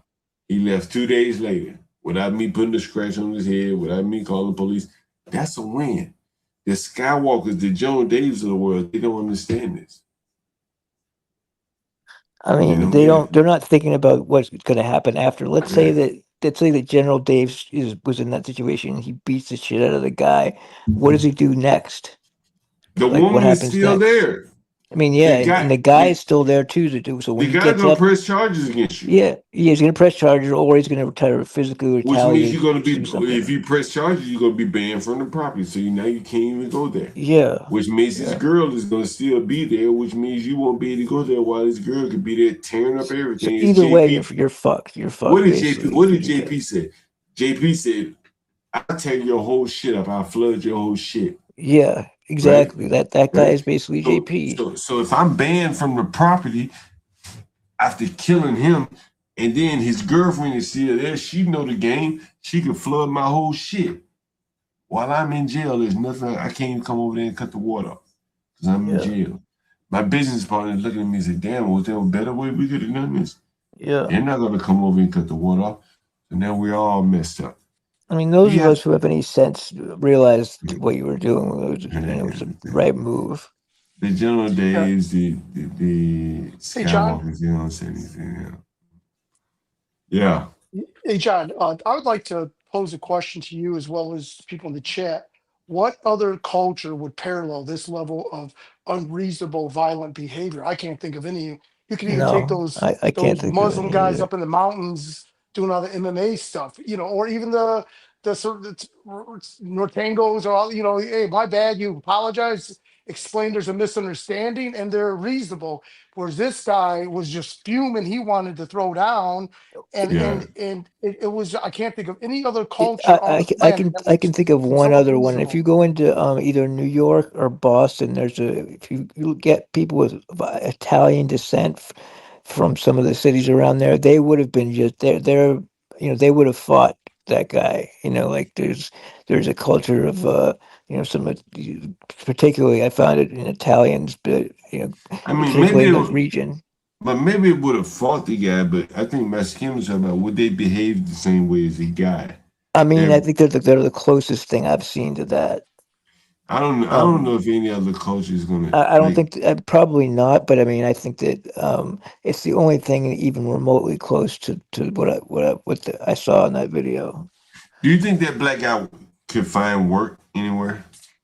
No, because he wouldn't be able to find steady work because he's too unpredictable and his temper's too bad. He'd get fired from everywhere eventually. That's what I'm saying. Society isn't made to deal with like this murderous hyena rage. It's just the laws, the police, Walmart, Yeah. McDonald's drive-through. They're not designed for people just going bonkers like that are just unreasonable and don't decelerate.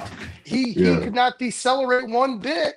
And Yeah. again, this gets back to my comment of he's probably got felonies under his belt, hooked up with a nasty bull mammy and got no money. That's a triad of loserdom, you know. Yeah.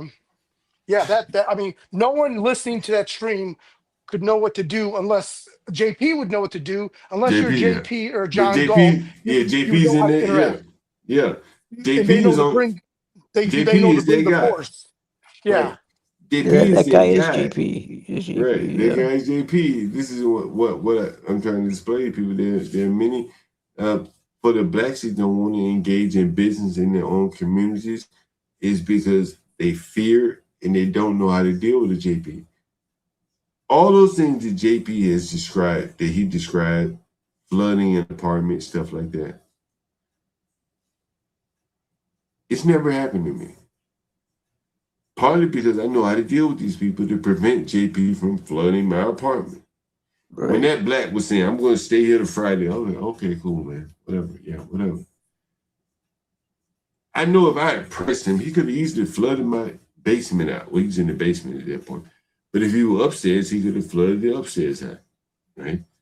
Yeah. So there's a way you have to deal with these people, knowing where your vulnerabilities are and how you could talk to him.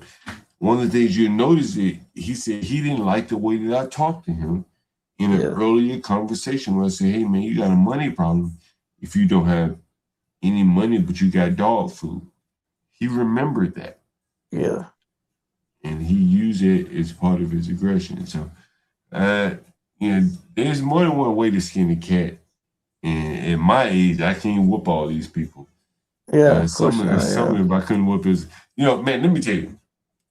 I had a guy, I think he fought Riddick Bowe or someone, Razor Ruddock or someone. He's a big black Donovan Ruddock from he fought a big nigga. He's a big nigga. Yeah, Man. that the Canadian guy. He's a black guy though. Yeah, he was a big Canadian. His name was Donovan Ruddock, Razor Ruddock. He was a big this puncher. This guy was a tenant of mine, and he was getting a disability check because he had taken some blows, and I think he was partially blind. He fought like one of these guys that you would know, Riddick Bowe, Razor Ruddock, whoever the fuck. Yeah, that Donovan Ruddock guy who did some serious damage to people with his punches. Yeah. Yeah, I can't remember who he fought, but I remember him telling me when he moved into my house, because he told me like, yo, bro, like, basically, I appreciate you renting me. And he said, I'm a big nigga and I'm imposing. And a lot of white people don't want to rent to me. I remember this like it was yesterday. So he was an ex-boxer? Hell yeah, he was an ex-boxer, man. Like he was brain damaged from the boxing. Like his vision was he was blind in one eye or something like this. Yeah. And so he must have been an older guy, kind of. Yeah, right? my buddy Red came on the stream and he talked about it because I sent Red over there to collect the money when they dude was smoking a PCP. Jesus Christ, that's a dangerous combination It's right very there. dangerous. And he intimidated Red. And Red didn't know what to do. He's a big ass guy. He's a boxer, a heavyweight boxer. Yeah, you're not gonna mess with that guy like that. Even though he was half blind, if he hit you one time, he Yeah, knocked you you're out. done. He killed Yeah, you, right? you're fucked you. Yeah, fuck you And up. so I pulled out my big joker on that fucking nigga, right? Yeah. I talked about earlier. My landlord, my landlord buddy was up here. Guy used to rent a room for me. He became a landlord himself. He was on the call. I got a big joker that I pull out on these tenants when they really, really onerous. I can't get them out. I got a big joker. So I pulled out the big joker on the black, the big old black. And I had a bunch of other blacks. And I'm showing the blacks that I had to evict one guy twice, and he was there with the big blind black the first time. The second time around, he tried to lead the pack, but he was too weak to lead the pack. But anyway, so the big blind black intimidated all the rest of the people in the house to not pay rent. This is the problem with dealing with black people. This is the hyena aspect. This is what I'm talking about, the hyena aspect. Cool, you got one black, is a hyena like. The male lion will fight him off. He too afraid to even approach that one male lion. But get a pack of black hyenas. They'll run that male lion away and take everything that he killed for himself. That's how it works in the ghetto. And so what did you do? What did you do? So what I did was, I should probably hold this for members of it, but I got rid of the big black blind one first. And it was so interesting. I used my big joke on him. It was so interesting on him because I didn't recognize how blind he was. I didn't know how blind he was. I just knew how dangerous he was. So I had to keep my distance because I knew he was dangerous. If he hit me, he'd knock my ass out. Yeah. But he was real, real blind. And so when he walked out of my house, he walked right into a tree. No lie. No fucking lie. I called my buddy Red right there. That motherfucker walked right into a tree. It was dark. It was late at night. He couldn't see. And I said, boy, if I'd known you was as blind as you are, I'd have fucked you up myself. But you were big. Yeah, like, too big. He couldn't take a chance. He walked right into a tree, man. He couldn't see what the hell he was walking. He was blind from boxing. Boy, if I'd have known he was that fucking blind, I'd have took his ass to the woodshed myself. but I, he was big enough. Couldn't take a chance. He could swing on you, man. Still, you just swing blindly. He can hit you. But he hid his blindness. You see what I'm saying? Like in the ghetto, he knew he better hide that shit. It's like a winged bird or something. Yeah, that's like a carcass, like waiting for vultures. You better hide it. Right? You better lean on how big you are and hide your weakness of how blind you are. But when he had to walk out of my house, he walked right into a tree, and I said, "Damn, this nigga blind. I could have killed this black. He's blind, yeah." One is, I'm gonna tell you a story. I got videos. I'm gonna put it on my channel. I had to evict a white woman the other day when I evicted the black. What black would I evict? What black was? Oh, the blacks. I evicted a white woman like the day before. She had breast cancer and shit. You showed. I saw the clip. But the landlords that here, that was a work of art. That was actually a work of art, to be honest with you.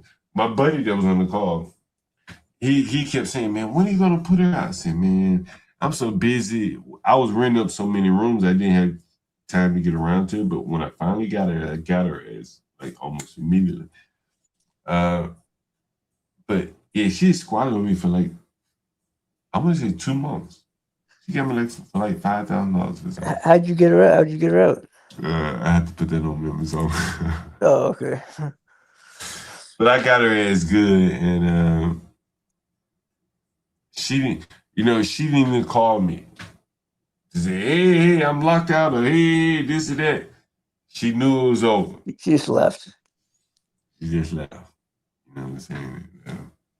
She just like, yeah, you got me. Yeah, she got me for what it was worth, and then she got the hell out of there. But again, no court. 2 months Yeah. in, 2 months out. Court would give her a year easily. Can't do that. Yeah, that would be a whole different nightmare to have to deal with that shit. Like that bitch we saw on the news, you know. And see, they can ban you from the property while I you. know, man. They did it to my wife, man. Yeah, My wife yeah, tenants and shit. yeah. So you have to be very, very careful. Of Dude, stuff like that. there was a girl living in my wife's house, had my wife arrested at her own house Yeah, for the woman lied and said she assaulted her. yeah, And the mistake my wife made was she tried to grab the cell phone out of the girl's yeah, hand, yeah, and that was called assault on a witness. And they yeah, charged my wife with a felony. It got thrown out, but she got trespassed from. She couldn't go. She got a restraining order yeah, against her. We were in bad shape. We had to pay that woman over $1,000 to leave. yeah, yeah. And in the interim, they can really destroy your property. She nearly destroyed the business. Right, That one woman. right. MLB, I know, I can't remember which one of you guys, maybe it was Master Kim, MLB, one or two. This is one of the reasons why I wanted to, they have a kind of a series with someone like JP, who's the archetype, but why I think blacks don't want to open up businesses in their own communities. Who would want to deal with a JP, like a scheming, conniving black that would, at any given opportunity, would destroy everything you have? Yeah, I mean How many JP people want to surely do that? fits the bill. He fits the And bill. John, that was extremely great insight of obviously not all, but for any black person to have that kind of viewpoint of, well, hey, he thinks he's better than me, versus the guy's a businessman or the guy's a landlord, trying to let the guy know that, like, shame the guy for wanting to be, thriving and try to better himself and his family. Well, JP's at least worded it like it's a collective, and it's like you're gonna have empathy for me and feel sorry for me, but if it's a white guy, then I'm gonna ruin you, or just something crazy like that. Yeah. That insight, and I'm not trying to shame JP. That's why people like JP Man, and be fuck brave, JP, man. because they But tell it like it is, right or wrong. yeah. I'm gonna tell you, I bought an There's no apartment. ambiguity. There's no ambiguity. Right. Yeah. I mean, he's being you like him or love him, he's being very honest about Yeah, he blacks. is. I mean, he's a Right. scumbag. He's a Well, scumbag. okay. There is that comes along with it. I bought an apartment building years ago, and it was a white man told me, like, these blacks are not going to treat you the same way that they treat me. You're going to have a harder way to go than I had. And it was very true. It was very, very true. My buddy Johnny Boy could tell you, because he used to work the apartment building with me. And so what JP says, as ugly as it sounds, for the blacks that are trying to do business in the ghetto, or maybe even attempting to do business in the ghetto, they're going to have to learn how to work around the JPs of the world, because the JP was that big violent nigger. That was that big violent nigger. JP's right? worse. JP's worse than that guy. Right. And how did I get that big violent nigger out without destroying, doing catastrophic damage to my property? Very difficult situation to be in. Right. To have to get out of. Right. MLB said, I would have shot him. Okay. Well, where would that have left me? I mean, I wouldn't really have shot him. Probably. I mean, if I was in your shoes, I don't know. I don't But have in Mississippi, experience. you probably could have shot him. Yeah, I mean, you could. I mean, in your case, you have to run away. Yeah, you can't in DC, anybody. I got to run away. But in Mississippi, you probably could have shot him. Yeah. Right? In reality. Yeah, I could have. I definitely could have here. But still, you would have still faced the same consequences. Yeah, I would have had an investigation. The baby mama would have still. No, hold on. From a landlord's perspective, the baby mama or the girlfriend would have still been there. Yeah. That's a problem. That's a big problem. Okay, you're in jail waiting on the investigation for shooting this guy, but the girlfriend is still there. Now what happened? She's gonna tear your shit up. And your tenant knows the law. It's his word against your word, and the cop as well. And then girlfriend's she's gonna a witness. She's gonna be a witness against you. So that's correct too. So now you got a witness against you. So now you're really losing. And then they gonna say you came over there fucking with him for rent, so you had a reason to come over there. And then I had a, let's say I had a weapon on me. Okay, Yeah, you came with a weapon. Oh man, it's over, man. I'm doing 10 years in prison, and so who ultimately loses or win? Me. I lost everything. John, you know something, man. It's Something that losing everything. could be helpful to you. That it's been very helpful to me. Someone just mentioned in the chat, pepper spray is very, very effective for violent people. I've had to deal with a lot of violent people in my profession, and that pepper spray has saved me from having to put my hands on anybody or do anything to hurt anybody that long term. Like, and that it incapacitates somebody so fast. Anybody, no matter how big they are, they're going down if you hit them with that shit. And certain situations you gotta be prepared to, you gotta have something, some way to incapacitate the person without hurting them. Well, I don't disagree with you, but here's the thing: like, ultimately, I need to keep the government out of it. Yeah, I'm just saying Shit, though, like if you had a right? situation where that guy he was intent on Yeah. hurting you, you know what I Or like mean? if he had put his hands on me, I just had to, just do what I had to do. Like Yeah, mentally, I had to like mind fuck him out of keeping him from putting his hands on me. right. No, Hey I saw man, you that. want I me to saw that. leave? You want me to leave? Okay, no problem, bro. No problem. Yeah, But when I was going over there, I called Lisa. I said, Lisa, I'm just praying I don't have to do anything to this man to get me in trouble. Cause I am not coming over in trouble. I don't want any trouble. Like whatever you want me to do, man. Like I'll bend to your will. I just don't. I don't want to have one meal in jail. yeah. I mean, but that's where the pepper spray comes in because it's something. It's a less lethal. You don't have to shoot them. You can pepper spray someone and then basically have no consequence. I mean, But legally if at the least. shit blows, back on me, if it Well, doesn't that's what you get. incapacitate, I've been through all of them. I know which kind you get, which won't blow back on you, and will but absolutely if put the the person damn down. wild black, if it doesn't incapacitate the wild black, even if it does, let's say if I incapacitate the wild black, now what? Now I got an angry black in my house. Right. No, It's I'm not. saying That's not. though, if he was intent on hurting you and you didn't want to shoot him, that would be the best option. Would be to Yeah. spray Well, him. I think honestly, to be honest with you, as ugly as it sounds, if you're gonna inflict some type of like that type of whatever weaponry, you're gonna have to go all the way. That's the ugly part of it because you've heard JP say he could do $200,000 worth of damage to my house. Am I I just gonna mean, incapacitate him? They're yeah. I gonna put mean, me. They're gonna put me in jail for spraying him with mace, and then he gonna be sitting in my house stewing about what he can do to pay me back. He'll destroy my whole damn house. well, the thing about the spray is that you avoid the jail part because you're not actually injuring the person. It's temporary, temporarily incapacitates them. So that's But why I I'm haven't gonna had get any but see, problem. I'm gonna get a restraining order, right? I mean, maybe, yeah. Your situation is different than He mine. gonna Like, call the police. He gonna get a restraining order. Say, hey, he sprayed me with mace.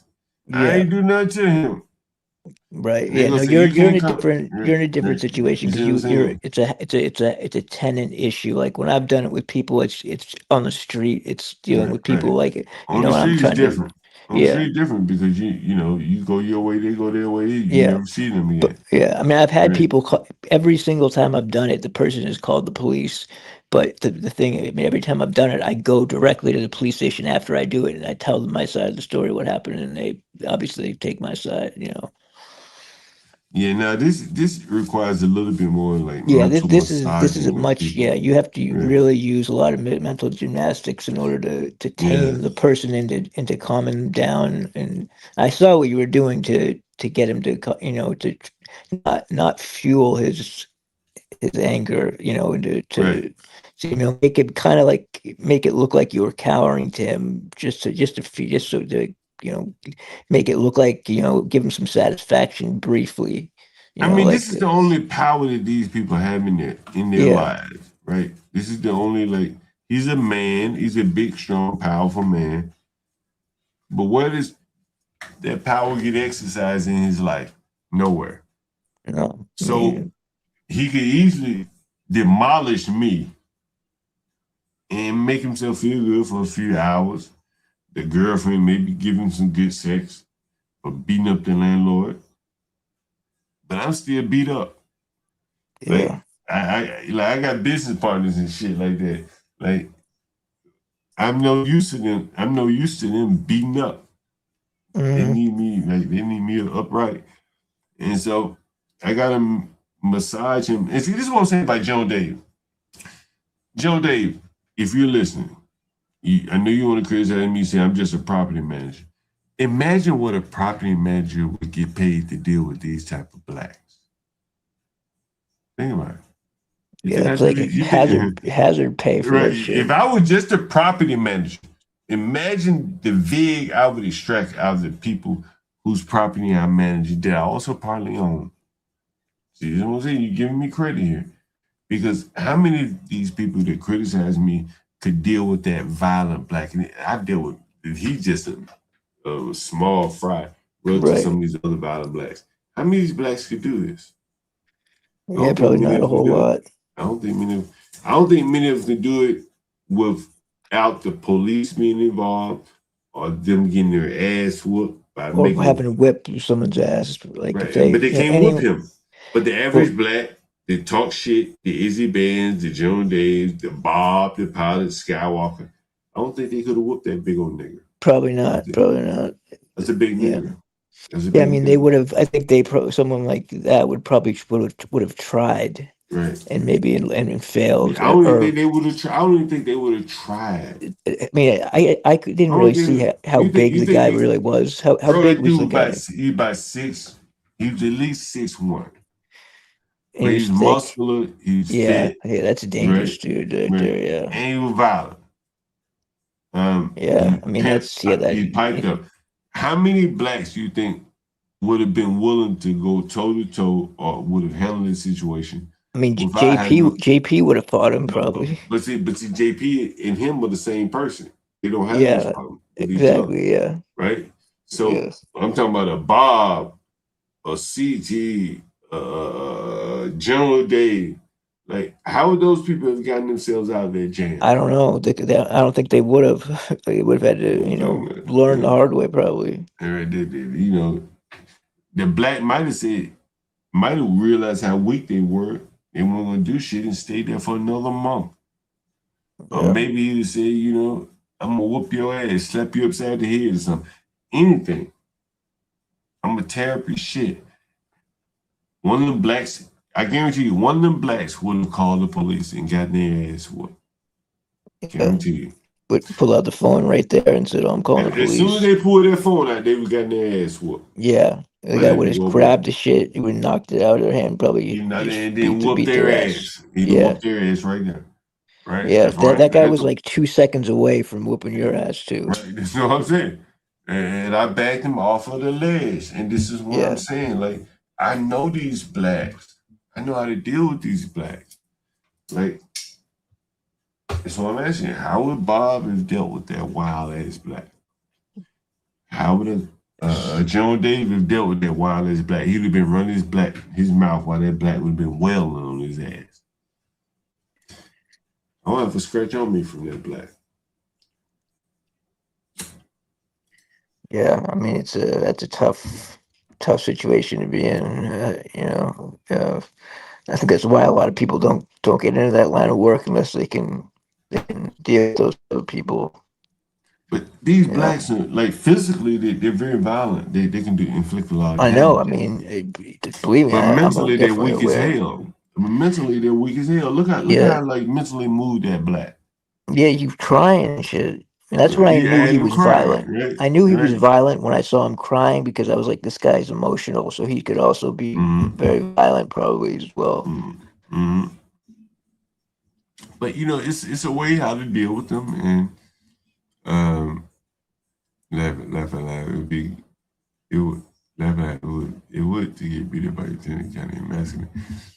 Again, like if I allowed them to beat me up, it would be my fault, honestly, because I've been dealing with these people so long. I know what the trigger words are, how not to trigger them and stuff like that. So the interaction with me and the guy was like a textbook example. You can't learn this shit in school. This is 3 generations of me dealing with blacks at some level. You're not gonna learn this in school, trust me.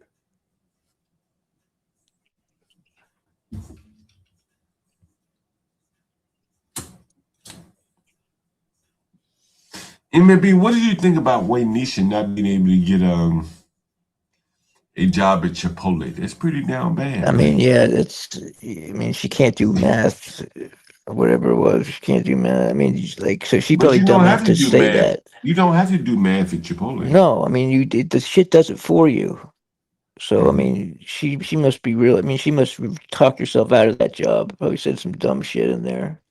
Well, she said that. She said she's talked herself out of a couple of jobs. Yeah, I By mean, she was like, expressing "Oh, I her can't do no arithmetic."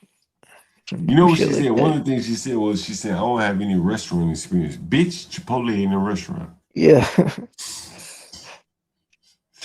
Fast food, casual dining at best.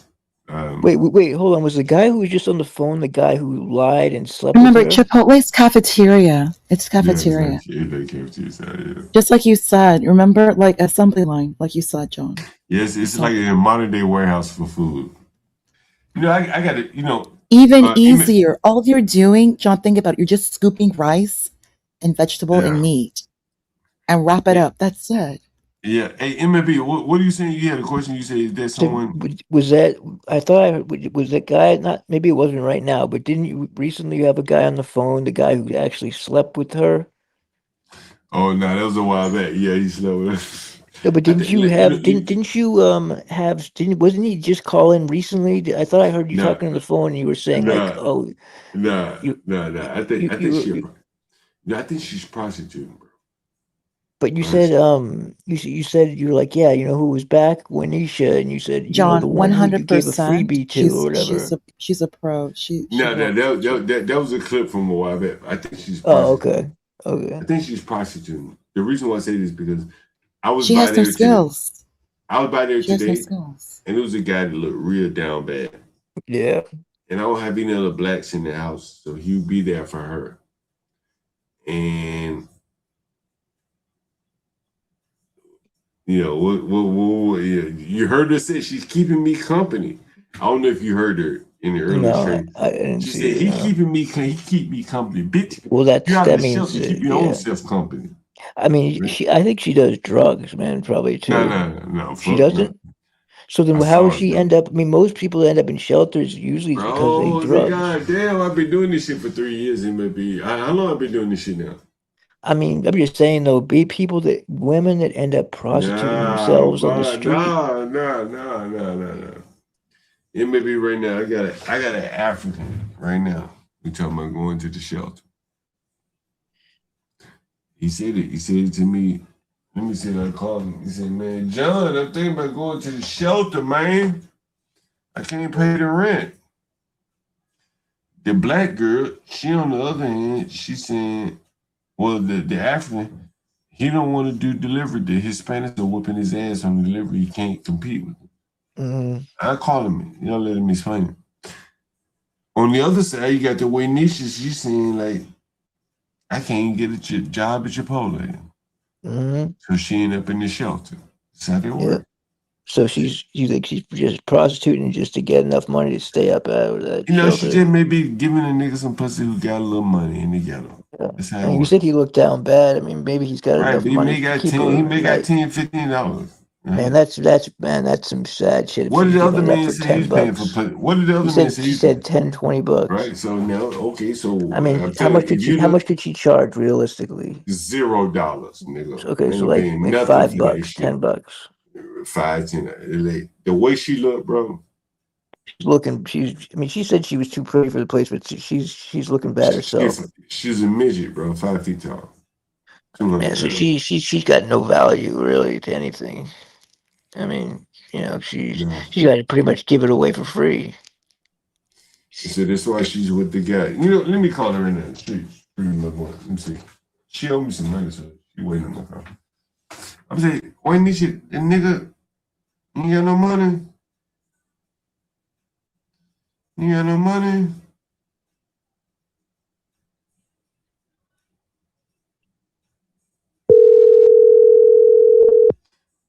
ugly. She's so ugly.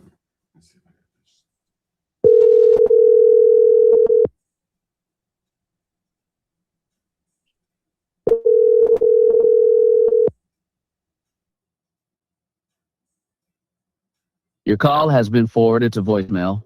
The person you're trying to reach is not available. At the tone, please record your message. But yeah, I think she's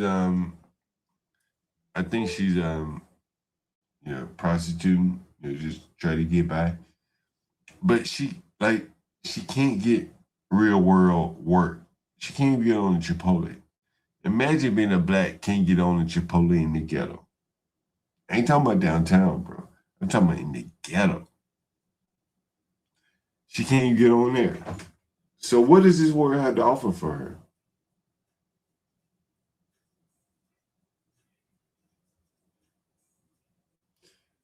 Ponder, what do you think?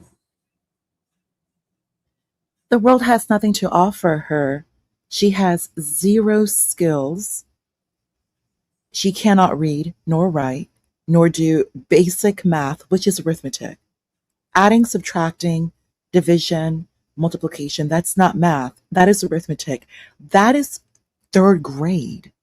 Remember, John, MFB, everyone in the chat, we learned multiplication, division in the third grade. She cannot do that. She can't And do it. So plus, what we is don't. her? How old is she? How old is she? She's probably about 35. Okay, so she's 35, which means she was a kid in the 90s. So she was just passed on through. She was passed on through. And I'm guessing she's from DC. I'm assuming she's from DC. Yeah. So she is like the mayor. She is a child of Marion Barry and his policies. Yeah. Not against him. I'm not against him, but we've clearly seen some cracks where the government intervention, which was to benefit and to help, she fell through. She had no one in her own family supporting her. Now she has aged out. Now she is a prostitute. Let's not mince But words. she can't get $50. She can't get $50. She got a man And coming on over. top of that, she steals. Retail theft, without a doubt. She engages in retail theft. She can't even get a job in the retail, But she steals, and she has and she probably has a record for either stealing, forgery, fraud, like counterfeit money, which is actually very common. You would be surprised. It's not surprising. Let's talk. Let's see if she's gonna answer. I need to talk Lanisha. Do you mind if I speak to her? Would that be okay with you? No. Okay, well, okay. We're gonna raise it. Your call has been forwarded to. We're gonna raise it. Where you know what I was thinking? We got people like you come up and do credit checks of the people. You can ask whatever question you want to ask of the people, and then let the audience decide if we rented that person or not. What do you think about that? You can do the credit checks. We got an audience to do credit checks, and then let the audience decide if we rented that person. Now,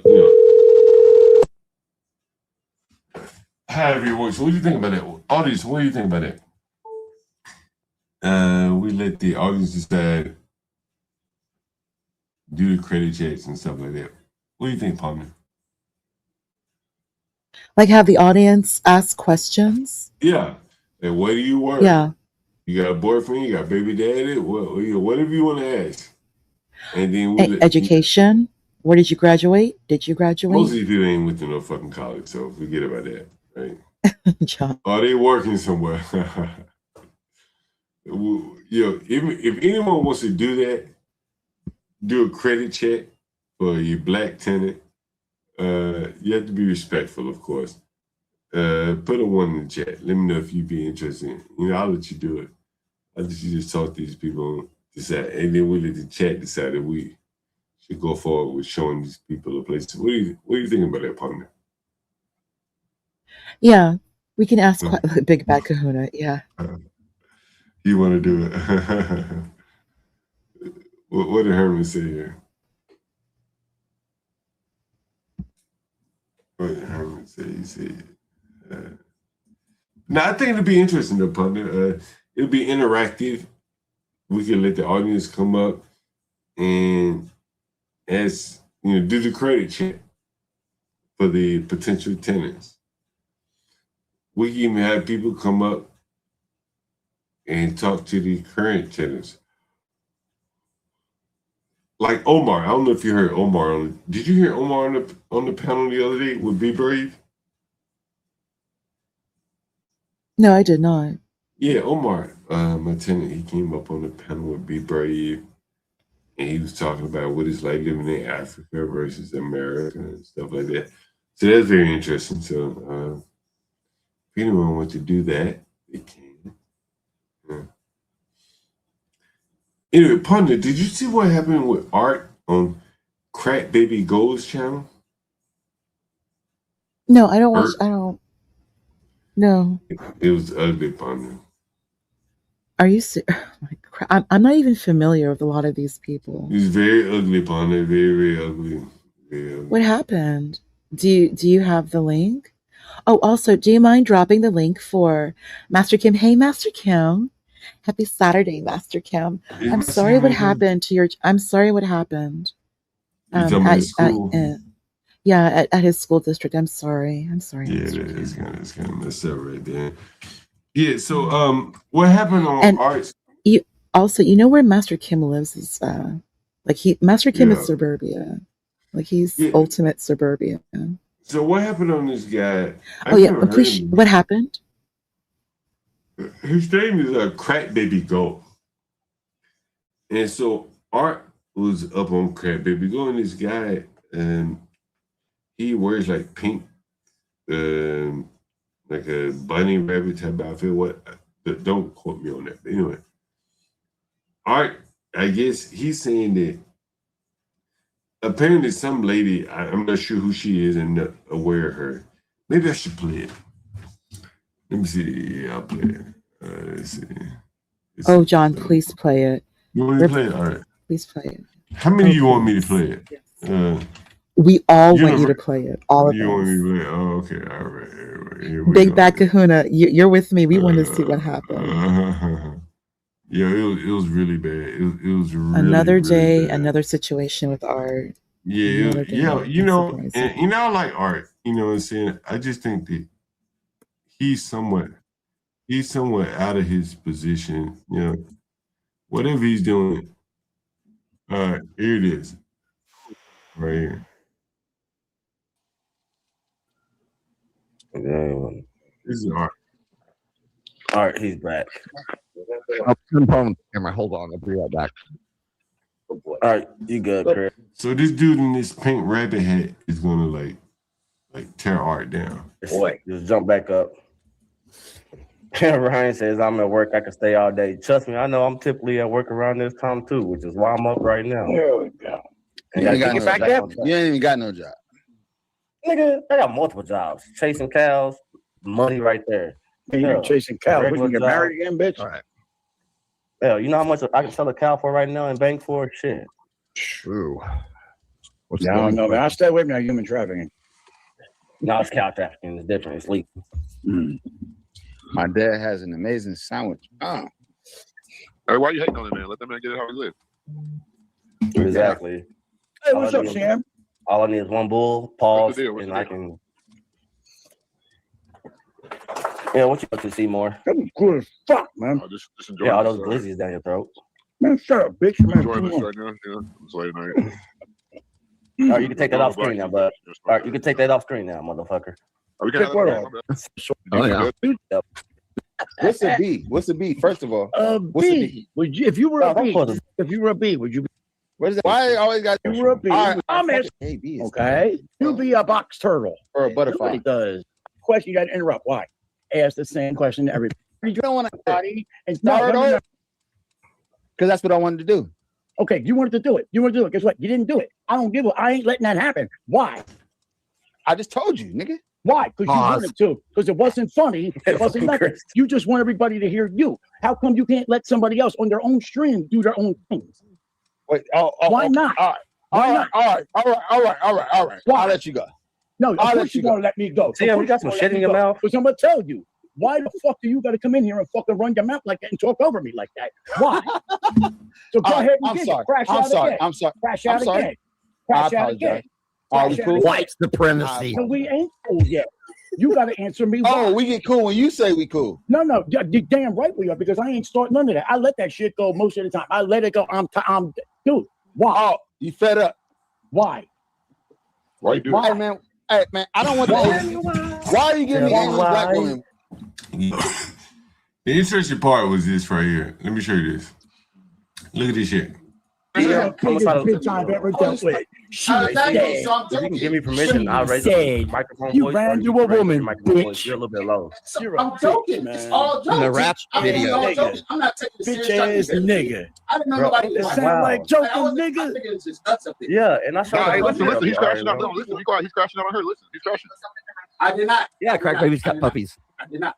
I showed a puppy earlier. You're right, CM. Just listen. That's weird. And This is actually common. So what happened is that Art apparently went off stream, but didn't mute himself, nor did he cut his camera off. And he called some woman to complain about these guys, the treatment that these guys are giving to him. He didn't cut the camera off, didn't mute himself. So these guys are listening to him complaining to a woman about how these guys are treating him. I don't watch Art enough to know, but these guys saying that Art talks to this woman like shit, some woman BB. And yet this is the woman he's called saying these people talk to him like shit. And so it looks kind of weak from Art's standpoint. That's the way they're painting it. Are you familiar with this? Hey, John. Yeah. John, just real quick, I'm so sorry. Please let Ponder go. Go ahead, Pundit. Messaging. Yeah, so John, to me, without, this sounds like the typical black streams, insults, vulgar language, nonstop. I mean, yeah, they might have had a legitimate reason, but this sounds no different than Izzy's panel, all the other panels. They all sound alike. Well, you know what's interesting? You know what's interesting on Magic Game, and let's see if I can find it. This guy makes some allegations about Art. Let's see if I can find it. I'm gonna go and I will review this tomorrow on my next off day. Because this is so fucking retarded. I'm reviewing this, y'all, so y'all will definitely receive it. Damn, my cash app be popping, yo. Hey, let's just everybody read up real quick. Let's just listen for a little bit. Hey, bro, I would never embarrass y'all. So at this point, Art is still on the phone with BBB, not knowing that he didn't mute himself, cut the camera off or anything. I had no idea. Why you cussing at Triple B like that? Listen, first time I met CM, I took it on his advice. I was like, I fuck with him. So I fuck with CM. Guess what? CM kept coming back. Howdy, CM, Lawrence. hey, man. CM good dude, man. I fucking rap with him. I rock with all y'all, man. Play it. I hate the game. I fucking throw you fucking respect. Fuck yeah, dude. And that figure is Triple. Go ahead, baby. You on with the crack bizzle. Now, we'll see what's only old people trying to go to the club. Anyway, I have to find it, but basically what this guy is saying is that the BBB lady helped Ert get monetized. She called up her friends and stuff like that to subscribe to his channel, watch his channel, you get to watch out and so on and so forth. Art treats the lady like shit. She not only helped Art get monetized, she does everything for Art. All the like the AI that he does. So Vanta was the person that connected Triple B. It's like Big Brain Bender. She's an elder white woman. She's very kind. She's sweet. She's sweet, like a teacher, like a retired teacher. Yeah, a lot and of I people think she has her own. yeah. Yeah, she is really sweet. I believe she has her own. She has her own channel with like 176,000 subscribers. So she's doing well on her own. Vanta told her, "Hey, Triple B, I'm going to another channel. Why don't you come with me? I think you'll like it." So Vanta was the reason. Hold me down for a second. I'll be right back, okay? Master Kim, I'll be right back. Oh, so Vanta got Art in connection with Triple B. Triple B, all of you know, she does everything for Art. She's that type of woman. We've all known white women like her. like who give, who are willing to help. And it's her background. Like I think Triple B, in my opinion, I think she may have been like a substitute teacher or a teacher, and she's retired, so she just likes to have fun online. She has the time. She's retired. I think she is retired. She has been helping Art's channel tremendously. Vanta got Art in connection with Triple B and these other white people. Vanta is the reason Art completely was able to change his channel from just Black YouTube to now incorporating more white people. That's where all these white people came from. Vanta through Triple B, and then Triple B brought some of her people that she knew. So that's what Art does. Art just eats off other people. First, the homosexual created Art's channel. The homosexual promoted Art's channel, but the homosexual is troublesome and meddlesome and causes nothing but trouble. CT does not like the homosexual, so Art cut him off. Art cut off the homosexual, but then Vanta came in clutch and brought in Triple B, who is incredibly non-problematic. Not only that, Triple B does like game shows on Art's channel. So she completely took Art away from the BS and the foolery and the nonsense, and she helps out Art. If anything happens with Art and Triple B, it's Art's fault. It's Art's fault. All of you, we all know Triple B. Women like her cause no trouble. None. She just helps people out because she has time and she's willing to help people out. Like we were all taught. All of us had like elementary school teachers like Triple B. Like for real, Art better not mess that up. Because a lot of you keep giving Art favor after favor after favor. Art is lazy. Art is a predator. And at his best, he's a leech. But someone was kind enough. Vanta brought in Triple B, and then Art screwed over Vanta because he gets so jealous. Art has no conversational skills. Art does not know the art of discourse. Art is an idiot. Art's an idiot. And he lies. He lies, he lies, he lies. But many of you are willing to you let Art do whatever he wants to do. And furthermore, Brave made an interesting point. Brave said that one of the issues with Black people is that you will have Black people move in. And the problem is Black people will start bringing in their friends, their cousins. That's the problem. So you'll have Black people who will buy these homes in these majority white communities, but then they start bringing in their friends and their cousins and their family. That's what always happens. That is Art. Art is the cousin that's brought into white communities. Art cannot live amongst white people. Art cannot afford it. Art's never had a job that he's obtained on his own. The only reason why Art has never been to jail is because Art is always around Black people who cover for him. Art has lived a life of no responsibility nor obligation. Everyone takes care of Art. Art does nothing on his own. Nothing. Art lives with his mother, who got him a job at the post office. That was his mother. Art has never done anything on his own. Art did not go to college. Art probably had somebody else do all of his work in high school. Well, not probably. That's what happened. If he even graduated. You don't know. The guy does nothing but lie. And Art is exactly who Brave warns about. Art is the cousin that follows the other person into white communities. And then once Art sees like like the little white girl who's, in front of her house, like where I live, I have one of my neighbors, her daughter likes to walk around, a very adorable blonde girl. She just walks around. I thought she was actually 14 years old. When I was chatting with my neighbor told me that she was 24. I was like, oh, I didn't know. My neighbor said, yeah, she's special. She's special. So my neighbor has a 24-year-old daughter who I really did think she was like 14. I thought she was a teenager. And she lives at home with her mother. Of course, she lives at home with her mother. If Art was there, there's only 2 other Black families in my HOA. And of course, I know who they are. Get along with everyone. Art would have to get into my HOA through another Black family. And then Art would be the person strolling around looking for white girls. to do nothing but cause trouble. Art is the problem. Art cannot move into a white community. Not only can he not afford it, Art is dumb. If Art actually grew up with white people, Art would have either A, he would have been arrested because of his behavior. You cannot get away with the type of behavior Art does that he gets away with in black communities. You can't do that amongst white people. Art would have been arrested, Art would have been put on medication. Art is that big of a problem.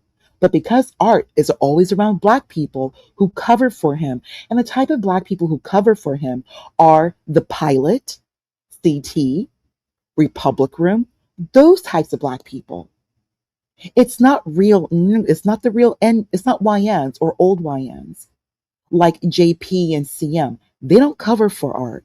They're the ones who dig into Art's behind because of his behavior. It's the educated black folk who continue to cover and give favor to Art. That's why he's been able to skirt on by through life. And you all know I'm right. If I ever saw anything like Art where I live, I would call the sheriff's office and run his plates. Black people, you all keep letting that predator called Art run around. And he can stay right there in your community and cause all the trouble.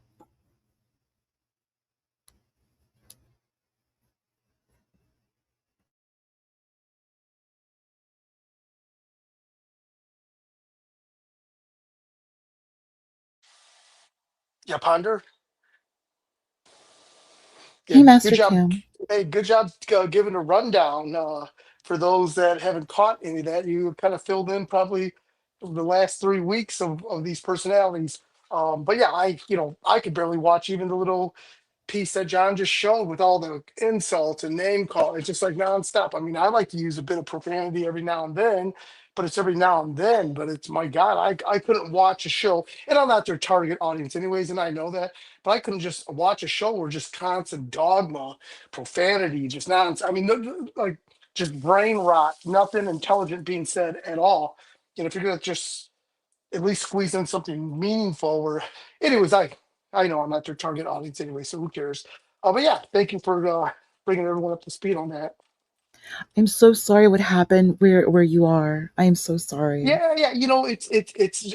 I'm I so think I was sorry. just. I just think it's just silly. And even the last night's football game, these Georgia little cities, all they got to do is little high school bullshit games, and that team had played yesterday, and they were winning, and winning wasn't good enough. They can't win gracefully. They have to cause a fight. It's amazing. It's 100% black team, and they lose, they want to fight. They win, they want to fight. It makes no sense. Now, the reason I say this is because every time they play that team, they just get buck wild, and I don't understand it. And maybe yeah, I don't know. It's strange. And the funny thing about this, Ponder, you see yourself from being in Texas, the best football teams are the mixed teams, not all white, not all black. It's almost like these mixed teams just dominate. It's strange. It's almost like a great balance of talent in coaching. It's super strange because you would think that the very aggressive, high testosterone all black schools would dominate, but they don't. I don't know why, but in the SEC they just don't. Think about it. Cowboys in the 90s, they had Aikman as quarterback. We all know the history of Brady with the Patriots. Yep. If there is a good, solid white quarterback that's leadership, they'll win. They'll win. They'll win. I do like Russell Wilson a lot. I do. He's basically retired. But when you have now like the Russell Wilsons, now Mahomes, who clearly grew up, I mean, it's very obvious. They grew up in like that white suburbia, so they know Yeah. how to behave. Like you have to know how to behave. And that's like the big difference. You have a lot of black students who clearly did not grow up. I mean, let's just be honest here. You have to grow up in a majority white school system. My daddy, no, it was my uncle who said that the best way for a black student to succeed is to be the minority. We have to be the Ponder, minority. you had We mentioned which is no something. more than 14%. Really, we need to be at 10%. 10%. Ponder, you'd mentioned something on John's podcast a few times, and maybe it just went kind of glossed over. But you had mentioned a certain archetype, or I don't even know if that's the correct word, of when a black guy is one of the very few blacks at an all-white school, they are instantly very, I mean, they got to have a jovial personality, by the way. They can't be like a nerd. But if they've got a reasonably jovial personality and they're not half bad looking, they become excessively popular. And that's Right. most likely what Right. Carmelo was. And if that's not good enough for them, friends, the young ladies, everything, it's like, okay, well, there's no satisfying these guys. They're not going to these all white schools and are experiencing this like in their face racism. And that just isn't the case. They actually stand out and are they're liked by everyone and very popular. And, That's what I you don't know, understand about that's a Carmelo. fact. Master Kim, I don't get that about Carmelo. You're at a school which is like 40% white, 40% Asian, 7% Hispanic, 7% black, give or take. Just be the cool kid. Just be the cool kid. That's it. Yeah. You're going to be fine. And you're in high school and you play football and track. First off, they're going to make sure that your work is done because they want you to play. So they're going to have you get all the best tutors. You're going to be spoiled. So just be cool. Like you don't even need to speak. Just show up, smile, just say a few words. People will get that. You're the black guy. You don't say too much. People understand that. You're kind of just cool, chill. That's all you have to be. And not Ponder, only what that, do you I have met so many, Master Kim, I have met so many girls. They do these guys' homework. They do these guys. Where I yeah. went to college, Master Kim, not only did the football players have a guaranteed 5-year scholarship, so they had an additional year at school, but they always had like so many girls, and a lot of white girls who were so cool with them. So cool with them. And they just like you're driving. I know one black guy, he knew a white girl. They were really cool friends. She introduced the black guy to her dad. Her dad just gave him a car. Just gave him a car. Gave it to him. Just gave him a car. I'm not even exaggerating. This is in college. And he was a cool black guy. Like he was cool. Like he wasn't, he was chill. He was chill. And very jovial. Like you said, very jovial. And I went to college, like if that, like 5% black people. And there were 10,000 students enrolled. It was very, very, very Greek, very, very Pan-Hellenic. But there weren't that. There were barely. It was just like me in high school, just like how my experience in high school. Just like you have to just calm down. Calm down. Just chill out. Just study. Just study. And if you're black, and these black guys don't even study, but there's always going to be a girl who will help them out. There'll be a teacher who will make sure that you have the appropriate help that you need in tutoring and like the writing lab. You always have help. Always have Yeah. help. Ponder this, earlier when John was talking about the Carmelo and whatnot, and I think it's horrible timing. And this is what I mean. Oh, my wife is calling. I gotta go. I'll be back. All right, bye, Master Kim. Hey, what's up? Can you hear me? Palomino, I'm not doing any work. Did Who you do guys you go out think to does dinner? my lawn? Who does my lawn? Oh, I just use who the HOA does. And I think maybe they are illegal. I don't know. I just use the HOA.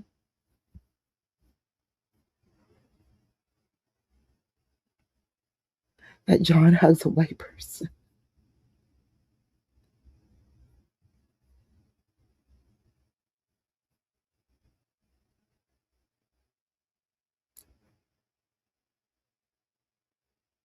Yeah, like Art can't read.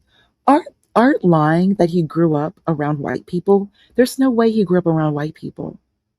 No white woman is just going to let you pass on by if you cannot read. Especially back then. Art's 43. Art was a kid in the 90s.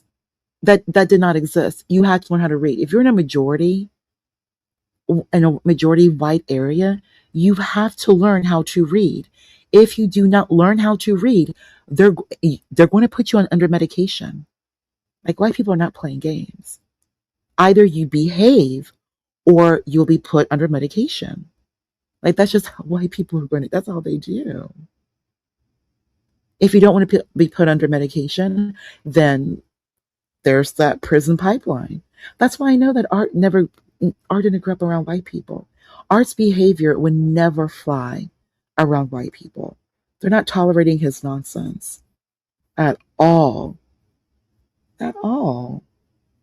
And he's always chasing women. Do you all seriously believe that a white man's going to just let Art run around harassing like teenage white girls, being annoying, following them around? Of Course not. Like, Art's foul.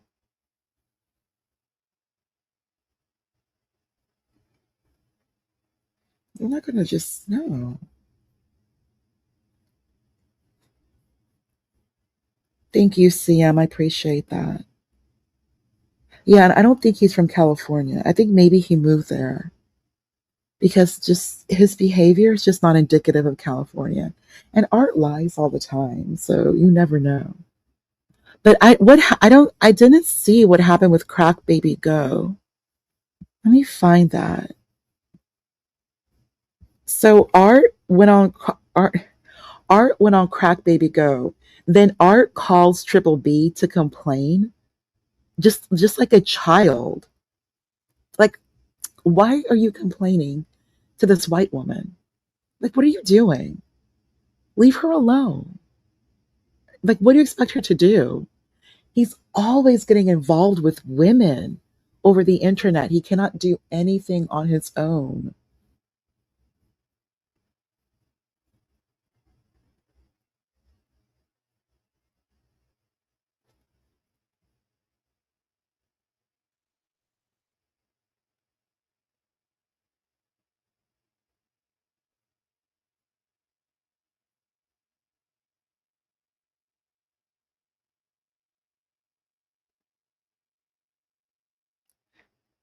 If he burns the bridge with Triple B, oh, she owns a trucking company. Very interesting. Oh, good for her.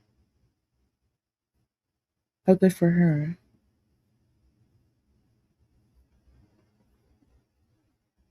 Yeah, Art is like a lost dog, often taking the words of wisdom, often taking the words of whom he admires as absolute truth, and rarely forms his own logical opinion over his emotional displays. Yeah, that is Art. He's so unnecessarily emotional. He's just constant needing of attention and validation. And God forbid you say no to him over anything. Just my goodness. And his lying. Art just lies to lie. And it's mind boggling how some of you just believe what he says. The things Art does, Art is foul. And Art outright lied to a teenager. Thank you, CM. Art outright lied Nisi, one of his baby mamas, which is so pathetic to even say. He lied to her. She even said so. Why would you bring this young woman who admitted Art lied? She told the truth. Art lied when she was a teenager. Art lied about his age so that he could sleep with her. And I don't even believe she was 18. And then he acts surprised when she's still upset. But he doesn't care. He's such a lowlife, that man. Triple B's done with him already? What happened?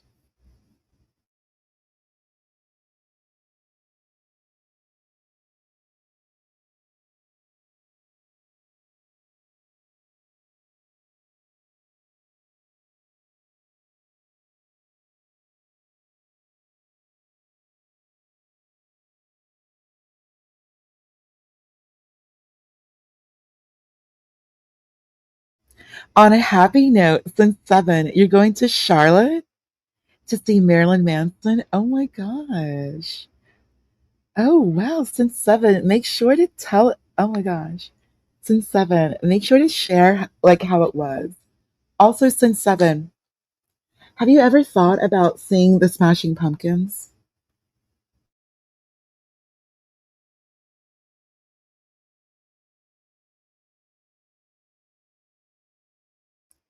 Yes, Sam, that'll be cool. Um, I have an appointment 4 to 11 CM tomorrow. Oh, it's bad. I reviewed it yesterday with me and Vanta. We were waiting on you, but we can go over it again when I stream tomorrow. Okay, I'll be there. I'll be there. I can hop on your live like at night because I'm Eastern. I'm Eastern. So I can be on. Oh wow. Triple B does stuff for him you wouldn't believe. I know. CM, she's such a good woman. Oh, I'm sorry, Sam. Sam, I keep forgetting that you're Central. I keep thinking that you're like California. So like that's the thing, Sam. Every time I like everything about you, I keep thinking California. Like you're so California. Like my brain cannot like like see you outside of California. I keep forgetting that you're not there.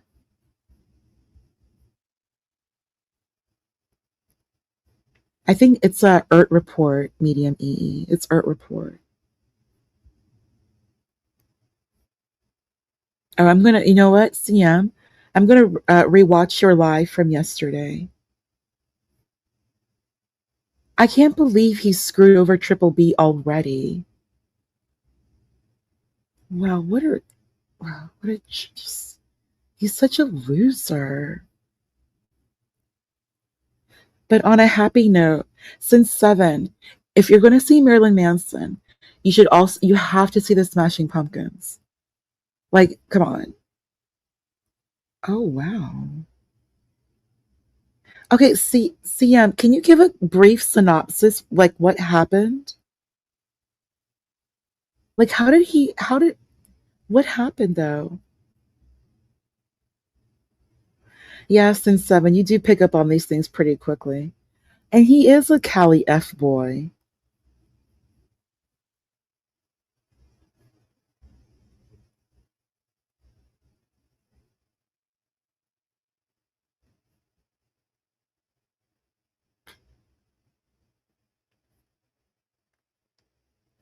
Yeah, CM can come up. I don't have keys any longer to John's, so we just have to wait for John to come back. But CM, I'll be on your live after 11 your time. Since you're central, I can be on your live after 11. Just what it oh. If you can't get along with Triple B, like this is why I'm like how art just screws over women. Art just keeps burning bridges. Art just keeps burning bridges. It's always something and he's always the victim. Like how can you be this old and keep burning bridges?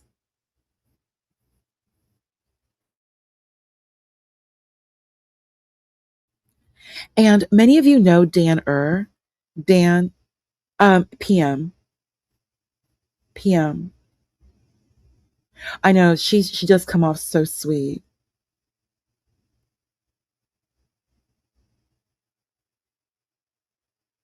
Yeah, Big Bad Kahuna. John wanted to do something, but specific to AI agents. AI and UPON. AI agents. Yeah, well, he said like John meant like actual AI. He meant AI agents.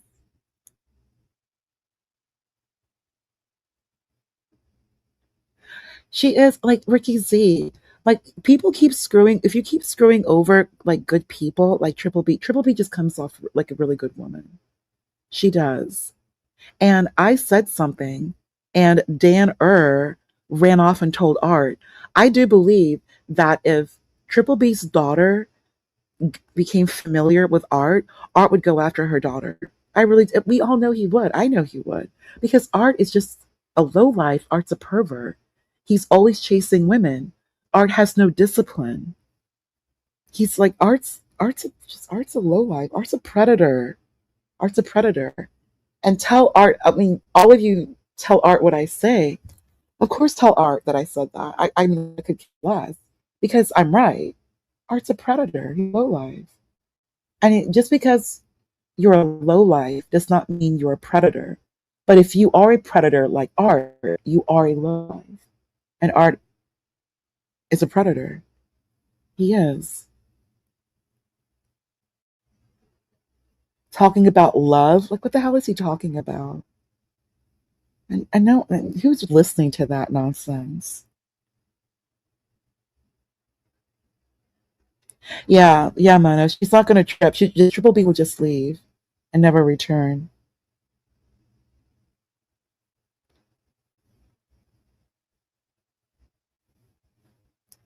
She's just gonna, yeah.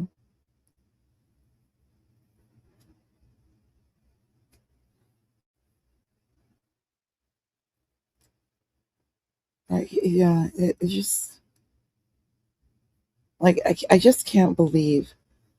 And that also goes back on Vanta because Vanta was the one who asked Triple B to go over to Arts.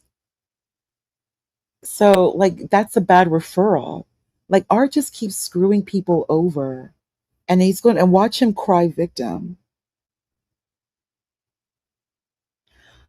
Why I don't think it's only child syndrome. What is that Art really is protected by Black people.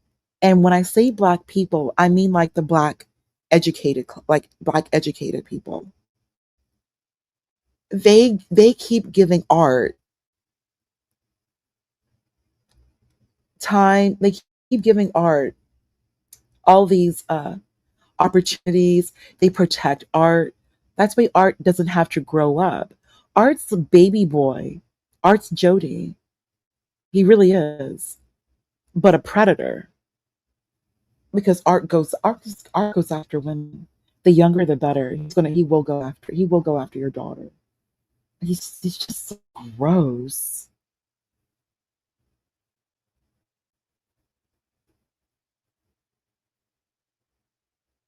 Yeah. Like they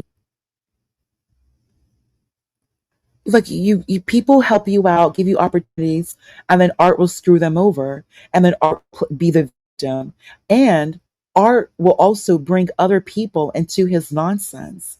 Art's just vindictive and petty. Like if you don't like Art, Art hates you. If you don't want to deal with Art, Art hates you as the enemy. Art does not accept the fact that people do not like him. Like just people just don't like you, they don't trust you. You move like you move foul. So people just don't want to be near you. That upsets Art. So then Art sees you as the enemy and he's going to try to get back at you or lie against you or dox you or make up horrible sexual stories about you. That's Art's a low life.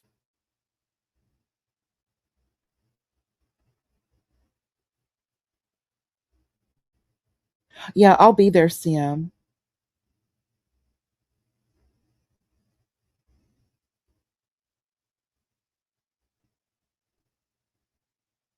So Triple B got Art. Yeah, I knew that someone.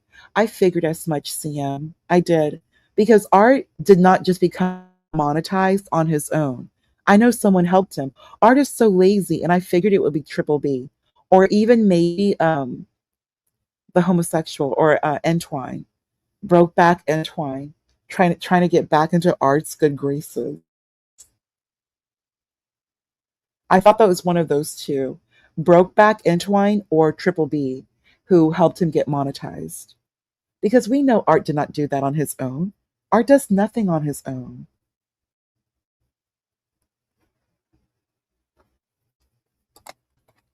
Big Bad Kahuna, correct, the homosexual. Brokeback Entwine.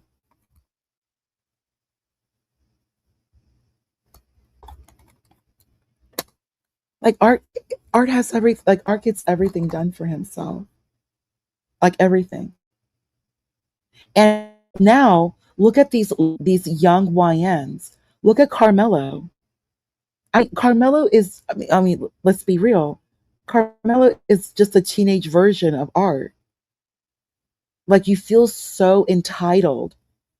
Carmelo was told to leave the tent.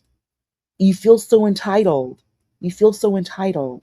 You don't know how to leave people alone. Like, that's the big problem with these old YNs. These YNs, you don't know how to leave people alone. There are going to be people who see you for what you are. They don't like you. They want nothing to do with you. So they ignore you and want you to leave them alone. Art does not understand that. Art thinks he's entitled to whatever he wants, whenever he wants. And because Art has been protected by Black people his entire life, Art's just accustomed to it. Art's, look what happened with Triple B. That proves Art cannot live in the white world. Art does not understand integrity. There's no integrity amongst Black people, but you act with a certain, you have to act with integrity with white people. There's an expectation. If you say you're going to do something, you better do it. If you don't do it, they're going to look at you sideways. Back in the day, white people would shame other white people for writing a bounce check. Back in the day, white people felt shame for filing bankruptcy. White community is based off trust. People are expected, you have to be trustworthy, you have to be a good person, you have to show up on time.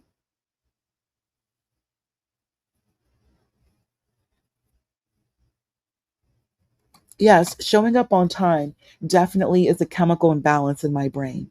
Being a person of integrity, you're correct, it is a chemical imbalance in my brain. Only with Black people, only in the Black community.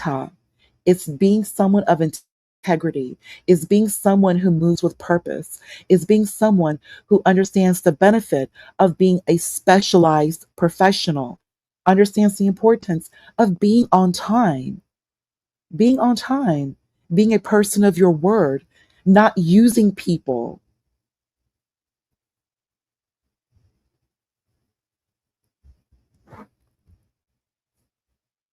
You can, all of you, plenty of you who are listening right now, you all hate me or you don't like me. Of course, I don't care. But I don't care about you. I don't go in Discord. Whenever I go on YouTube channels, I don't put up I don't have a Cash App. I've never received any money through Cash App. I only pay through Cash App. That's how I tip these delivery drivers. I don't need YouTube. I just enjoy YouTube. And if I'm going to be on a panel, yeah, sure. Support the YouTube channel. It's their channel. Support the channel. So yeah, promote the channel.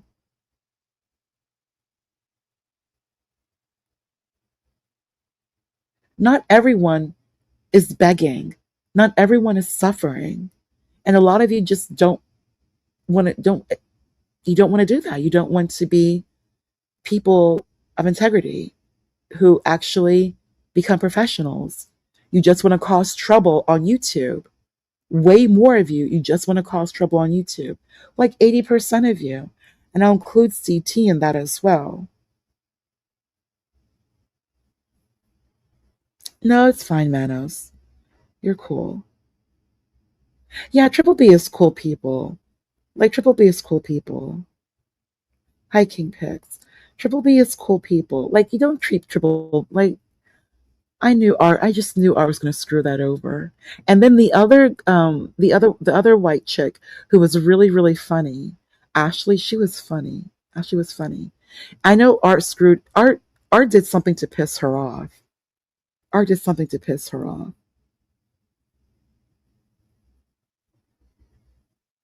I try to be. Thank you, Manos. I try to be. Like, just be a decent person and just use YouTube for fun. Like, just be entertained, chat. You don't need to, like, try to get into people's personal lives and try to dox people and or behave like Art, who just uses people and lies.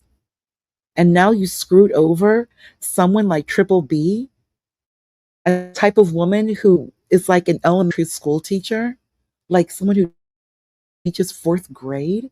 You screwed her over? What a weirdo.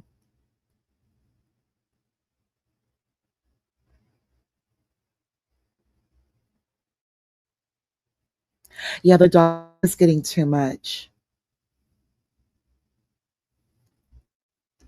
Yeah, and the MFB, and the only reason he got mad at Leonard is because Leonard picked up on Art's lies. Leonard picked up on Art's lies because Art just lies. Leonard does a lot of things, but Leonard's not going to dox anyone. I don't. Leonard's just, that's too much work, and I don't think Leonard cares. I don't. You see how Leonard is. Like, he flexes the car, he walks in his front yard, he cooks, he goes to Home Depot, he remodeled his bathroom. Like, Leonard's a whole boomer. Like, that's what boomers do. They don't. They're like Brave. Like, Brave built a shed. And Brave is probably on acres of like acreage. We all know Brave has acreage. Like, Brave enjoying his land. You know, like these boomers, they're enjoying their property and their equity. And they're not doxing anyone. But these crazy millennials like Art, just Antoine, just doxing people. Yeah, Lenny's too lazy for that. He's not, yeah. Leonard's not doxing anyone. We all know that. Leonard's cooking right now. Leonard's cooking. Or he's coming back from like the store. What time is it? Oh, Leonard's at home. It's 10:30, Georgia. Leonard's at home. Leonard's at home. Leonard's probably drinking like beer, but we all know Leonard. Leonard's at home. Like Leonard drives to the store, Home Depot, grocery store, back home. Probably tries to call his grandchildren who are busy. He tends to his garden, his bell peppers. I think he's on like 2 acres. I think Leonard's on 2 acres. So yeah, Leonard's boomer retired life is doing. I know, Matt knows. These millennials take the internet way too seriously. Like, shut the F up. You got 300 subs. Like, bad. Oh, Art definitely doxed Skywalker. He and Entwine did that. MFB, Art has been threatening to spread this sex tape against me for like a year now. Or since February, spread this sex tape he claims he has against me. Art, and then Art in the same breath said that someone doxed him. But yeah, Art and Entwine, they did dox Skywalker. That's a fact. Yeah, they did.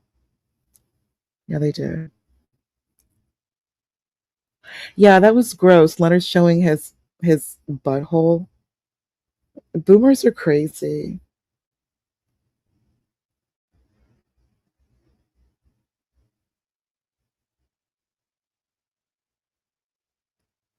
Leonard also pulled like a blicky. Leonard pulled a blicky on Bob's channel, on that Bob channel. This was like several months ago. Leonard pulled a blicky like he did. I don't want to say the word, because of TOS. But Leonard did it. And then Leonard's like, I didn't do it. No, well, Leonard was like, prove it, prove it. What proof evidence do you have? Like, Leonard, we all saw that you did that. You did. And Leonard pulled a blicky. These boomers are just so nutty.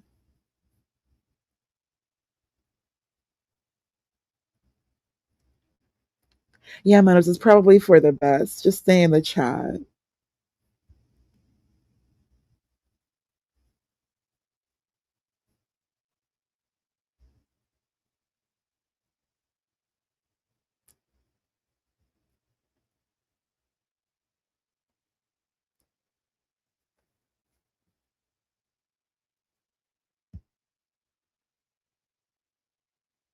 Ooh, which outfit to wear? Oh my gosh, Mir, this is Sin. This is so dope. This is so awesome. Like, oh my gosh, you're going to no, don't wear none. No, no. Since 7. Honestly, since 7, I'm torn between voodoo doll or snake dress. And you're going to see Marilyn Manson. Oh my gosh. Wow. Since 7, which is your favorite Marilyn Manson song? Because I remember his biggest hit, if I remember correctly, was Beautiful People. And then I also like the work he did with Trent Reznor. If you listen, ooh, Goth Vampire. Yeah, well, yeah. No, like since 7, you're older now. Like keep goth for like the kids. Now that you're older, you have to be way more creative. Like way more creative. So I think Voodoo Doll, that would be good. Like Voodoo Doll. But you have to be very creative. Leave the goth look for like the younger generation. Let's see. Uh since 7, if you listen to Nine Inch Nails, The Fragile, that one album, the song Star Star Efforts Incorporated, that was actually written with Marilyn Manson. Like Trent and Marilyn Manson are they're pretty cool. Well, they were back then. I don't know if they do anything together now. Because Trent Reznor, he's been working with that other guy, Atticus Ross, for like a while now, and he does like soundtracks, like movie soundtracks. But when Trent was like Trent, you remember like Nine Inch Nails Trent? Yeah, he was pretty in there, and he was doing a lot of work with Marilyn Manson. And then also they were doing stuff with Courtney Love, but I think since 7, did you hear about that story that Courtney Love put a hex on Billy Corgan and that's why Billy Corgan is bald? Because remember Billy Corgan had a lot of hair. Billy Corgan is like part Finnish, part like Northern Italian. So he has hair. Like he had a lot of hair. But then Courtney Love, she said it herself that she like hexed him, like or as like black people we say like a root, like putting root on someone. The white equivalent is like that, like a hex. And then he lost all his hair.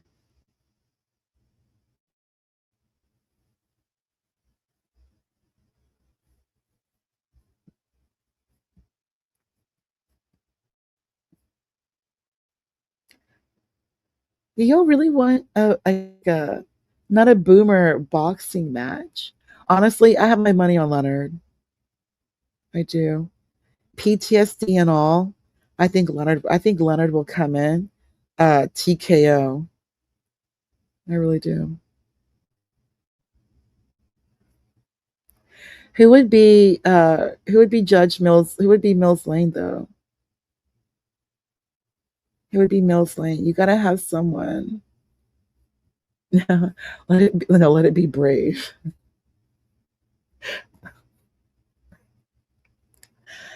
Mills Lane would be Brave. I mean a TKO. Technical knockout. Technical knockout.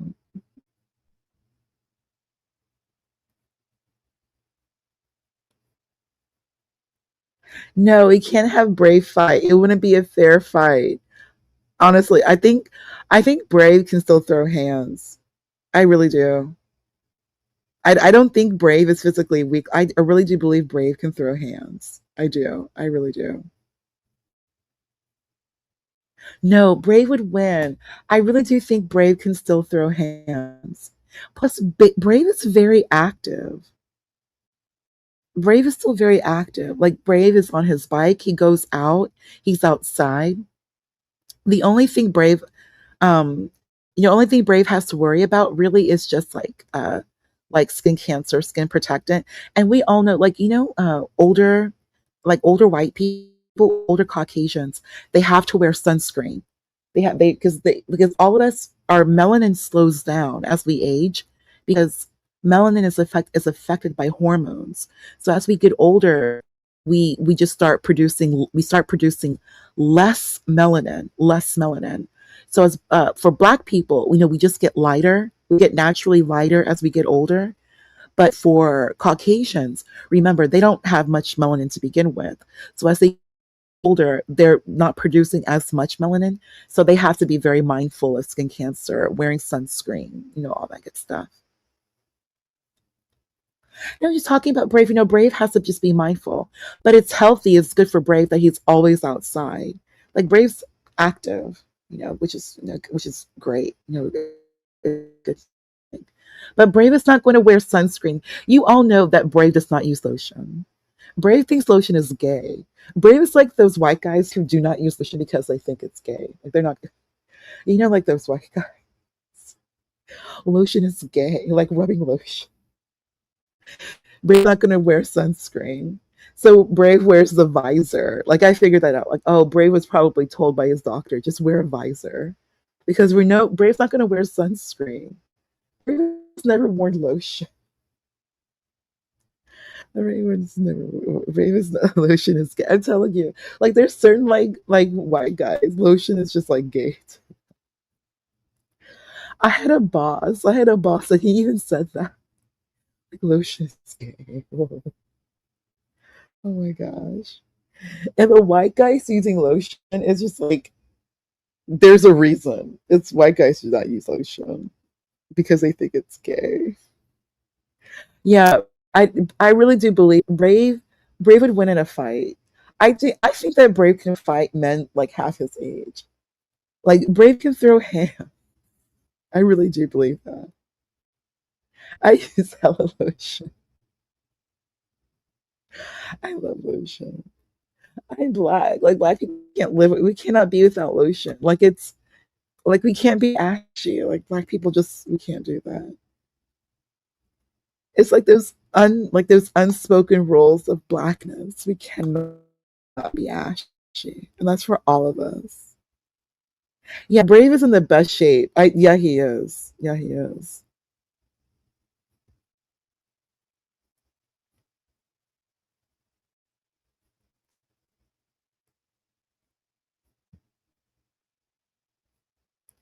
Oh my gosh, I'm like since 7. I so want to hear about your experience. I so want to hear this, your experience. We do. Manos, we get ashy easily. We're Black people.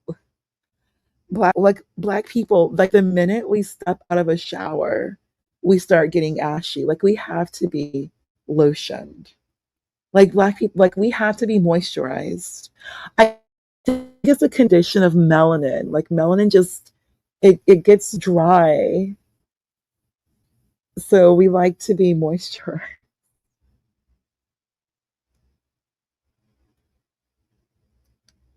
I know. For real, I think yeah, Brave had to shed apart from his main house. Yeah.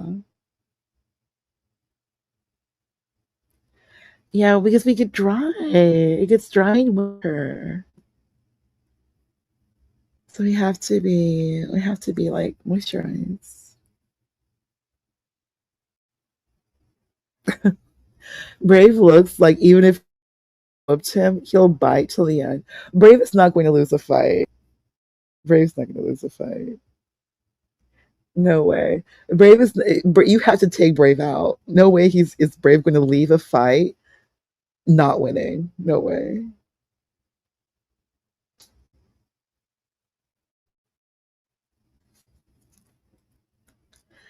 And Brave doesn't even look like he's looking for a fight. But Brave does have that. I'm not a killer, but don't push me. Like don't push me. Like I just no way. Brave is just no way. Brave's not gonna pick a fight, but I do believe he's steady. I do believe that.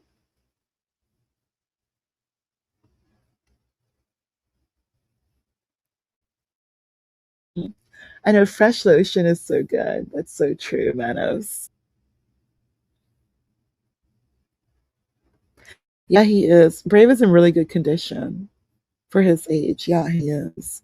Yeah, Brave could easily live to be 100.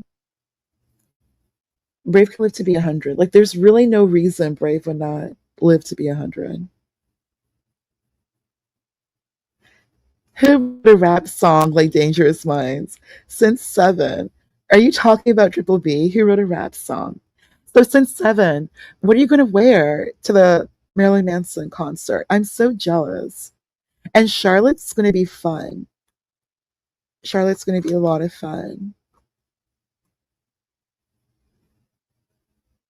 What are you going to wear?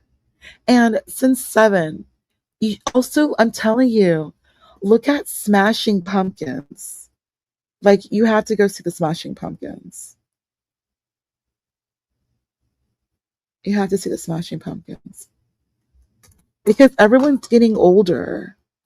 Since 7, do you realize that Marilyn Manson, Smashing Pumpkins, Nine Inch Nails, who else? Like, all of them. Like, that's classic rock. Do you all realize in the chat that Korn is classic rock? Limp Bizkit is classic rock. All of it. Stain, all of it. Like, Korn was like almost 30 years ago. Wait, no. Limp Bizkit was almost 30 years ago. Almost 30 years ago. Yes, and yeah. Yeah. Korn's almost 30 years ago. Like, it's all classic rock now.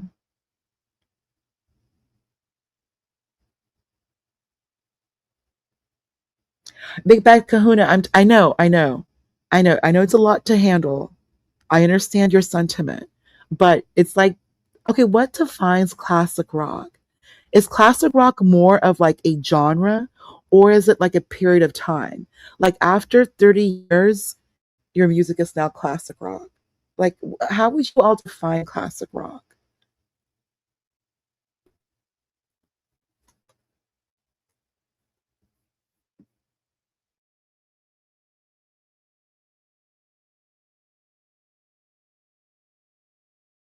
Wait, who posted a link one day and he made an argument at the video off something never said?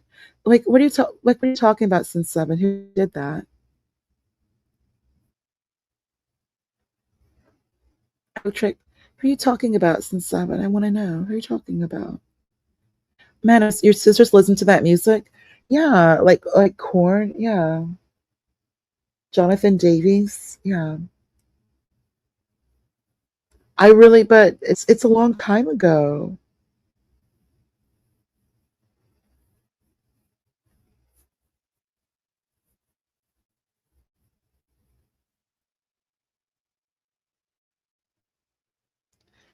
I'm assuming classic rock, you all think it's like the 70s and 80s, but 1995 was 30 years ago.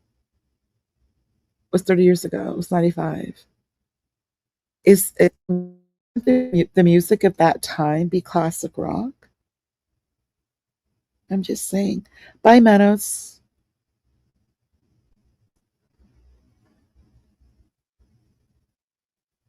Yeah, it's been over a quarter century. Big Bad Kahunas. So, yeah, it's classic rock. I know. Manos, I know. New metal. It's classic rock. Think about it. It's classic. Just think about it. Okay, D from Boston. All of you in the chat, would you consider Nirvana grunge? Would you consider that classic rock? All of you in the chat, would you consider oh my gosh. Nirvana's drummer, David Grohl. David Grohl and I love Foo Fighters. I love the Foo Fighters. Would you consider them classic rock? Like, the song Everlong is like 30 years old now. It's 30 years old. Which is a great song, by the way. Everlong is a great song. It's a great song. But it's 30 years old. Kurt Cobain, so Kurt passed away in 93 or 94. One of those two. David Grohl basically formed his own band. You remember Taylor Hawkins, may he rest in peace. He was actually a drummer for Alanis Morissette. If you rewatch the You Oughta Know video, Alanis Morissette, You Oughta Know, you'll see Taylor Hawkins as the drummer in that video. From there, he went to Foo Fighters, and he's been, yeah, Big Bang. So, yeah, Nirvana. So Nirvana, what is like? What in Chains is rock music? Like Lane is that's okay. What do you think about Alice in Chains? May Lane Staley, Lane Staley, may he rest in peace. So let me ask you, Alice in Chains, Blind Melon, who else? Soundgarden. I'm just naming a few people. Okay. Oh, all right. Would you consider Pearl Jam and Stone Temple Pilots rock music? MFB. Red Hot Chili Peppers. I heard a story about Kiedis that is not good. Anthony Kiedis needs to stay away from high schools. I heard a story. Apparently, he wrote like an autobiography, and it's not good. It's not good. But the Red Hot Chili Peppers are pretty great. I mean, and they had that hip hop edge. See, the Red Hot Chili Peppers, they're so California. Yes, Alice in Chains is classic rock. Thank you, Manos. I think, yeah, there we go. And and Lane could sing. He could sing. So yeah, so D from Boston. What would the music from the 80s be? And what would the music from the 70s be?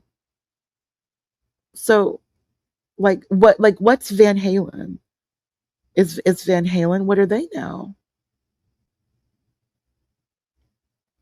Like they're from the 70s. Like what is okay, Iron Black Sabbath. Like what would they be? Oh my gosh, Guns N' Roses. Okay, live chat. What is Guns N' Roses? By the way, they're on tour too. They're going to be in Austin, Texas, not too far into the distant future. Yeah, what about the Deftones? That's a great question. What about the Deftones? What are they? That's a good one. Manos, that's a good one. That's a good one. Most rock bands need to stay away from her. Guns N' Roses is the epitome of classic rock. Oh my gosh. Oh, let's just all be happy. Axel and Slash, everyone's together. Everyone's still together. Everyone's still together. Black Sabbath is heavy metal. Okay, but what about the Deftones though? Guns N' Roses is the epitome of classic rock. I think a lot of people would agree right there. But what do we call the music from the 70s and 80s though? Like seriously, like what is Van Halen? And do you guys know that Sammy Hagar, like he still like he tours. Like Sammy Hagar like tours. Like he does okay, so what's Poison? Led Zeppelin. Okay. Yeah. Like what's Led Zeppelin? What Pink Floyd? I love White Pony and Deftones. Nice. Nice, Manos. Black Sabbath is heavy metal. What's Iron Maiden? Here's a bigger question. What's Bowie? Like, how would you consider Bowie? And do you guys differentiate between like the American bands and like the British bands?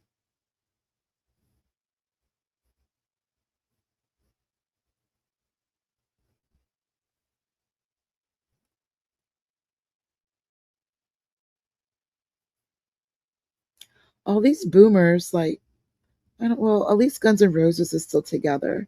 Guns N' Roses is still together. The Smashing Pumpkins, they're basically together. Oh my gosh, I love Radiohead. Jewel and I are talking about Radiohead. I love Kid A. Iron Maiden is heavy metal, yeah. Big Bad Kahuna. I was just rewatching. You remember one video, Aces High? I love that video. And Winston Churchill's is in the beginning. And so I read somewhere that Iron Maiden was Winston Churchill's favorite band. How interesting. Hey Yeti. Hey Yeti, I'm so glad you're in the conversation. Hey Yeti, when I think progressive rock, okay, honestly, I think remember that group Michael Stipe had? They had that song Losing My Religion, very popular. And that other song, It's the End of the World as We Know It. Michael Stipe.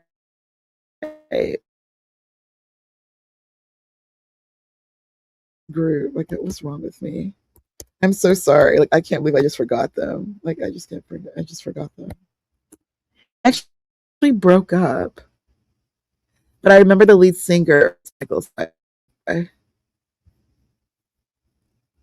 Yeah, REM. Like, how did I forget that? Yeah, I like Radiohead. I love like Kid A. It's just a great album. REM is kind of gay. REM. Thank you. Thank you, Michael Pennick. Thank you. Palomino, you're so mean. They broke up. Maybe you're the reason why they broke up. Palomino calling them gay. But Radiohead is, I like Radiohead, yeah. I like Radiohead. Like the bands. I like the bands. We all like OK Computer. I like that album. Like I could listen to no skips. I really, really like Kid A. I really do. I really like Kid A. I might re-listen to that right now. Failure. Yeah, music was really good in the 80s and 90s. For oh yeah, Bad Kahuna for real. Yeah.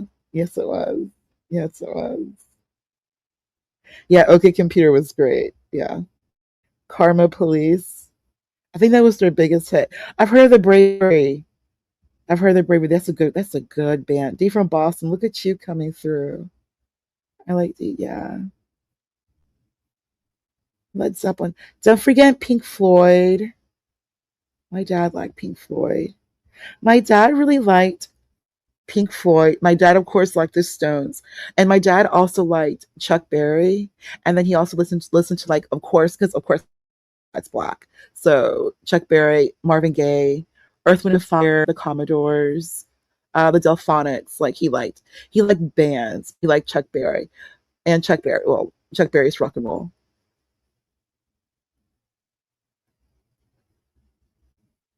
And Van Halen, yeah. Daddy liked Van Halen. Yeah, my dad liked Van Halen. My dad used to sing Van Halen. Like he would, yeah. Look at you, pal. Yeah, we all like. I think we all either no, but all of us. You only like Pink Floyd, love Pink Floyd because either your dad or your uncle, someone introduced you to Pink Floyd. Like Pink Floyd gets an introduction. Plus, my dad had vinyl. My dad had vinyls, so that was really cool. And I have all my dad's vinyls, like my. I think of my. No, does it not? Earth, Wind and Fire. Oh my gosh, I know. Me too. Me too. September. I love this song, September. Yeah, I know. That's like that. Like it's such a dad song. I know. I think all our dads listen to it for real. Mhm.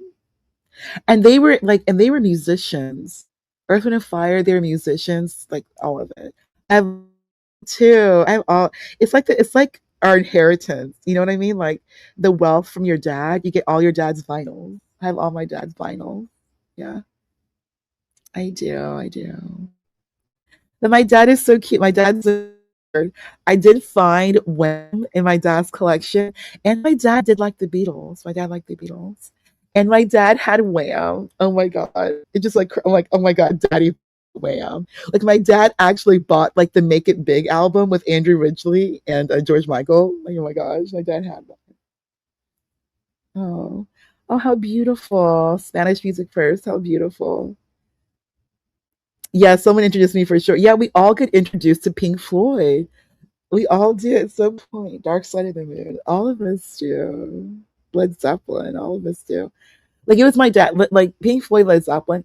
I couldn't really differentiate the two. It was my dad who kind of broke it down for me.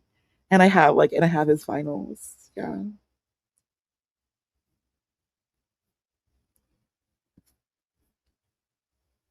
I know you too. You do too, Ricky C. Oh my gosh. Yeah. My dad is I didn't like he's a pretty big Beatles fan. Yeah, he is. My dad. Yeah, my dad. Yeah, my dad loves all types of music. All types of music. Yeah. I think my dad was in a band. I don't know, like it just I think he was, but he never had any instruments. So my dad loves all music. I think in his younger years. But you can't like but the boomers had to like grow up. So my dad became 80s corporate. Like he even took No More Fro. Oh, and my dad saw Van Halen 5 times.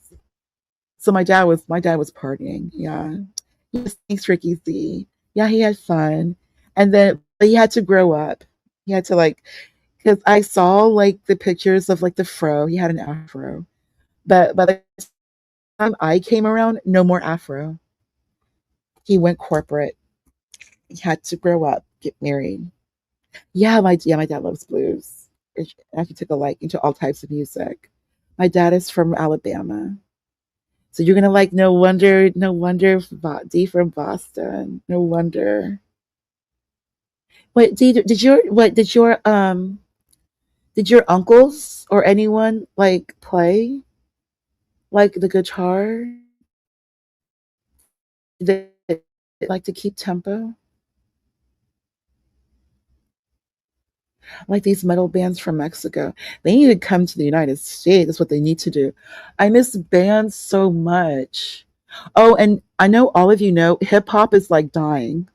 Finally. I'm just tired of hip hop. Like it's just I just miss bands. I miss bands. Think about it. Guns N' Roses is touring. Like they're touring. They've made more money in like the past 10 years than they ever made before. Ever. Everyone is touring. Smashing Pumpkins touring. Since Seven's going to see Marilyn Manson. Like everyone is touring. Everyone is touring. Everyone's making money. Yeah, I'm so over. Hip hop is I'm just happy. Hip hop is just dying. I'm just tired. All of us are tired. Everyone is tired. But like but these older bands, they're still touring though. Hey, do you guys know about Billy Corgan has his own podcast and he interviews like all these musicians, Billy Corgan. I saw the one with Daryl Hall from Hall and Oates. That was very, very interesting. And I'm about to watch Billy Corgan interview Todd Rundgren. That would be really interesting. Todd Rundgren, like he's a real OG. Like Todd Rundgren, like he's an OG's OG. Like he's a real OG. And your uncles, I knew it. Yeah, of course they play guitar. You're from Bama, from Alabama, and my uncles play the guitar. So you grew up in music. You grew up in music. Yeah. Yeah, hip hop has been dead. Argentina needs to come to like the United States and bring music, like bands, like an actual band. And by a band, I'm talking. We need a drummer. We need a drummer, a bass player, a lead guitarist, and 2 rhythm guitarists. Like we need a band, and maybe a keyboard player. That'd be cool too. But we need a drummer. I'm just so tired of rap. I'm just tired of auto tune. We need like a real band, like a real band. Like doesn't all of you like missing a real band, like actual musicians, live music, like nothing beats live music, like at all. That's the only thing I missed about the pandemic. I miss church and live music. Like that's it. That's it. I love live music. I love, love, love live music. And it's so good because as you get older, as you get older, Like you can afford like really, really good tickets. Like now, whenever I go, I sit front row. Gypsy Kings used to be very popular. Yes, they were. They perform too. They go on tour at Manos. They go on tour. Gypsy Kings goes on tour. Yeah, they go on tour. They were popular in the United States. Yes, they were. Yes, they were.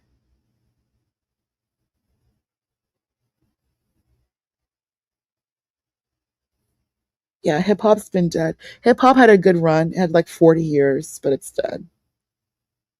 Yeah, we're done. We're done with hip hop. We're just done. Yeah, we were just talking about that. So it's not the appeal, Palomino. Ricky, see, it's not the appeal. It's just he was requesting another trial. So the judge said no. Now they still have the Fifth Circuit appeal. Was I goth? No, but I did hang out with like the goth emo kids. They were cool with me. Plus, I kind of knew some of the girls because they were, well, the, how should I say this? But like some of the girls I knew, they were very thin, I will say, and many of them were goth. So, and I do like live music. So I kind of met them like at like concerts. So I met them like at concerts, but we couldn't like, but where I went to school, like we couldn't do like goth look at where I went to school. Like the nuns would never allow it at all. But when I went to college and started going to concerts, I didn't meet a lot of them there. I didn't meet a lot of them there. Plus, they were all like very, very thin, and that was my look too. So I did get along with them, and I did keep my eye makeup very dark, but I did like them. I was really cool with them. you know, different pop. I'm cool with everyone. I love live music. Like I'm not gonna be mean to like a goth girl. No, I would never do that. No, no, no. And they were all like the skinny girls anyway. And like the fat girls were always so mean to me. D from Boston. So back in the day, I saw like I think you know her, like Monique. I saw that one comedian Monique, and she cursed me out like bad. She's talking about I hate skinny bitches. I was like, and I flicked her off. I was with a friend of mine who was like a black girl, and she was really cool with me. Like she was the one who would encourage me like to stand up for myself because I was so shy back then and really, really dorky and shy and very, very, very, very thin. So I would always like hide so I wouldn't get attention. So that's kind of why I got along with the goth girls because they weren't mean. They're thin like me, but like of course like these are like of course white girls, but they were always really, really, really cool with me. Like a black olive oil. Ricky Z, you were so funny. I was dorky. I was dorky. I was dorky. I was dorky. Oh my gosh. Oh my gosh. I didn't know that about Carmelo. Wow. Yeah, he was very sick. Yeah, he was very sick. Oh wow. I do. I wear glasses, but I wear contacts most of the time now. But I do have a heavy prescription. So I'm dorky. Like I'm dorky. I am. Yeah, I'm very dorky. I am. Yeah. Yeah. Very, very dorky, very shy. Very dorky, very shy.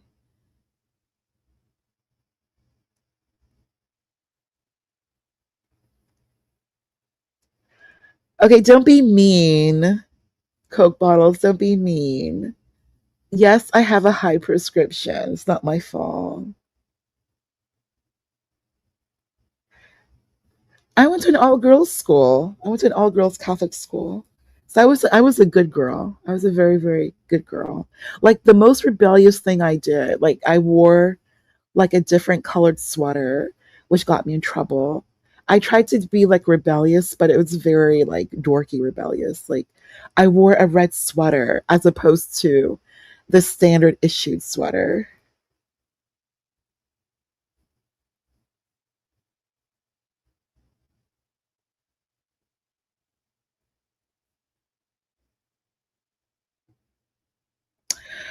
Oh, Ricky Z. Wow. So that took a turn to the dark side.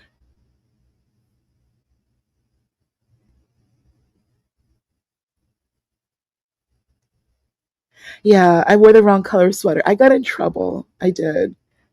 I did. That was me trying to be rebellious. I did. Like if it was cold outside, I would wear sweatpants underneath my skirt. I got in trouble. I had to wear tights. We had to wear tights. Um we had to have the standard issued shoes, like penny loafers or saddle Oxfords. Um yeah, the Catholic schoolgirls, 100%. Yes, yes, I did. Yes, I did. And it had to be 3 inches below the knee. So yeah, my whole Manos, Brian, my entire life from like age 3 until 17, it was Catholic schoolgirl. That was it. Nothing else. Nothing else. No, I was in uniform.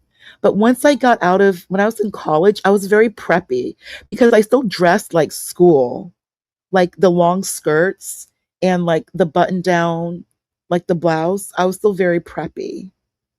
Like, I was always very cute. Like I dressed very, very cute, very preppy, very pretty. Yeah. I still, even to this day, I'm very preppy. The only difference now is like I wear like shorter skirts, like, fun shorter skirts, but for work, I'm still very, very preppy, very dressed. I don't even wear like sandals. I don't wear like even open toe shoes. Like I'm very, very preppy, very, very, very professional. Like that's how I keep it. Yeah, well, went to school in Boston, and Boston has like some of the most well-known Catholic schools. Yeah. Actually, I gave it away. I don't have my skirts anymore. I gave them all away. I gave them all away. I still have my laptop from high school, but I have all my skirts. I have no more skirts, but I have like plaid skirts, but I don't have like my official. My official I gave away. No, it's like it's sweet. Like if you had a daughter, you would like that look on your daughter. Like it's a very little girl ladylike. It prepares you for the professional life because I still have that mentality of dressing preppy, being like being dressed, being appropriate, like even at work. Because like I never wore like regular, like when I was a kid we called it free dress day, so I never wore public school clothes. That's what I call like public school clothes. I never wore that. Yeah. So like I don't I never went to public school, so it was just a very, very different world. It was a very different world.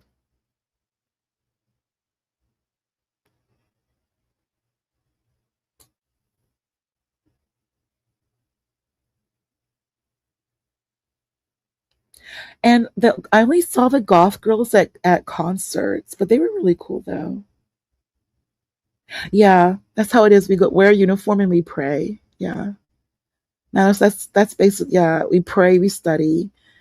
I wasn't allowed to eat in the morning until after prayer because we did fast. We fasted. So I didn't eat until like after prayer. And then I never eat meat on Fridays. I never eat meat on Fridays, only fish. It's like even till this day, I don't eat meat on Fridays. Yeah, all Catholic schools wear uniform from what I know.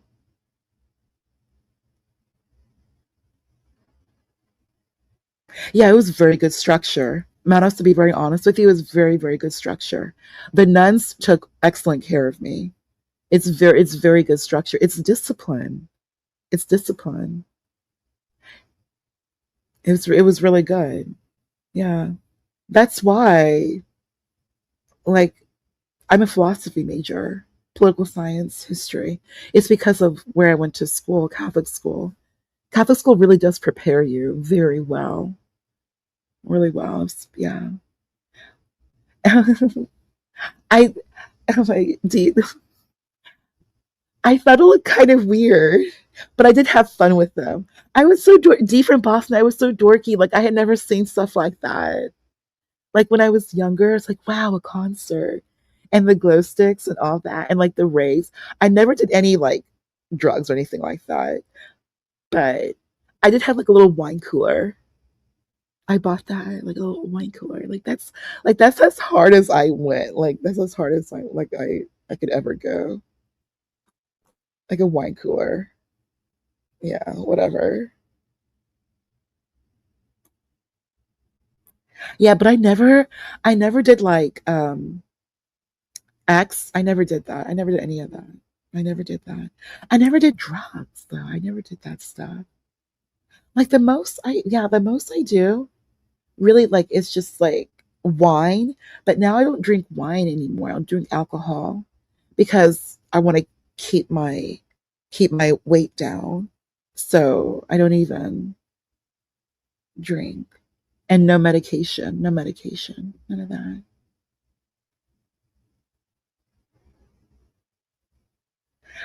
Like everybody grows out of it though.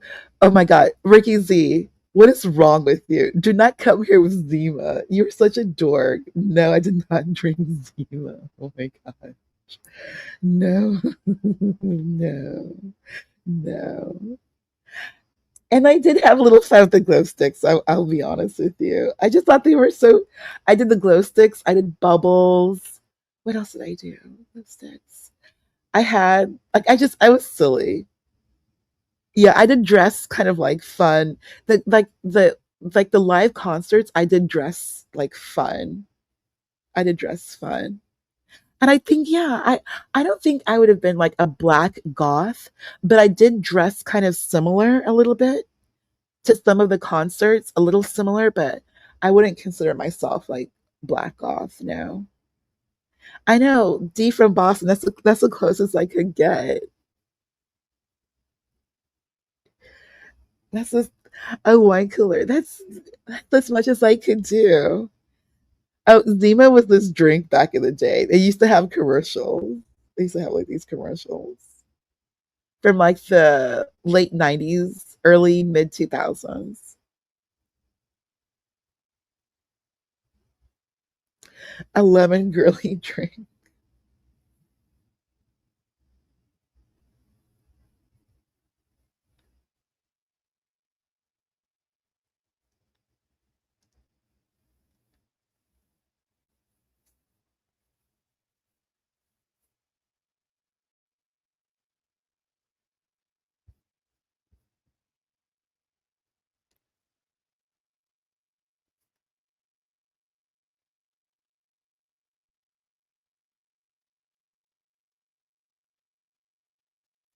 Guys, don't drink. Maybe you can be as lean as me.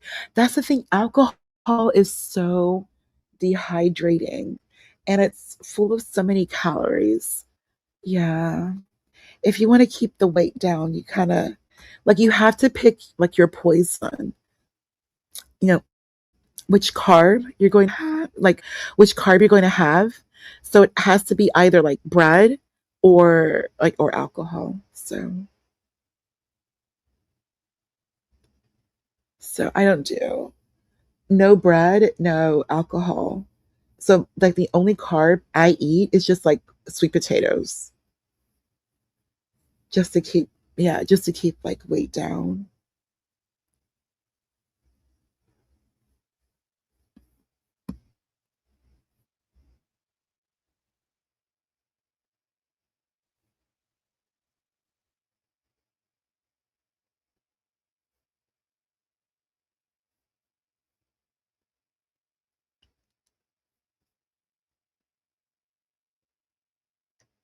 Hey, 12th man. Tito's vodka.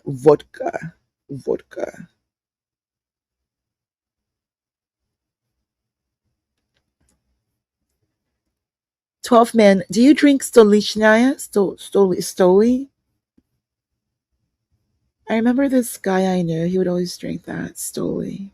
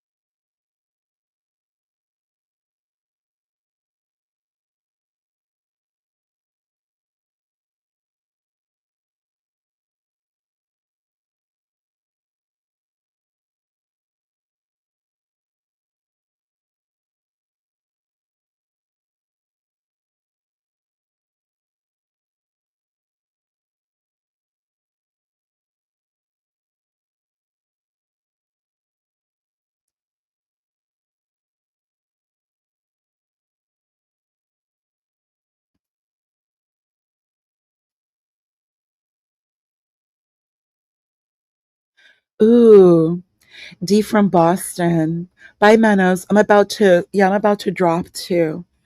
Old fashioned? Oh, bye, hey, 12, 12 man. Old fashioned? That is a hell of a drink. That is. Yeah. Oh, yeah, that's a good one.